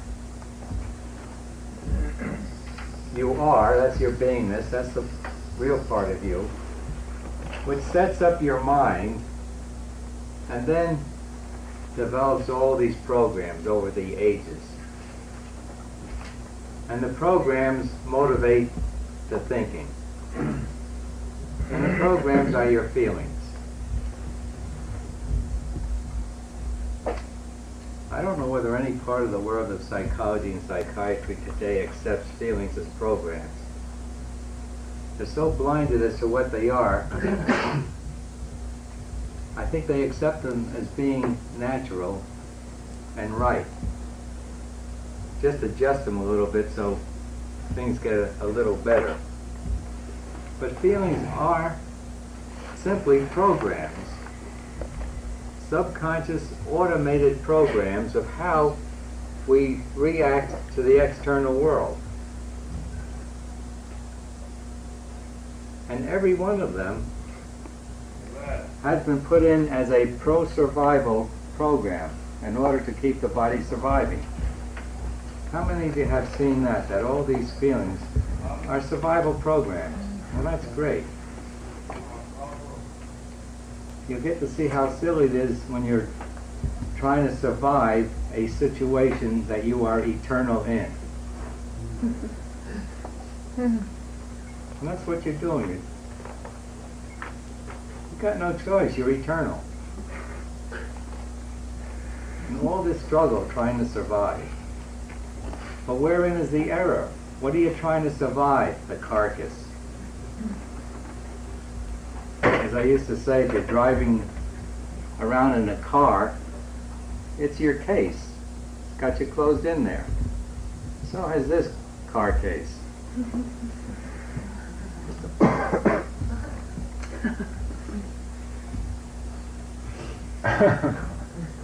So in your beingness, you create your mind and start programming everything, and you think you are the body, and you think the world is external to you after you have created it. You let go of remembering that you created this whole thing. It's all created here in your mind. Change the picture mentally, and it instantly changes out there. Called a miracle.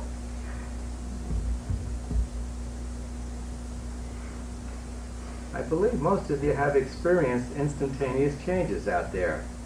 How many have experienced?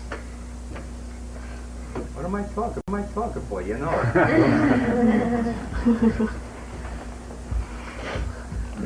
But there's nothing out there but the sum total thinkingness, most of which is subconscious, and therein lies the problem. Subconscious means simply we do not want to look at it. The mind is a tremendous mystery to the world because they don't understand what it is. They can't see the simplicity of it. It's the sum total of all your feelings and thoughts, that's all. How simple it is. It's a collection of your feelings and thoughts.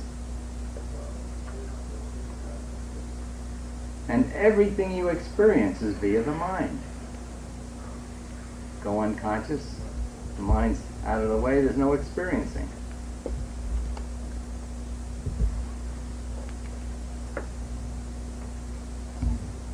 So try to identify where you are at. Well, most of the time, are you identifying with your body and the world? The answer is yes. Wouldn't let you answer that one. But you can make it otherwise. You continue in what you're doing, but shift your identity from being the body just to being. Identify with your beingness, and you just sit back and you watch the world go by. You get into the state of witnessing. You don't even feel yourself moving because you cannot. You're omnipresent.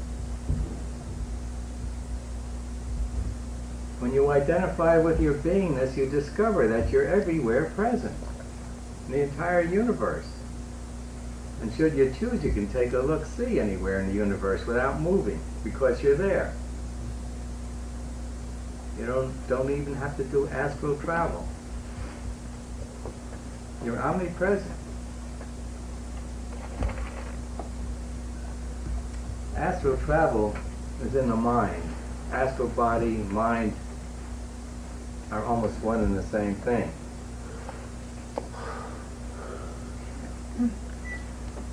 So identify where you're at. Make a decision to cut the journey short. Go free. Why agony when you can be free?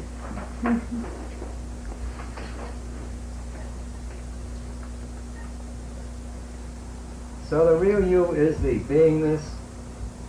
The ego you is 2 and 3, your mind and your body. And the 3 states that you identify with are beingness, doingness, and havingness. And with this you can relate to the chart of emotions. Apathy, grief, fear are down in havingness only. When you're down there, you think your welfare, your wherewithal depends on how much you can have, and you spend all your time trying to make and have.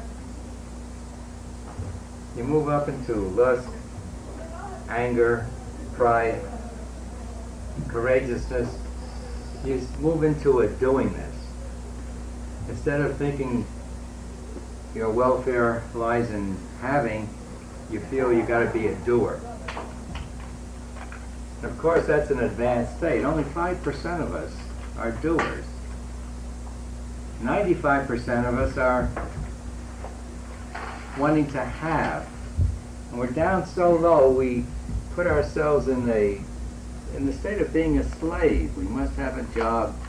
Someone must tell us what to do and give us the food that we eat and the money to get our lodgings. The only reason why people work in jobs is that we have a slave consciousness. We're down in a havingness. Apathy, grief, and fear. That's where most people are riding the majority of times. Move up into courageousness, pride, anger, and lust. Then you get to be a doer, which is a much freer state than being a slave. And when you get into the state of I can do, you've got enough wish and will to move to the top. Because you discover when you're just quiet and being, that's the nicest thing there is.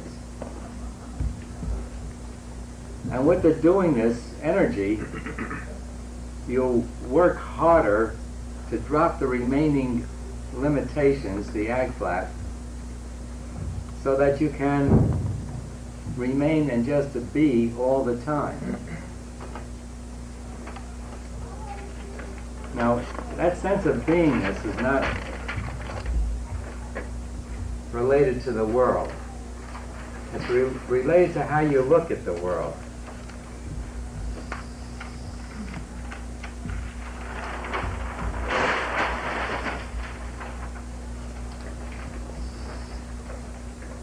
You watch the world go by. You watch yourself. You watch your own body moving around like you now watch other bodies. You'll see your body objective to you, like you see other bodies objective to you.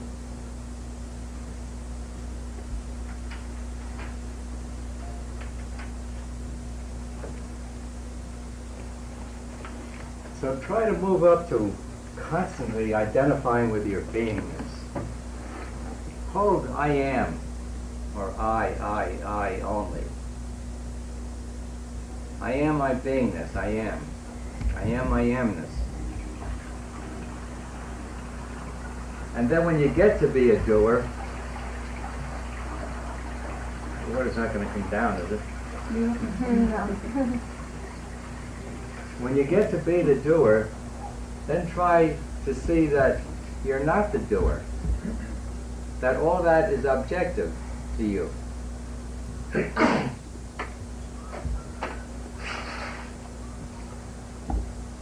Try to take the attitude, I am not the doer.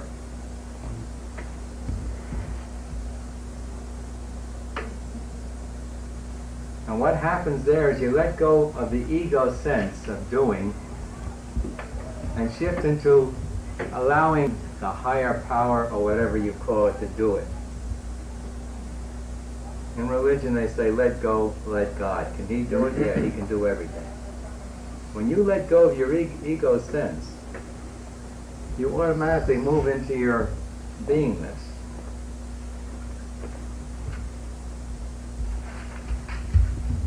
And that takes care of everything with no effort. And your life becomes totally effortless.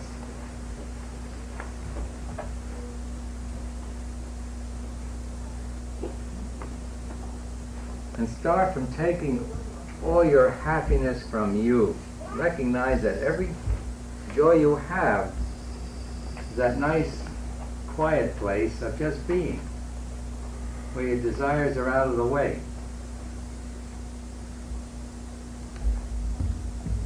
Even though you're taking pleasure from the world, try to recognize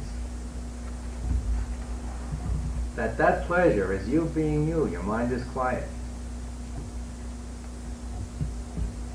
Now, on the way, we should identify with everyone as being us. See everyone as you.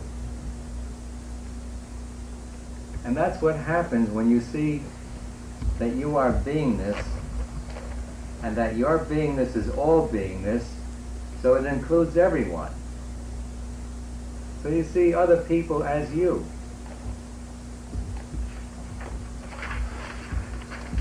Then try to identify with everything out there, every atom as you, because it's your making. And when you identify with it, you'll get to see that you created everything you're experiencing. It's all in your mind, all you're experiencing. It's all in your creative mechanism. Mind is only creative. Creates the thoughts that we hold in mind. And in the end, knowing means being. You can't get to know yourself. That's two things. I, knowing myself, I am myself. So the ultimate knowing drops away into being. All knowledge drops away into being.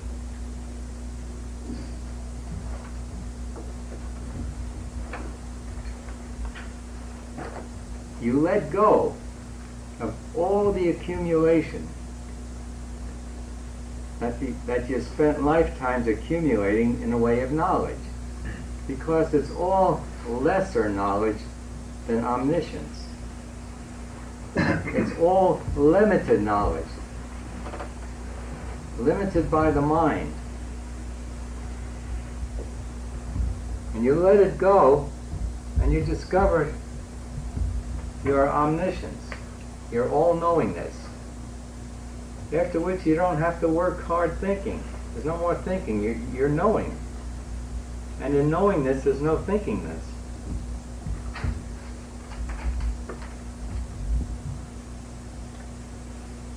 So see nothing out there but your sum total thinkingness.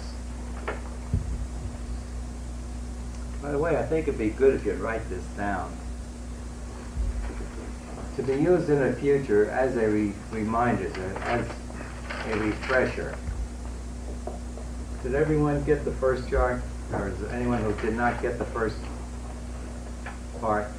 Write it down. You can use this in the future. This is stuff I believe you don't read in books. Or do you read in books? No. Not many. Not this way. They'll give it to you in one sentence, but not broken down this way. So it's good to have it where you can keep looking at it until you become it, with a capital I.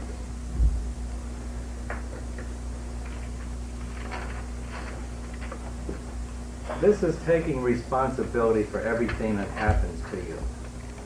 What did I do to cause this awful thing? Develop that habit, and your initiating thoughts will start coming up and you'll release them. And so that negative happenings out there will stop.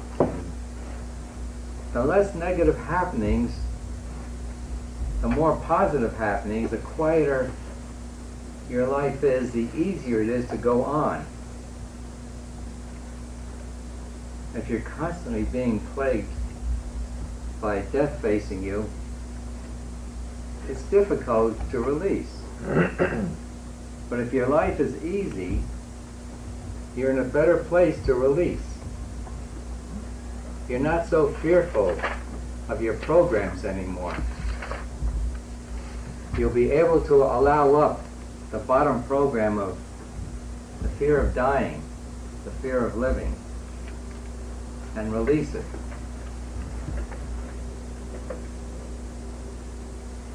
And when you continue this, see nothing out there but your sum total thinkingness, then you discover there is, in actuality, nothing out there but my beingness. Which reminds me of Vivekananda. He said, when you get to the end of the line, you discover there never was anything but I all alone. I, my beingness, is the totality of all beingness, and that's the only real thing there is. Your beingness never ever changes. Your beingness is eternal. And because it never changes, it's the only truth. If something changes, it was not true the moment before. For a thing to be true, it has to remain as it is. And the only thing you will ever experience that does not change is your beingness.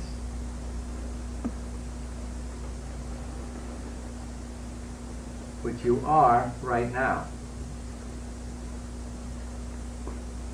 Identify and move toward your beingness. And you reach the point where you begin to see no objectivity. Nothing's apart from me. There's nothing out there but my sum total thinkingness. You are me. Every atom in the universe is me. Is what you will see as you identify with your beingness. Here we're trying to scratch for little pieces of it, and the totality of it is ours. It's our creation.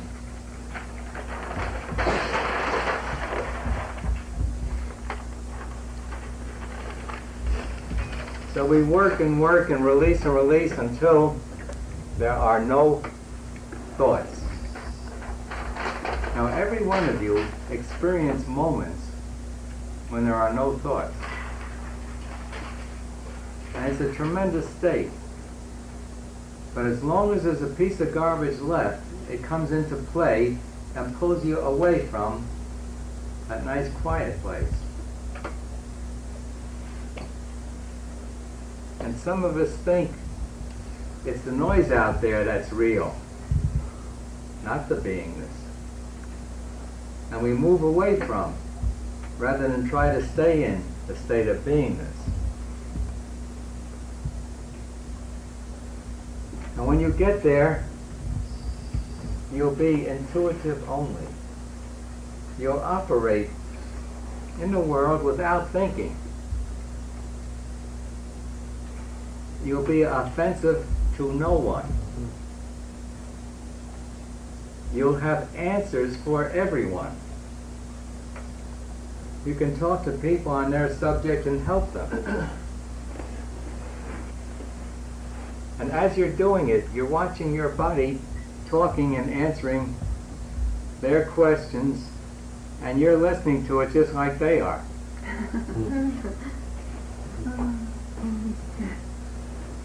Sometimes you say, wow, that sounds good.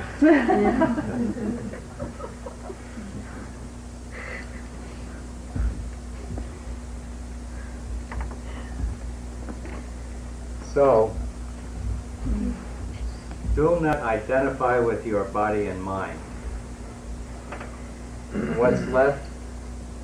Your beingness, your isness, your are-ness, your amness, your existence-ness. That's the part of you that's real, whole, complete, perfect, eternal.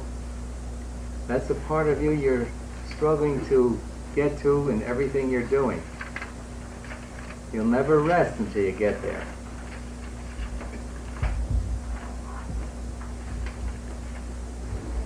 Summed up, have no attachments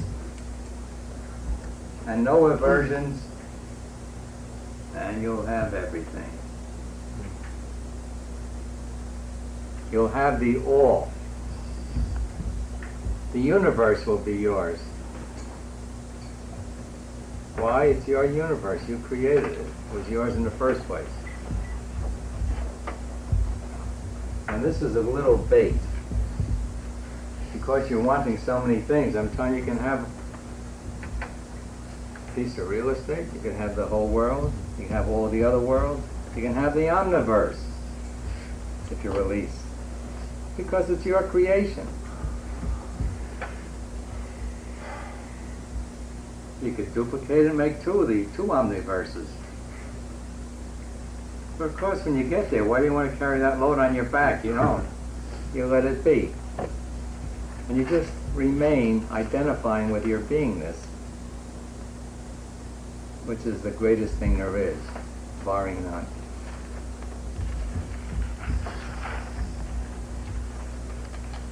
Let's see if there's more. Well, here are words indicating the free state.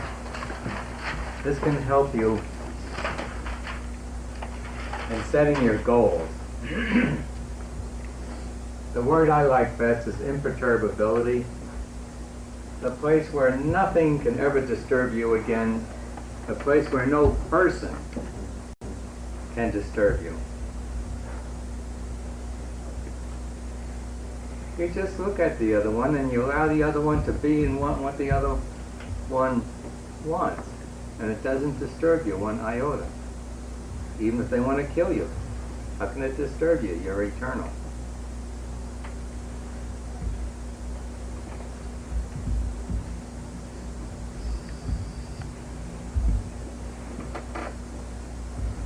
The greatest disturber of everything, the cause of all turbulence of the mind, perturbations, masturbations, everything, is desire. It just spins us into this tremendous swirl of what we're into. Aim for desirelessness. Aim to release all your desires.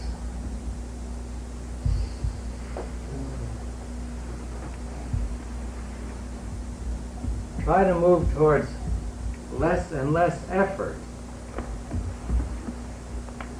Now, of course, you've got to move up out of the having the state into the doing the state before you try to make things effortless. But when you let go and identify with your beingness, things become effortless. And as I guess most of you have heard me say, every impossible, no matter how impossible, becomes immediately possible when we are completely released on it. And you know you're completely released when you just don't give a hoot. Could you say it again, Lester? I just want to write it down again. Every impossible. Every impossible, no matter how impossible,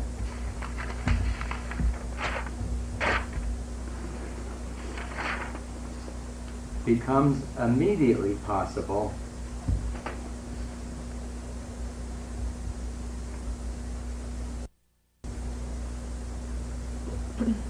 when we are completely released on it.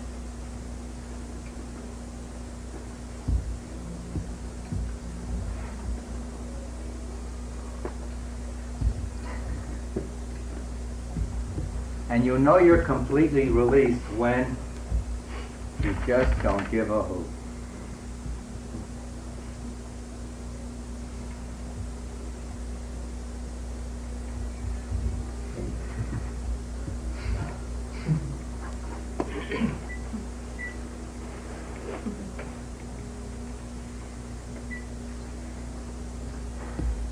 The sense of actionlessness, of not being the doer.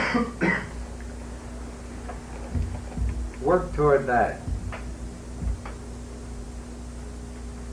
And toward witnessing everything that's happening. Sit back and be the witness of it. But when you reach the top, all these things are in place. That's the way you will be.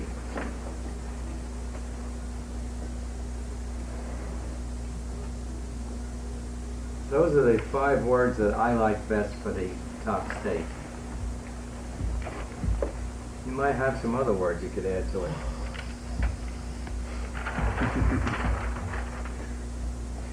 And so to close, on a sense of humor which most of you have seen, apathy, grief, fear, lust, anger, pride, courageousness, acceptance, and peace. We must get rid of the ag flap in order to cap it. And coming from this side, cap spells P-A-C, and this is the Pac-Man. The C-A-P is the Pac-Man that gobbles up the ag flap.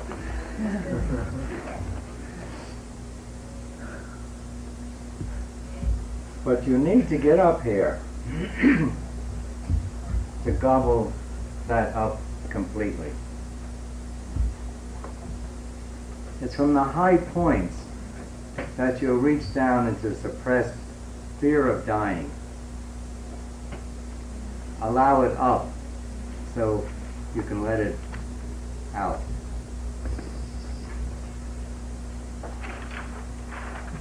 Okay, that's the end of my talk for today. Be yourself. You've got no choice. No matter how much you try otherwise, you'll always end up eventually just being yourself. Only. So why not now? Why take time? Okay, thank you.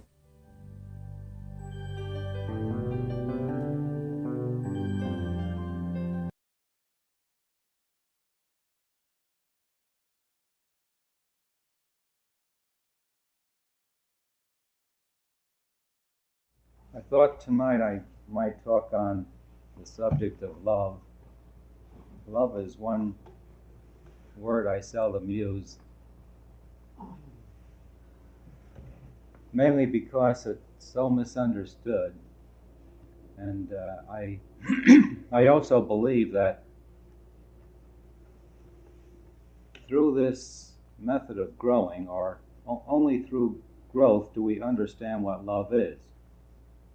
That by defining it, we just add some more words to the usual words, and it doesn't really convey the meaning of the word love. But love is an absolutely necessary ingredient on the path. If we ever expect to get full realization, we must increase our love until it is complete. Now, the love I talk about, of course, has nothing to do with sex. Sex is a body gratification. However, we have confused it, most of us, very much, with love. And the majority of us still tie it in with love. Although, when you see what sex is and what love is, you'll see that's 2 different things. They can be tied together, and they don't have to be. The love that we talk about here is the love of Jesus Christ. It's the love complete, which expressed in the extreme is love thy enemy. I think the best definition of the word, as it seems to me, is love is a feelingness of givingness with no expectation of receiving for the giving. It's a very free giving. And it's an attitude that is constant. Love doesn't vary, at least the type of love we're talking about. The amount we have, we apply to everyone. We love our family as much as we love strangers. This might sound odd, but this is the truth.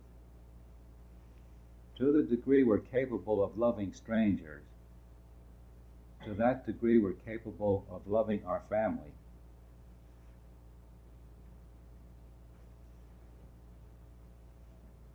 The concept of possession is just the opposite of the meaning of love. In love, there is never a holding on to, a fencing in, or anything like that. Love has a sense of freeing the ones we love. When we are giving an attitude, we want the other one to have what the other one wants. I guess the best example of this type of love is the love of a mother for a child and sometimes a father. A mother will sacrifice and give everything to the child without considering herself.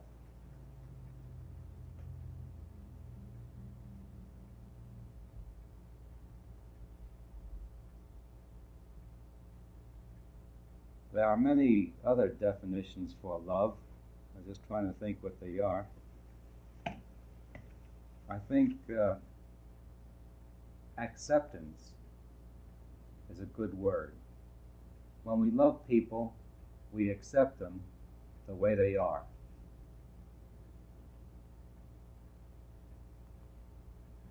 If we love this world, we accept the world the way it is. We don't try to change it. We let it be. We grant the world its beingness the same way we should grant every other person his or her beingness. Let them be the way they want to be. Never try to change them. Trying to change them is injecting our own ego. We want them to be the way we would like them to be.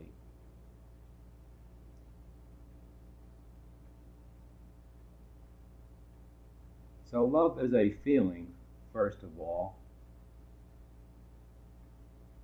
of oneness with, of identity with the other one or all other ones. When there is a full love, you feel yourself as the other person. Treating the other person is just like treating your very own self. There's complete identity.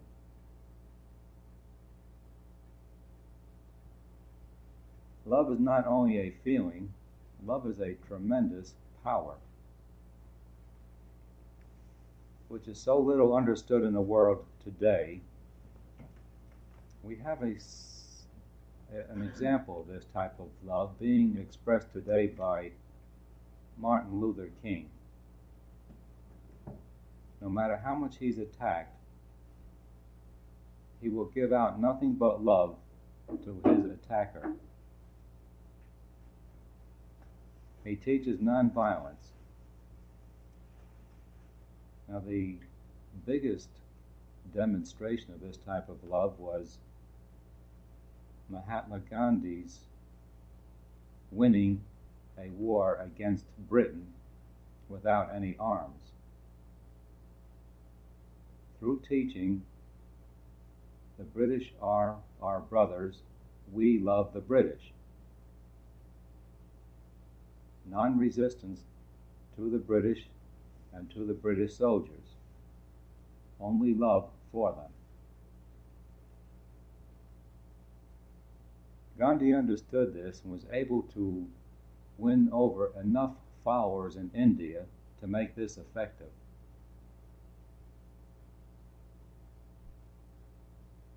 The power behind love, without question, is far more powerful than the hydrogen bomb once you see what love is.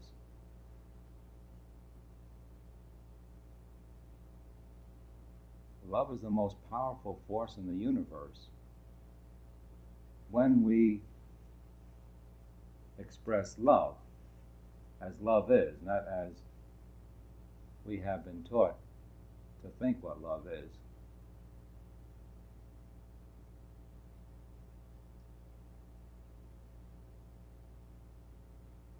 it is said sometimes that God is love. And I say one with God is a majority. One individual with nothing but love can stand up against the entire world because this love is so powerful.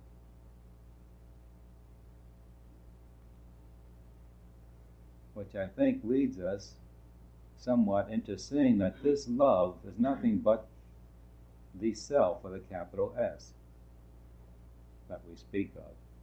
This love is God. God is love. God is all powerful.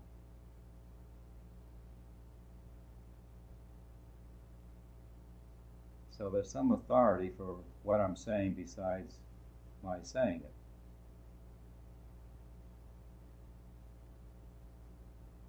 Love will give not only all the power in the universe, it will give all the joy and all the knowledge.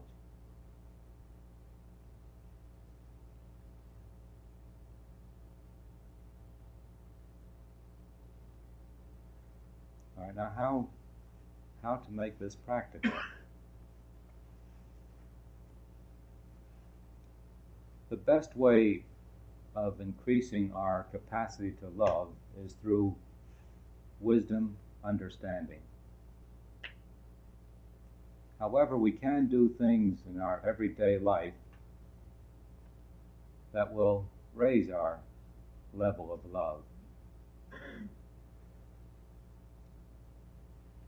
The first place to practice love is at home, with the family.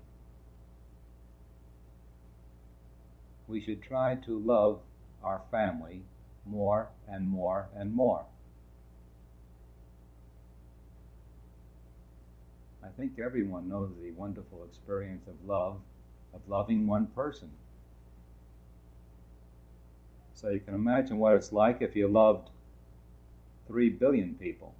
It'd be 3 billion times more enjoyable.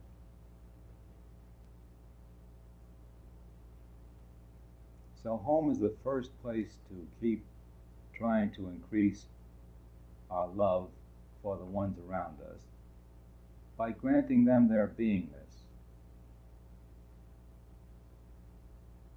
That's the most difficult thing, I believe, to do in a family, to grant the other one's beingness, especially if the other one is a child. But every child is a whole, complete, infinite individual.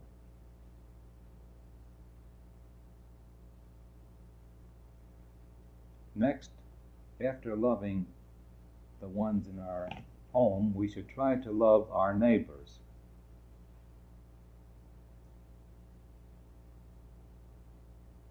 Then our larger group, our state, our country. Then we should try to love all people all over the world. Russians? even Russians.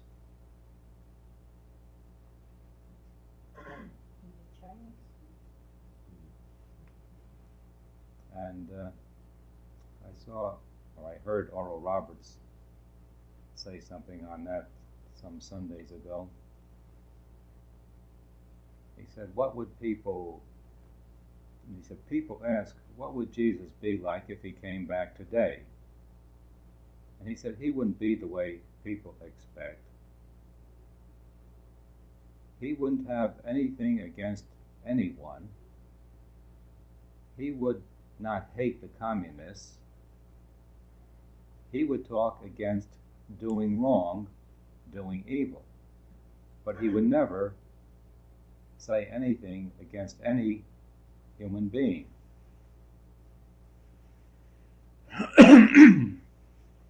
I believe that if we understood the power of love, and that if the majority of Americans loved the Russians, Russia would be conquered by the Americans without any arms.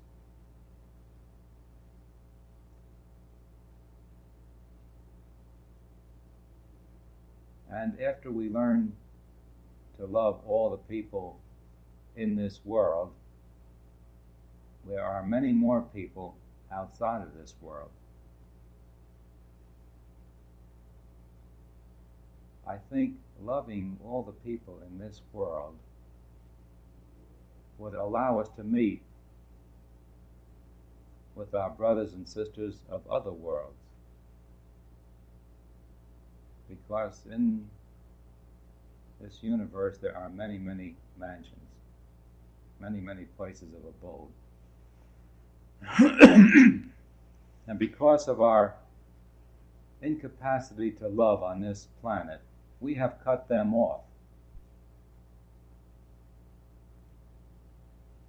So to come back to the point of being practical, the more we practice love, the more we love, and the more we love, the more we can practice love.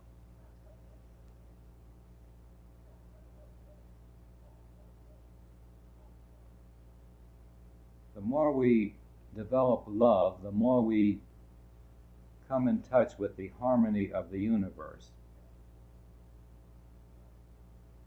The more delightful our life becomes, the more bountiful, the more everything.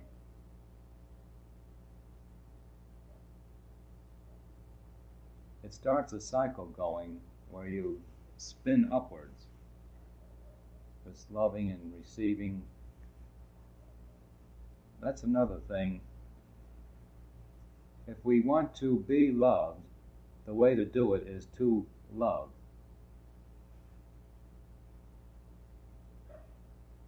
It's not only the very best method, but it's, I think, the only method of receiving love is to love.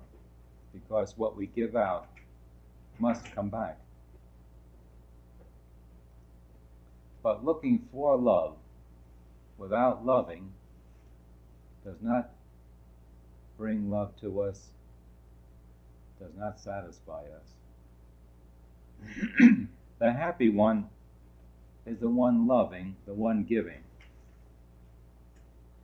Blessed is the giver, because he's so much happier if he gives from his heart.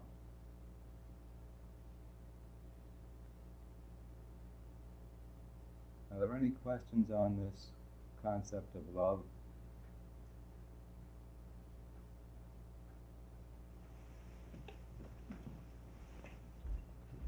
You made a statement, you don't love someone more, you hate the other person less. The book, I think there's a paragraph. You don't love more, you... There's one back there, but I don't recall how it's even worded. these red ones are fine. I think before that, though, I'd like to remind me of another point.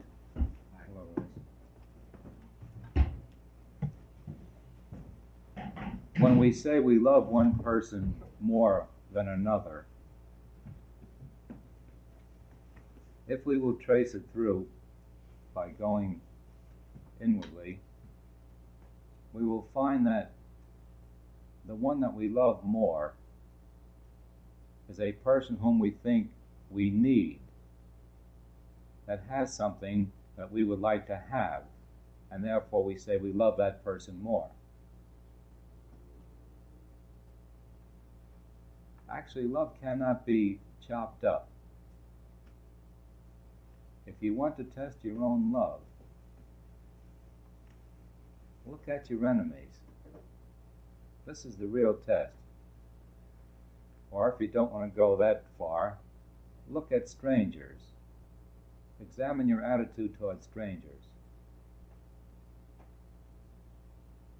It should be one of, well, they are me. They are my family. Every mother should be our mother. Every father should be our father. Every child should be our child.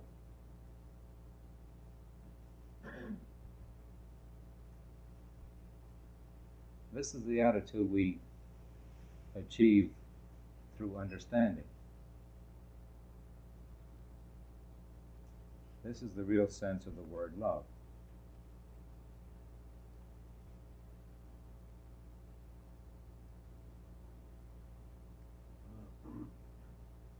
Lester, it seems like to me you're talking about love is giving of yourself and so forth, and yet I guess the conflict that I have occasionally is that it seems like that as you give of yourself, that people tend to take more and more, and eventually it seems like they can, if you don't, in effect, I might say, put a stop to it. They bleed you dry emotionally, mentally, financially, and they use you as a crutch. Paul, I say no, that's impossible if we feel the real love. And I'm turning right back around the other way. If we have the correct attitude of love, that doesn't happen. Now what you're saying I hear very often. But don't you think that people, there's something about, I don't know, the impression I get is that love is a sign to other people in a way of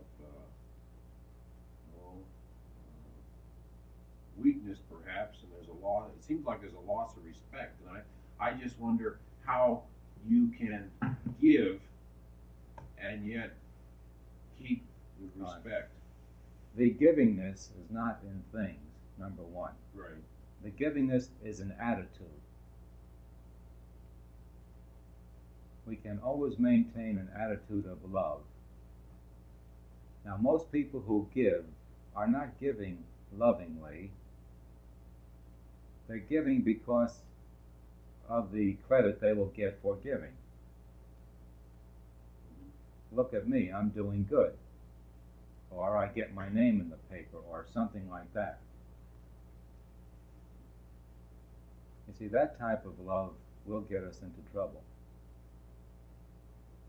People will drain us on that because we're looking for something in return. And we're looking to put ourselves up in the process, and therefore they'll pull us down. Don't you think, though, it's easier to love somebody 5,000 miles away than somebody next door to you? The easiest thing in the universe to do is to love everyone. This is what I think. This is what I've discovered. Once we learn what love is, that's the easiest thing to do. It takes effort and agony not to love. It takes tremendous effort not to love everyone. And you see the effort being expended every day. But when we love, we're at one with them, we're at peace, and everything falls into line beautifully. Well, the main thing is to see love in the sense that I'm trying to define it, then those things don't happen. But when we love in the sense that humanity understands the word to mean, then you're right. But I don't call that love. What do you call it? Selfishness, actually. We are doing things to help ourselves. And yet in the high love, in the spiritual love, there's no self-abnegation. We don't have to hurt ourselves when we love everyone, and we don't. You see, in love there's a feeling of mutuality. That which is mutual is correct. If you love, you hold to that law. And therefore people won't take advantage of you. If you're loving, you're applying the most powerful force in the universe. But it's the love of the Jesus I'm talking about.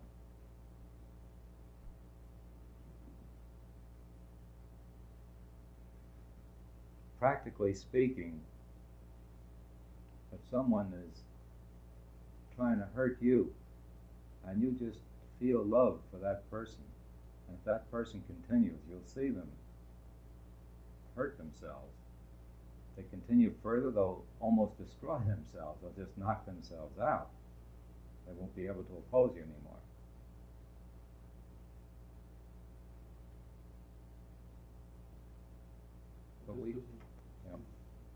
But we have to practice this love that I'm speaking of, not the love as we have known it.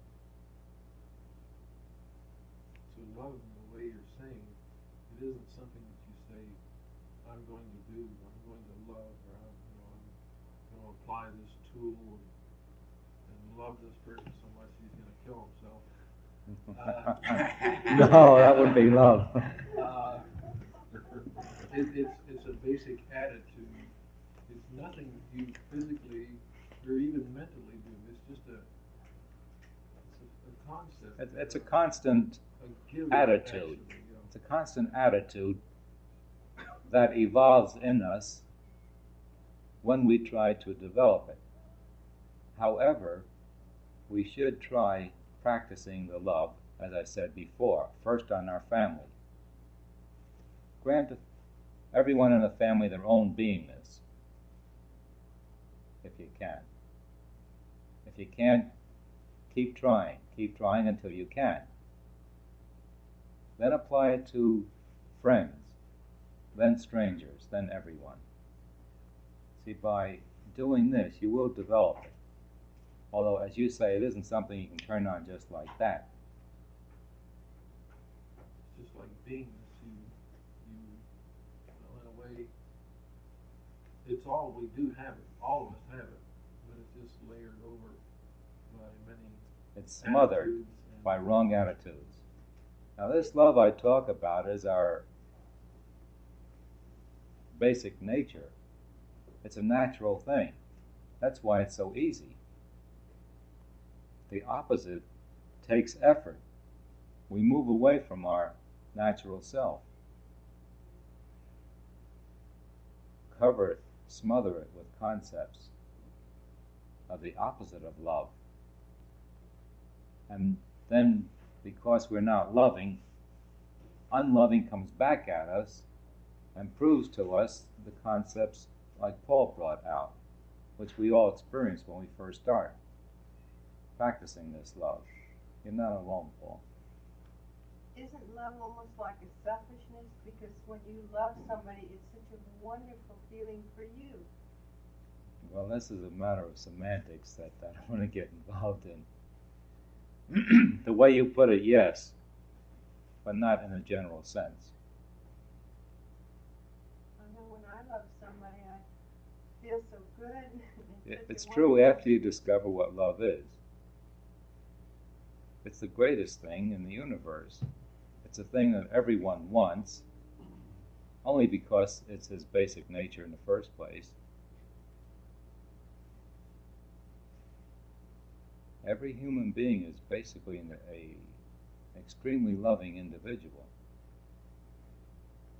Does it come down to this thing of pleasure? I mean, is it the same type of thing where your mind becomes still in one avenue of thought, of concentration, of acceptance of the other person, therefore the mind is stilled and your true nature then comes through, which is the love, Yes. the feeling of love. The more we love, the less we have to think. If I'm not loving you, I have to be on guard. I have to protect myself. If I'm not loving the world, I'm always protecting myself from the world, which causes more and more and more thoughts. Puts me extremely on the defensive, and subconsciously it builds up year in and year out. And then I'm a mass of thoughts protecting myself from the world. See? Now, if I love the world can't hurt me. My thoughts get quiet. The mind gets peaceful. And then that infinite self is right there. And that's the experience of this tremendous joy. In other words, it's not the object, again, that brings this out. It's the quieting of the mind to let actually the being come through a little more. That really is the love experience, isn't it? Yes. More than the object. In other words, we say it's the object that we love. But it's actually what you say. But it's Yeah. actually So you're taking it right from the top now. the shine coming through. What Harry is saying is that we take our infinite beingness, our infinite joy, and we cover it over with thoughts. We take the natural state, which is unlimited. We cover it up with thoughts of limitation. The thoughts smother this infinite self that we are. It smothers the capacity to enjoy. And so all we need to do is to quiet the thoughts or rid ourselves of all thoughts, and what's left over is the infinite, glorious being that we are.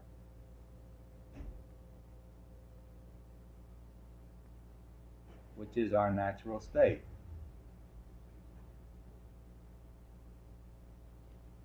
Isn't that odd? That's our natural state. That's the way we were. That's the way we're going to be. We are actually that now, but we don't see it. This infinite, glorious being that we are, being absolutely perfect, can never change. It's always there. We just don't look at it. We look away from it. We look far away from it. What we should do is turn our mind inward and begin looking at it. And the more we look at it, with a capital I, the more we see it.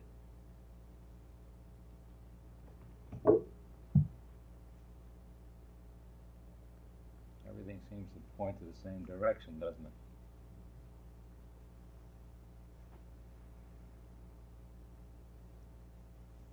That happens as we get more understanding of what life and the universe is.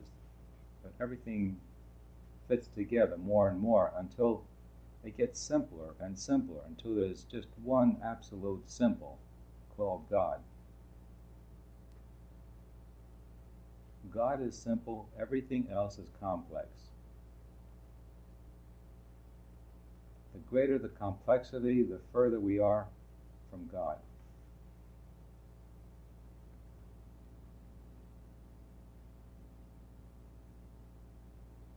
That's why God is one and only one, or one without a second.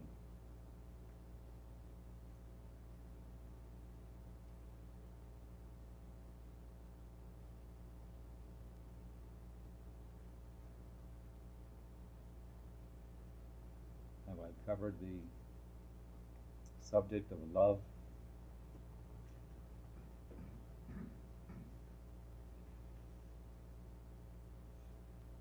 In practice, then if someone else has a heartfelt desire, and our heart, I'm going to use that word, that is that same feeling, and there's a feeling if I went along with them, I might lose something, then that isn't love. But if it was complete in the sense that whatever they wish, I wish, because their feeling must be my feeling, there's only one feeling. And I wouldn't be afraid, but if I'm afraid, there's a word for it today called togetherness. It's a very good word. Doesn't that fit what you're saying? Togetherness. Together we see one and the same thing and want the same thing. Is that seems a little weak in a sense to me. But that's the word that's being used. I think we'd be better off if we dropped the word love and use words like togetherness, oneness.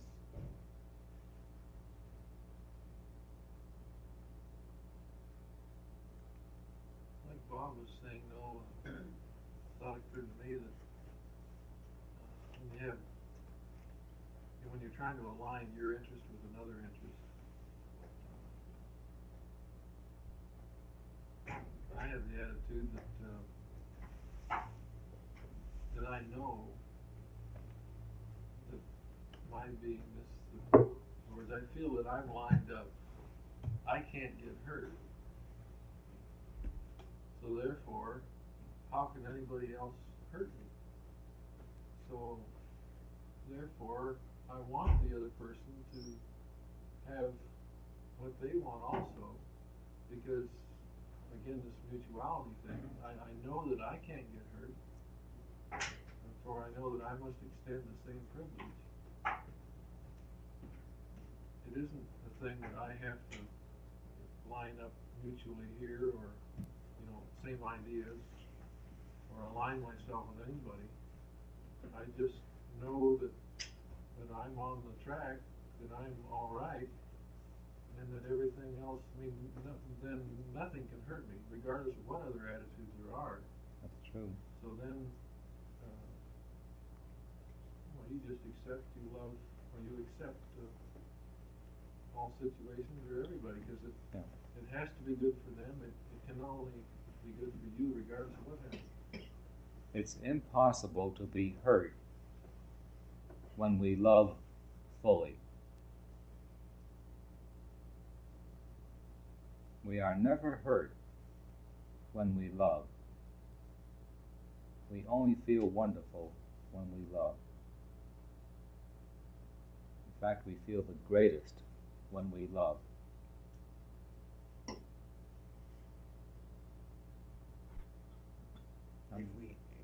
If we have a feeling differentiating, though, more, of course, in the beginning you might practice in your home, but if you feel a sense of togetherness with one more than another, then you're beginning to separate oneself. It's not full love, it's partial love. And the more partial it is, the less good it feels. When we love all the time, we love every being, we have nothing but a tremendously wonderful, warm attitude of everything is fine, every person is just right. We wear rose-colored glasses. That's the way we see the world when we love. When we hate, we see the same world in just the opposite way.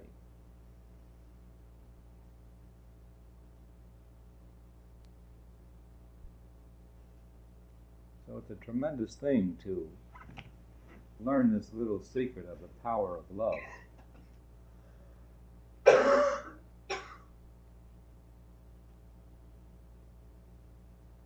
Just wonder if I shouldn't read off some of the definitions in the book.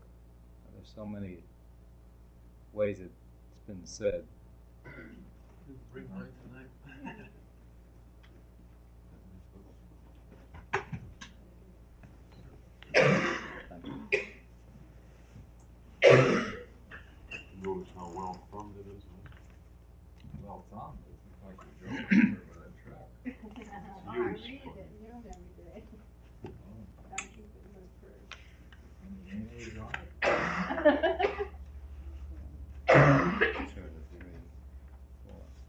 gosh, there's 5 pages on it. I remember before this book came out, I said to Frances, I never know what to say on love. There isn't much you can say about it. She laughed at me. And she showed me all this. But this was gathered over many, many talks. And I can see it's an attempt to convey the concept of the real love by saying it in as many ways as possible. Well, the first one, love is a feeling of givingness with no thought of receiving any return for it. That's the one I started with. Love is giving with no strings attached. Only by loving does love come to us. The more we love, the more love comes to us. I know this is a basic error in many, many people's thinking. They go through life wanting to be loved, never feeling that they are, even when they are really getting the love. Because the feeling has to be in us. If I love you, I feel wonderful. If you love me, you feel wonderful. As you said before, it's the one who loves that feels great. So wanting to be loved is getting into a direction that can never be satisfied.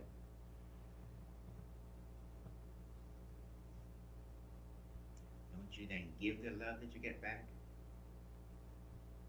You have to be the love that you feel.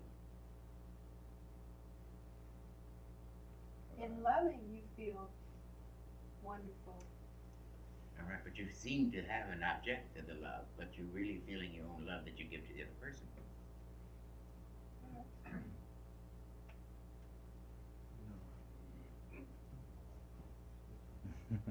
You see, it's different concepts of the word love in different people. It might not just suit your concept, what Bob says, but I know what Bob means, and I say yes. But you'll always be right because you think that way, and thinking makes it so.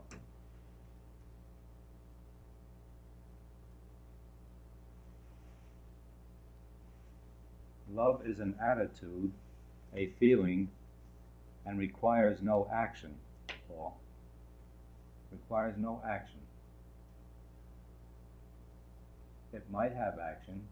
You might give away everything you have, but it's not necessarily so that you should or would give away everything.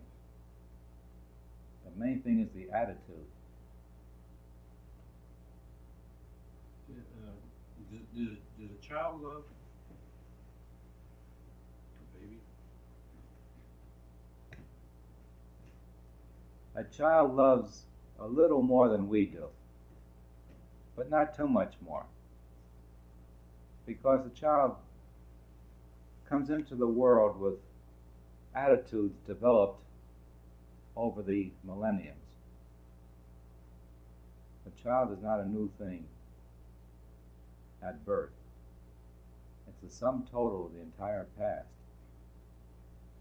But since the child hasn't met with the world, the cruel, cruel world yet, the child has not taken on more concepts of the opposite of love. And in that sense, a child loves more than an adult, everything else being equal.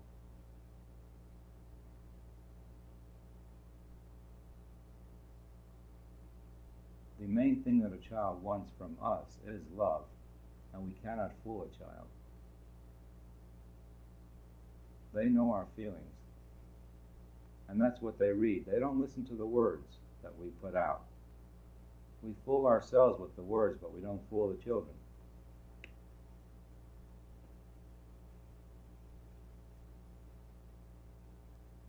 But giving love to a child will develop love in that child this lifetime. Will condition the child for a very or a most happy life. But before we can love a child, we have to know what love is, develop it, and be capable of loving. That's why I've always said to mothers, if you want to help your children, help yourself. That's the very best way of helping your children. Right, Dolly? I'm looking for our lies now.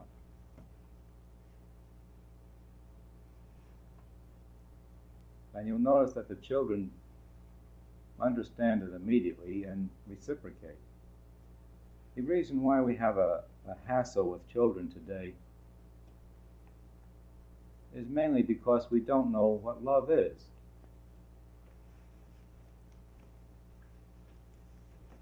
If we were capable of loving, instead of the conflict with children, it would be just the opposite. There would be a complete harmony between parent and child. But it's only because we have lost sight of what love is that we are in this difficulty of opposition between parent and child.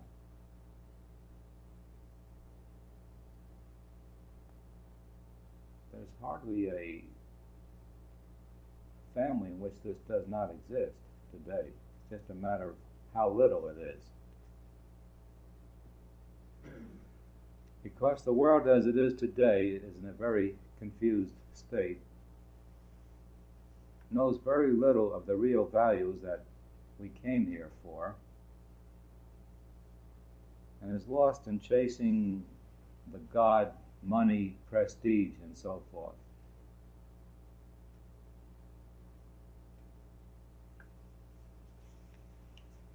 Should I go on reading these things?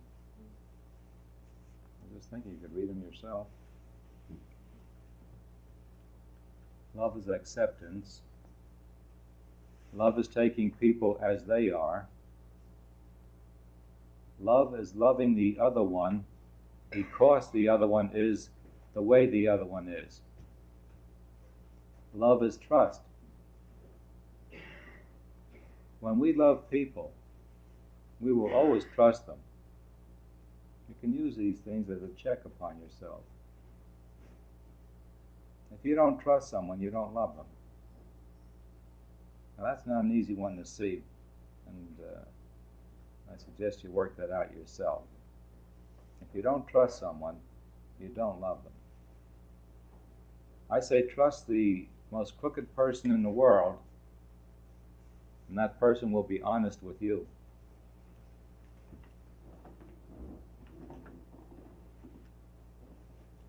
Love is a feelingness of peace. As we said before, when we love, we have no enemies. We don't have to be on guard, and we're at ease. Love is identification. It is being the other one by identifying with the other one. Love is what every being is seeking through his every act.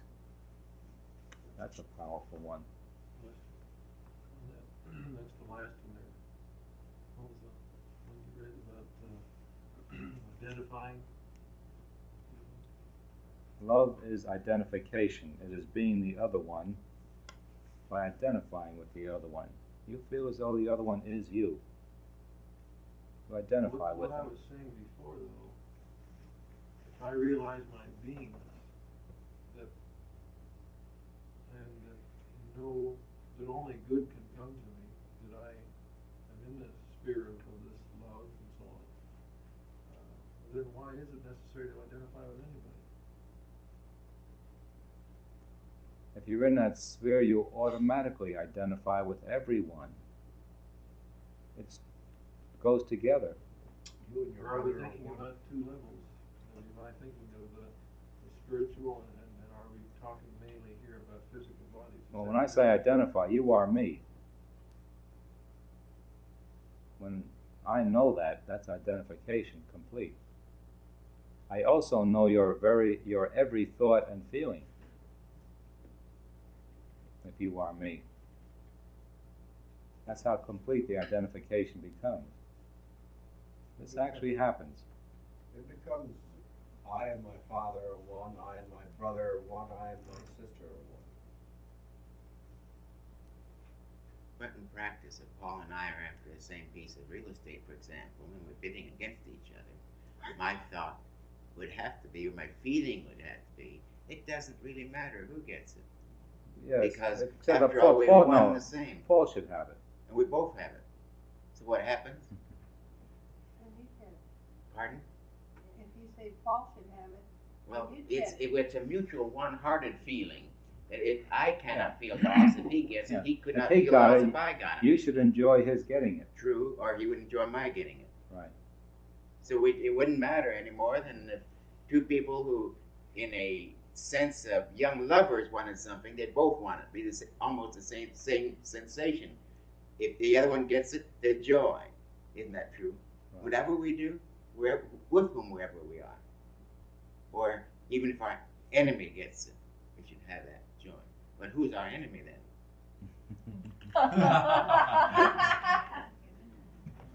It's a very good question. If you love your enemy, you have no more enemies. Well, I've made it a practice now that when any of my friends or any brokers that I know, anybody else comes and tells me of a terrific deal they've made, I always grab for their hand and shake it and tell them how happy I am that they did it, regardless of where it was or if it was something that I was trying to buy for a client or anything else. I always tell them, and believe me, the surprised looks that I get show me the success that I'm having with a lot of these people. I mean, they're telling it to me for one reason, but I feel real joy at their having had good fortune because I feel that I'm gaining something too. The power and effect of love is obvious. Just try it. Apply it. Like you're doing on that, on other things. The effect is obvious. It's a very powerful thing.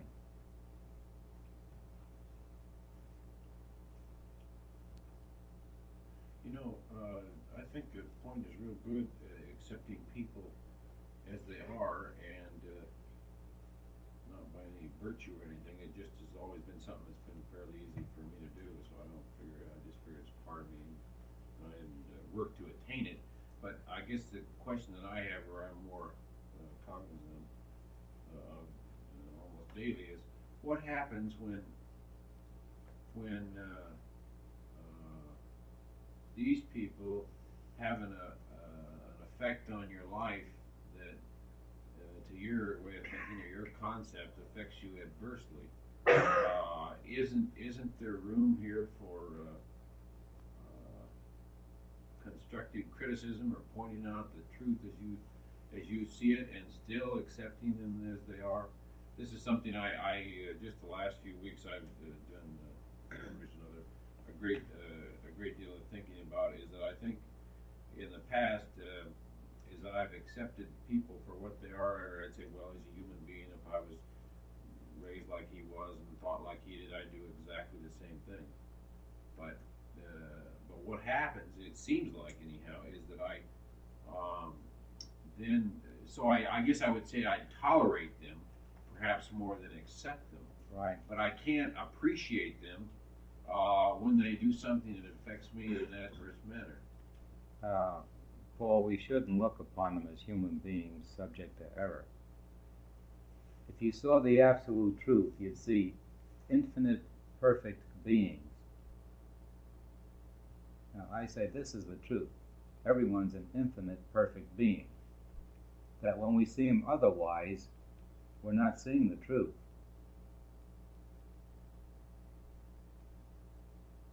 So you see what it does to your concept. I say you're looking at them wrongly, and you'll be hurt because of that. But what happens if you see them as a perfect being, and perfect in their own right and so forth, and yet something happens that, by appearances anyhow, by appearances, yeah. Looks like it's affecting you or your family might be adversely. Then what do you have to say then? I'm just not seeing right, huh? Change your view. Change your thought. Change something in you, and it'll change out there immediately. Change your concept. If you don't like the world out there, you must change yourself. And immediately the world rightens.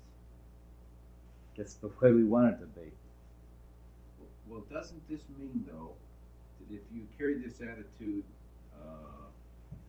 right on through, not just to this person, but to this country or the whole world and so forth, that this world would never change?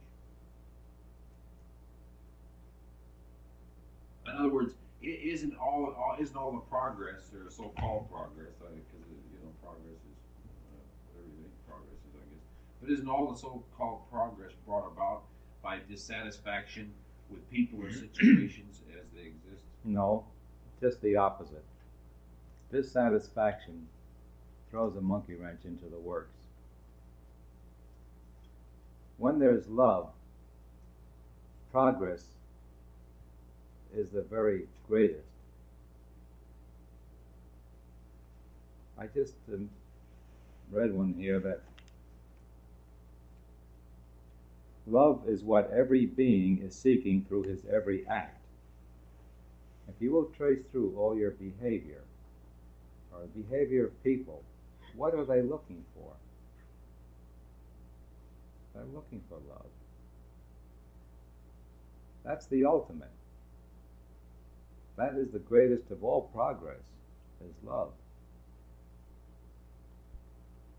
Our life is getting far too complex. And it's not progress because people are not happier today. I think that's the proof. Their happiness. They have things like they've never had it before. And look at the mess we're in today, or don't you see it? No, I guess again it depends on how you look at it. No, I don't think. I think. I guess that's the way I have to live. I think things are better than ever. I mean, the world as a whole and so forth. I guess because I think that there is less pain in the world today. From a medical standpoint, we'll say there's probably more, I suppose, mental pain. Yeah, the greatest pain is mental. There's more anxiety and dissatisfaction today than there ever was. Well, I think that's in our time. Right, but I just by my own thinking, I don't figure I'm any expert in it, but I just think that that's because of an unwillingness to adjust, to a new acceptance, you might say. Okay, I say it's lack of love. Well, I could put it another way.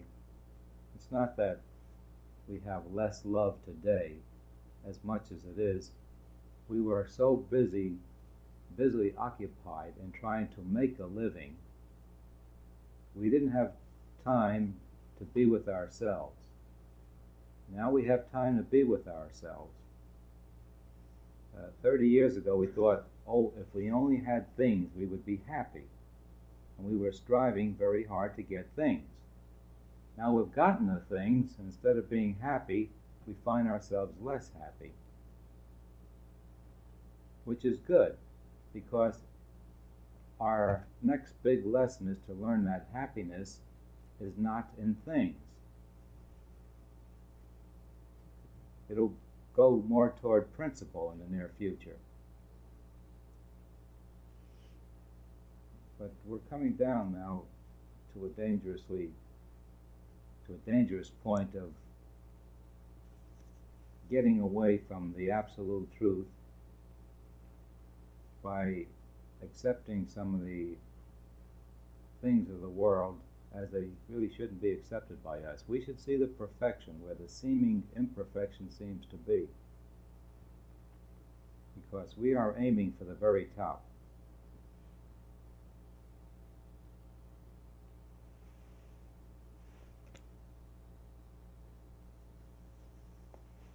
I know I'm not satisfying you very much, Paul, am I?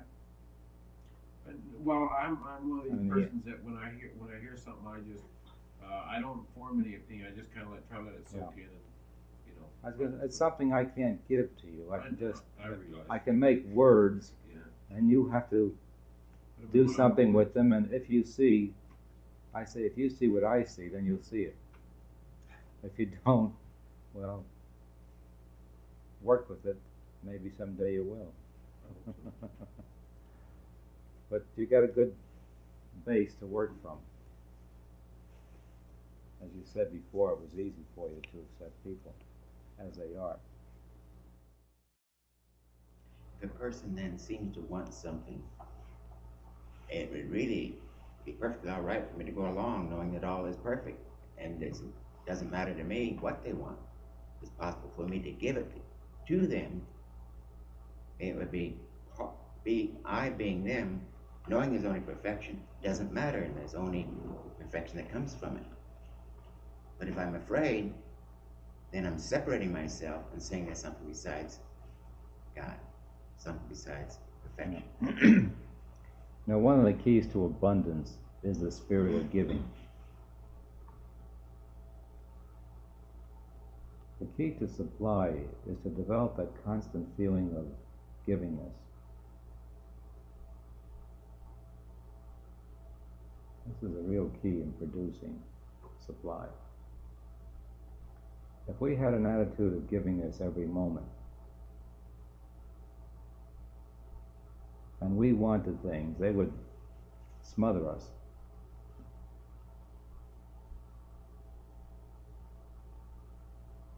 A constant attitude of gratitude is also a very helpful thing.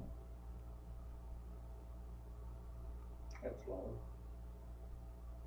Gratitude is something that doesn't make sense to me. And then drop it. There's a lot of other words here that could make sense. See, all these things I say to me are all the same things. Almost everything I say is the same thing again and again, in different words, in different phrases. But I smiled before when Harry saw how this thing of love was the same as something else. In the end, it all comes down to one thing, and only one. So stick to the words that you like, and let go of the words you don't.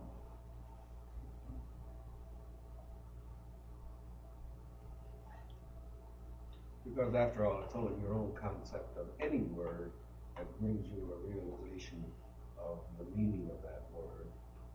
So it's strictly your own concept of it. To me, all these words mean the same thing. Love is acceptance, identification, understanding, communication, truth, God, you, me. It's all the same thing. And it will be to everyone if they'll look at it from the same point, from your very own center. If you look at it from your very own center, you'll see that it's all the same. Your very own center being your very own self with a capital S, the real you that you are, not this fake ego that we're trying to make a big thing of. All our schooling, all education, everything is just cut it up into pieces. And now we're trying to bring it all together. That's why I've said education actually is a system of learned ignorance. It's a miseducation, as it is today. All the important things in life are never taught. No matter how many years you go to college, you don't get any courses on happiness, love, life, all these subjects that are so important that everyone is seeking. There's not a single course in any college in this country on it. Everybody take it because it's a snap course. We don't have any properly qualified teachers. game must be played. They have one that's pretty close. It's an attitude of givingness. It's not an actual givingness of things. Now, giving things could be part of it, and giving things could be just the opposite of love. I can give you things because I want you to like me. That's not love on my part. That's trying to bolster my ego. But you're seeking love. However, the greatest givingness that can be given is to give understanding, to give wisdom. If a man asks me for a meal and I give it to him, 5 hours later he needs it again. But if I get across to him the principle on how to produce a meal, he'll never go hungry again. So the greatest givingness is understanding, wisdom. I was going to say before, when Paul was talking about the other person doing things which may seem to be against you to gain his end, but really he's merely attempting to gain love by doing this for someone in his field, and therefore if you understand that understanding, and you know he's doing it to gain love or for love, that's seen through this misconception. Yeah. Now that carry that through to the extreme, and you'll see that every person in his every act is seeking love. All right, and if I know that, and it seems as though he's doing something against me, I know he's doing something for him, and therefore he can't be doing it against me. I know that. And as long as you know it, you are correct. Nothing can be done against you. Well, it's just that circle. If he's doing it for himself, he's doing it for you too. Right, Kenny? Yeah. Micro to macro. Micro to macro, that's right. But if a person hesitates to give things, it's because he feels he doesn't have it all, and that he would be taking something from himself. It's in the attitude. It's not in the actual giving or not I see so giving. many people who are Proustings actually get frightened when they speak of giving things, and I don't see the difference. If they are so capable mentally, certainly they have all the things they need to give. Sometimes giving sustains the basic thought behind the condition bringing about the giving. Wow. Like you were mentioning about, heart fund, say. If I feel love to the heart disease, then I give to the heart fund, so to speak. Right? If I would want to actually fight heart disease, I would see the imperfection in the thought, in the thing, and know the perfection. There's all levels of helping, all degrees of helping. So a lot of this giving to charity, to some of these other things, is really a sustaining of the condition under which we think we're giving to eliminate. Mm-hmm. Keeping it in mind, therefore sustaining it. And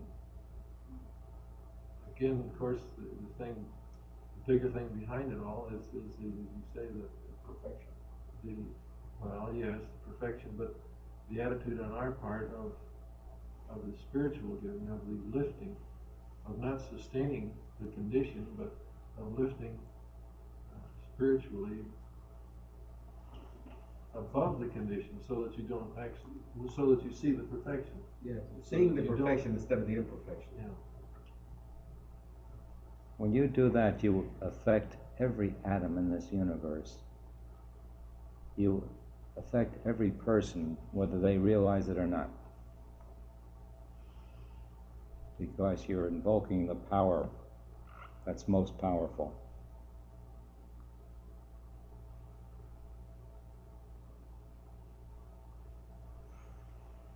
It's loving every person into a perfect being. minus all these negativities of diseases.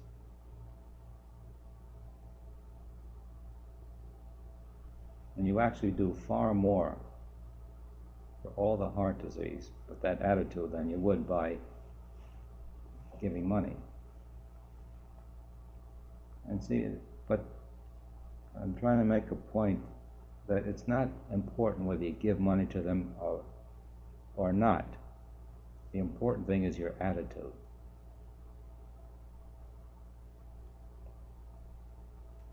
You can give for the glory of giving or being put up as a giver. That does you no good.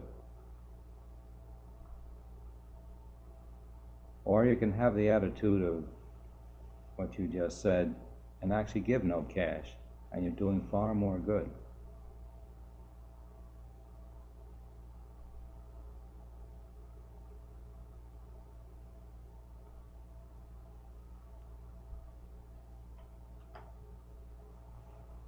So it's the attitude that's important.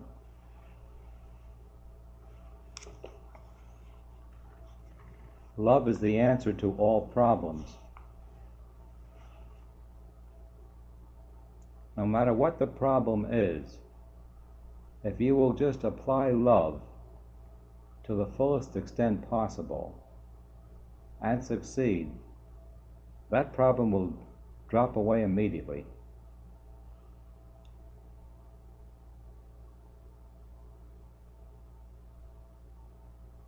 Just don't get aggravated. Just know that everything is fine, everything's all right, and just feel love, and you'll see that problem resolve itself, no matter how difficult the problem it is.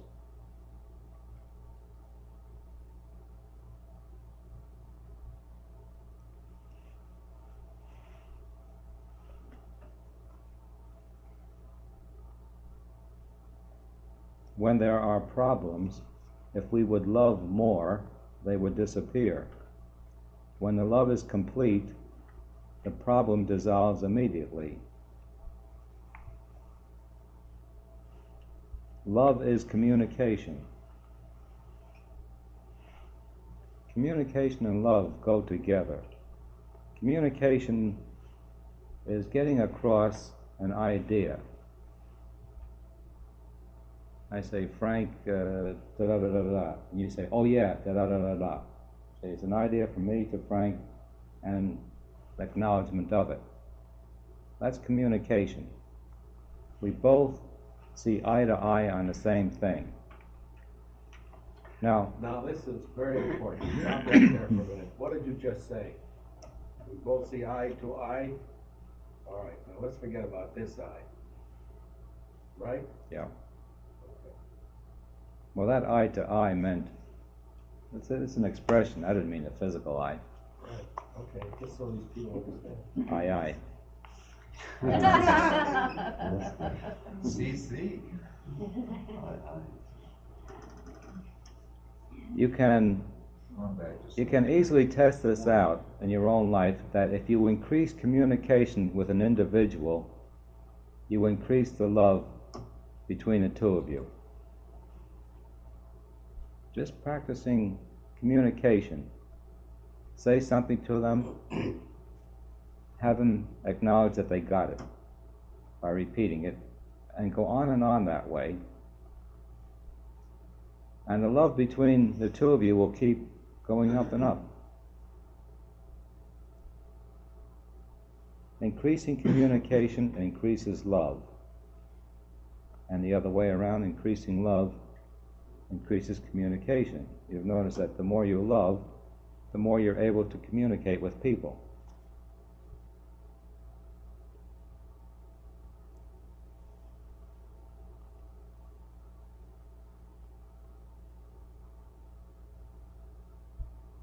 Can I ask something about it? It's a very interesting thing that can be tested very easily. Just increase communication and you'll see love. Do it with someone who's against you at the moment. You betcha. Because, you know why? Because as Paul said before, if someone appears to be doing something that appears to be against you, there is a lack of communication between I and I. And if you open up that channel of communication, then you see eye to eye, and there is no longer anything that this man is doing that is foreign to you, because he's doing, your awareness of him is raised to such a degree that there is perfect understanding between eye and eye. Isn't that right, Kenny? I didn't see whether Lester shook his head or not.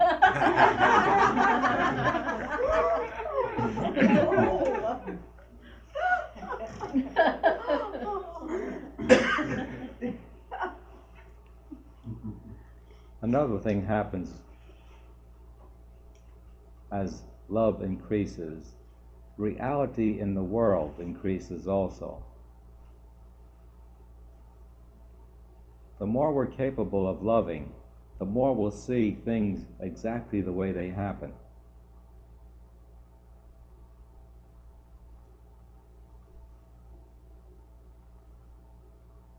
Now, if you practice increasing your reality in the world, your love will go up too. Just in the same way that if you practice increasing communication, your love will go up. Or the converse, the more we love, the more we see things the way they are in the world. If we were all very loving people, every time there'd be an accident, we'd all see it alike.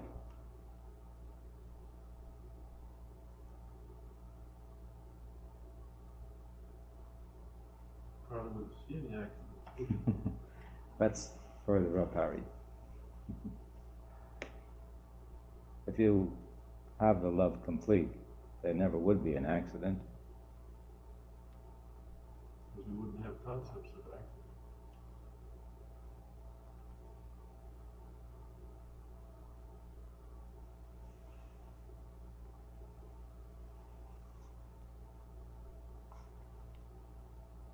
Here it is. Love is communing. Love is communication.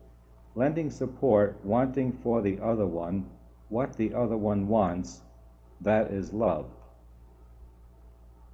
The greatest help or giving one may give to another is to help the other to get the understanding of truth. In this way, one gives the other the formula for happiness. Love is the cohesive force of the universe. Love is attracting, integrating, and constructive, and so affects everything and anything that it is applied to. Parliaments cannot right the world, but enough individuals feeling love can. I think that's an interesting point for our present times. You cannot legislate a correct world. Parliaments will never straighten this world out. Only when the individuals, when the majority of people in this world have an attitude of love, will the world be a nice place to live in. Will it be harmonious?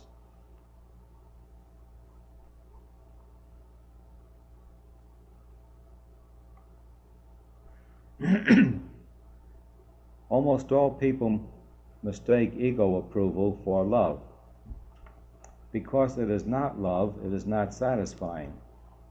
Consequently, one continuously needs and demands it.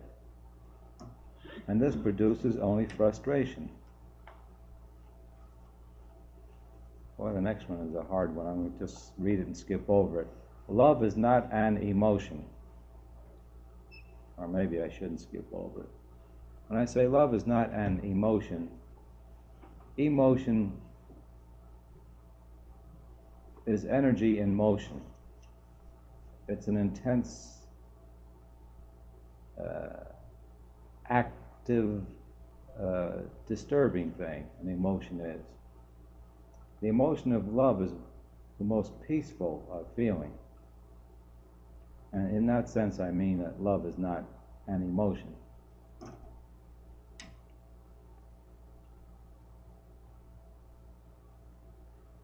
People need each other and think it is love. There's no hanging on to or fencing in of the other one when one loves. Human love does not want to share its love with others, but rather wants its own personal satisfaction. Real love wants to share its love, and the more it is shared, the more joyous it is.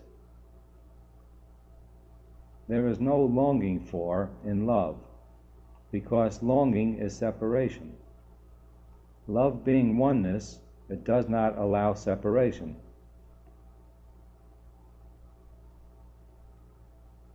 True love cannot be gotten through marriage. It must be there before marriage or developed during marriage. Love cannot be applied to one and not to another.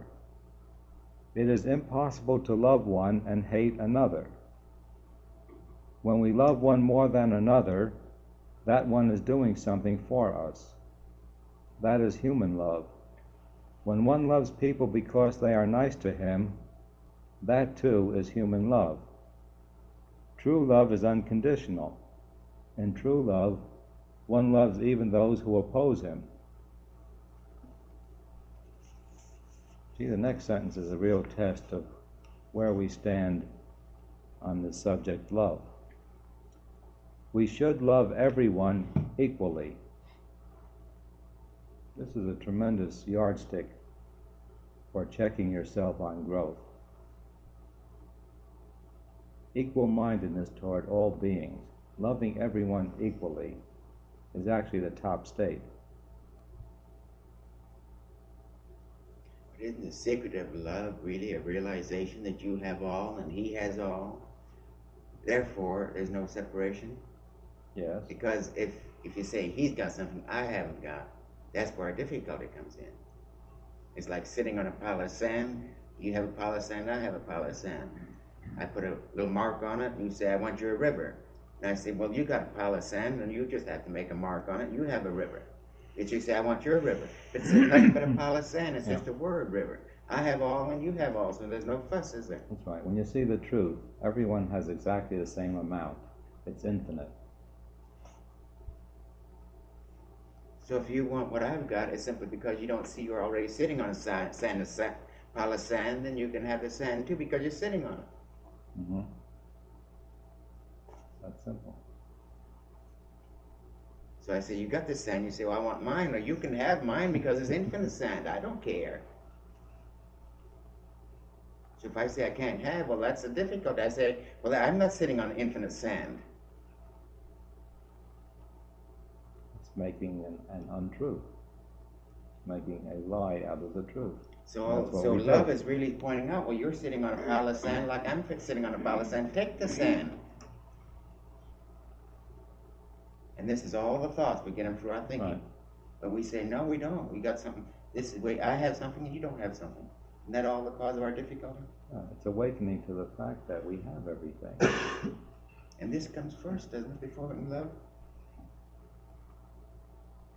Well, you work at it from both sides. Well, I can't love something. If Harry's got something that I haven't got, how can I love Harry if I don't? I want it. It's only if I have it and he hasn't, and if he has it, he can't take anything from me. So we both love each other because we both have it. We don't fight over the air. But if you say to Harry, Harry, I love you because you've got something there that belongs to both of us.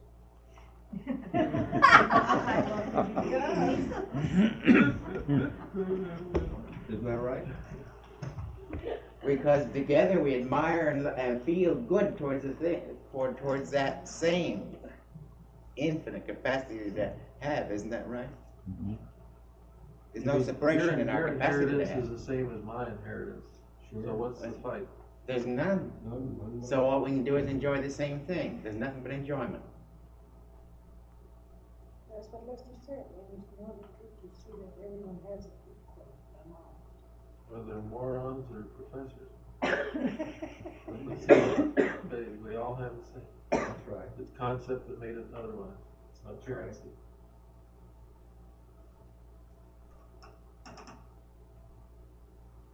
I think that Harry's doing meditation on his own. I think he's working on it. I think he's really working. When the revelations start coming, they come. Just don't stop them. Let them keep coming. When you're sitting there and all of a sudden you put your finger in your head like this and they say, "Pow! I got something there." It's been there all the time, though. That's the odd part of it. Yeah, just realize it. All we do is open our eyes to something that's been there all the time. But it's usually something exactly different than what you thought it was. Yeah, the concept was wrong. Yes. And you let go of the wrong concept. And there it is. Sure, that's why you say the truth is right behind the thought. That just became simple. Stop the thought, stop all thinking, and The truth is right behind the limitation. Right behind the thought. But that's what we've got. Thought is limitation.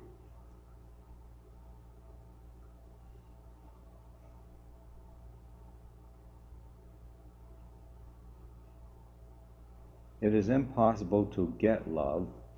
Only by loving can one feel love. The more one looks for love, the more one doesn't love. It's kind of indicting. One should strive to love, never to be loved. To be loved brings temporary happiness, ego inflation. When one loves fully, one can have no concept of not being loved.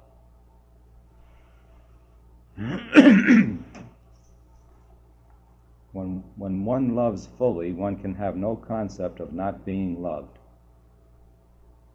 I think that's a good one. That's Kenny's idea. It comes back to this thing of beingness, doesn't it? We know if we experience our beingness, we can't feel any desire, or we don't care what the other guy thinks, really. I mean, physically speaking, because Doesn't change us one iota. you're it. I am what I am.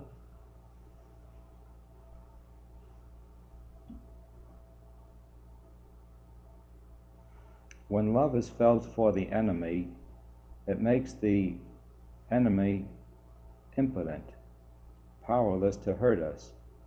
If the enemy persists in trying to hurt us, he will only hurt himself. One does not increase his love, one merely gets rid of one's hate. That's what you brought up before, right? We can't increase our love because that's our natural state.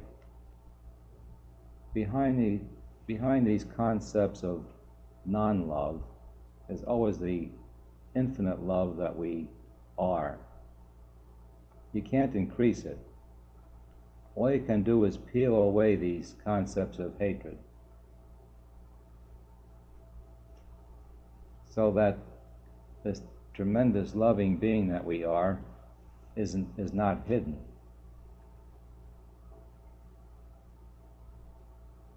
Actually, we don't keep increasing our love. We just keep doing away with the limited concepts of hate that we've had before. And by hate I mean anything that's not love. Fear, envy, jealousy, apathy, all those attitudes are different degrees of hate. At least the way I use it, they are. And so we really don't increase our love. We undo our attitudes of hate. What are our sins then? Our attitudes of hate, our attitudes of, our thoughts of limitation. The greatest sin of all sins, the downfall, is the ego sense. I am an individual separate from the all. That's the real fall into mankind. This is what Jesus was meaning when he mentioned sin. So it wasn't the prostitutes that were. Oh no. Everything we do prostitutes God, practically. Not only prostitution, almost everything does. But just to show you how little sins are, or the meaningless of sins, spell it backwards, pronounce it backwards. What does it mean? Nothing. Really. Snis. Who ever heard of snis? No, what does it mean? It's nice, N-I-S. It's nice. Oh, a plural. You know, evil spelled backwards is live. So you gotta be careful of that backward stuff.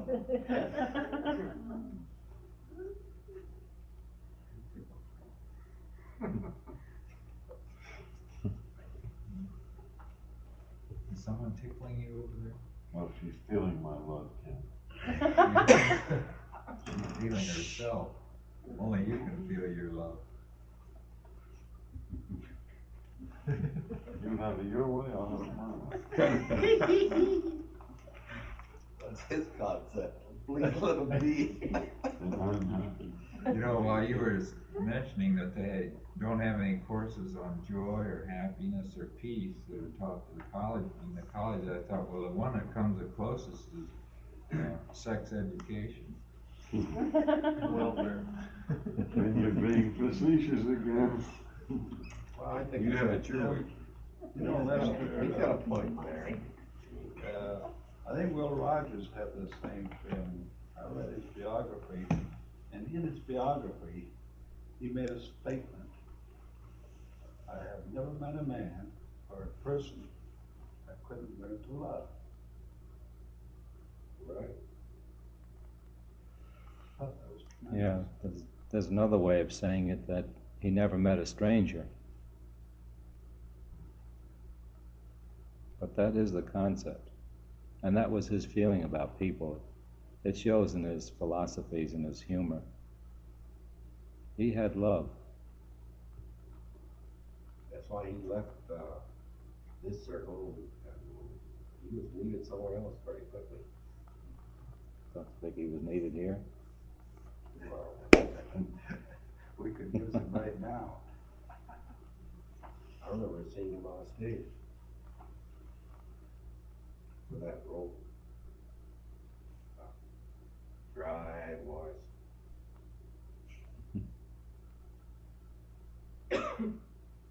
My interpretation of the word stranger is a friend that I don't know his name. That's perfect.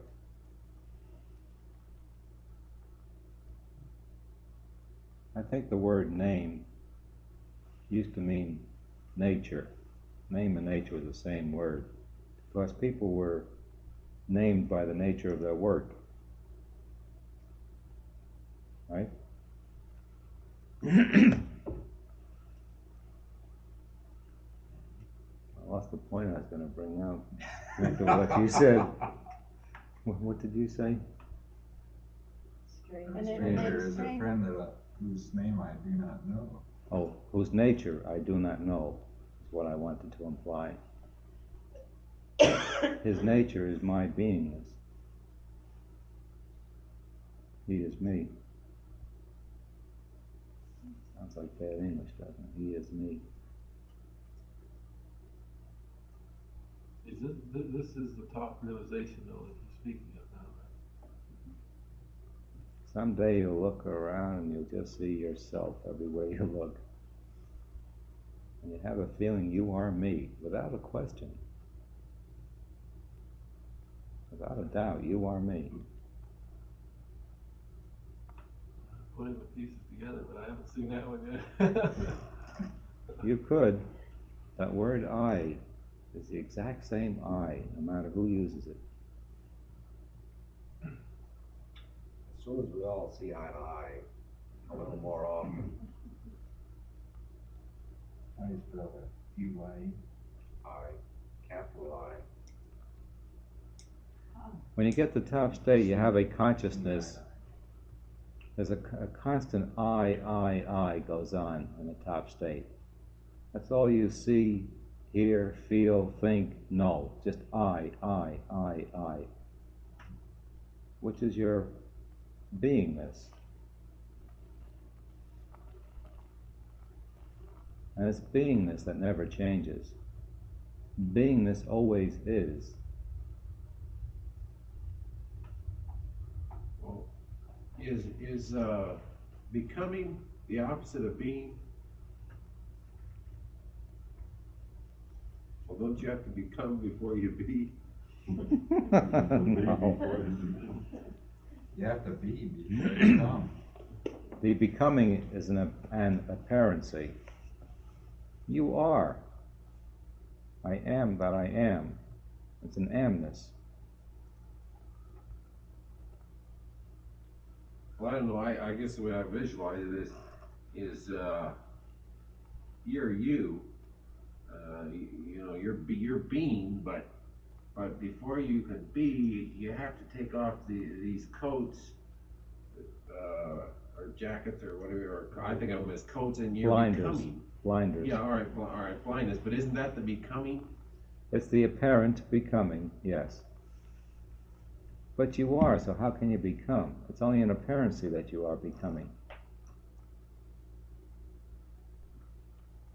Well, it seems like to me that you're not there yet, so you have to. It seems that way. You're right. So therefore, it seems as though you're becoming. But that's a seemingness. That's not the truth. The truth is you are, here and now. You're omnipresent. Right now, you're home spanking the kid. Well, I guess I can see that. But I mean, it's to me what you're saying, and I can't quite understand it. I guess is that I'm in West Covina. I just haven't got there yet. No, you are there now, but you got the silly, limited concept that you're only here. That you're only that body, and only through that body can you be somewhere. That's not true. If you would see the truth, you'd see everything going on at home, right now, as you're talking with me. Probably can right now. Who knows what's going on? You better believe it. I hear the turmoil right now. That proves it that he is omnipresent. Absolutely. Because we see him here, don't we? But he could be back there anytime he wants to be. So he is there, really. This will give you something to talk about at lunch break. You betcha.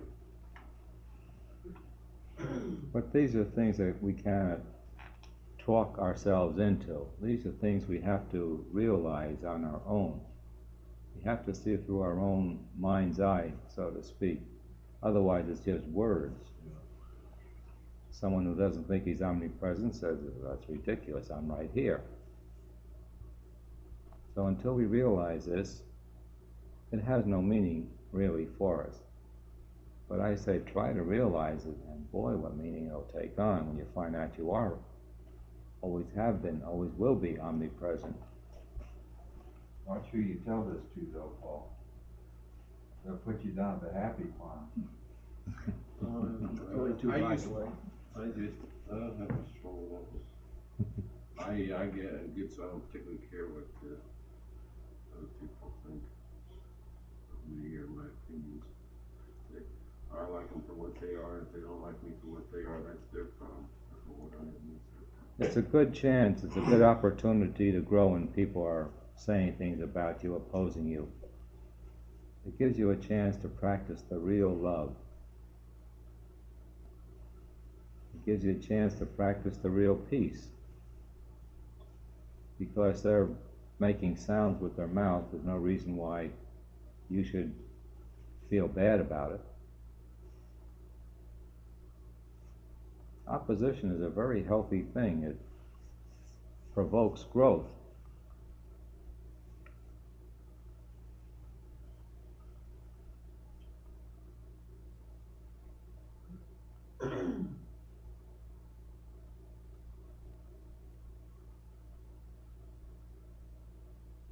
So love is a thing that the world sings about, writes about, has moving pictures about, And knows little about.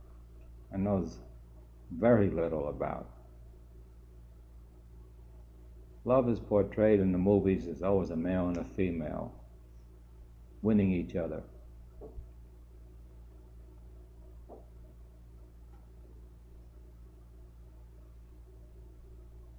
The real love is winning the universe, not just one person, but every individual in the universe. Bob, that'll take us a while, Not Bob. He wouldn't want to do it. I mean, he's an ardent lover. Well, I won't go that far.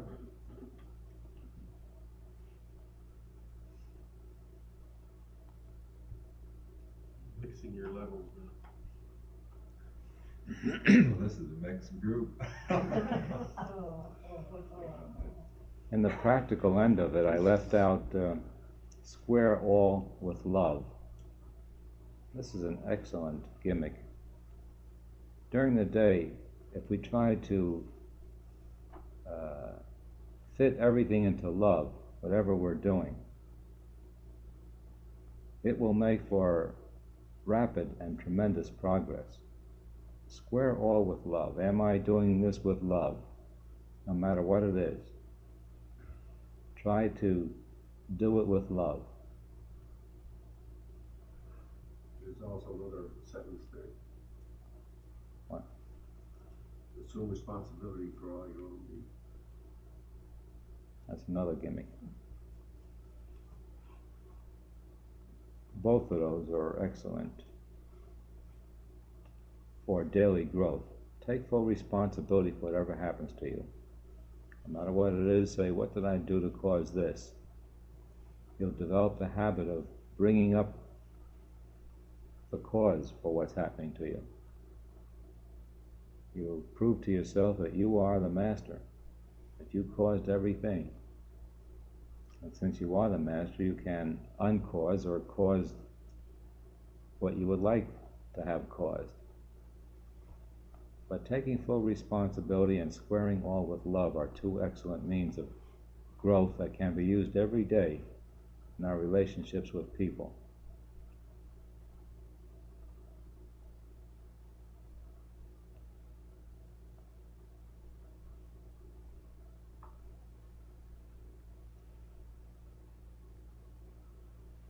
Another 2 minutes to go before the tape is out.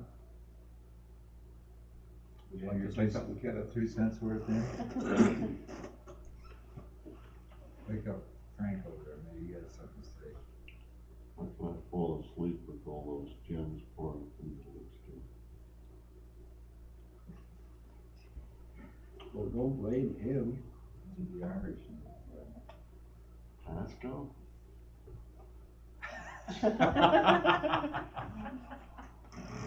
Well, now, wait a minute, that's your own concept, that's not his. Old Pasco. Let's have a little clearer communication here, Frank.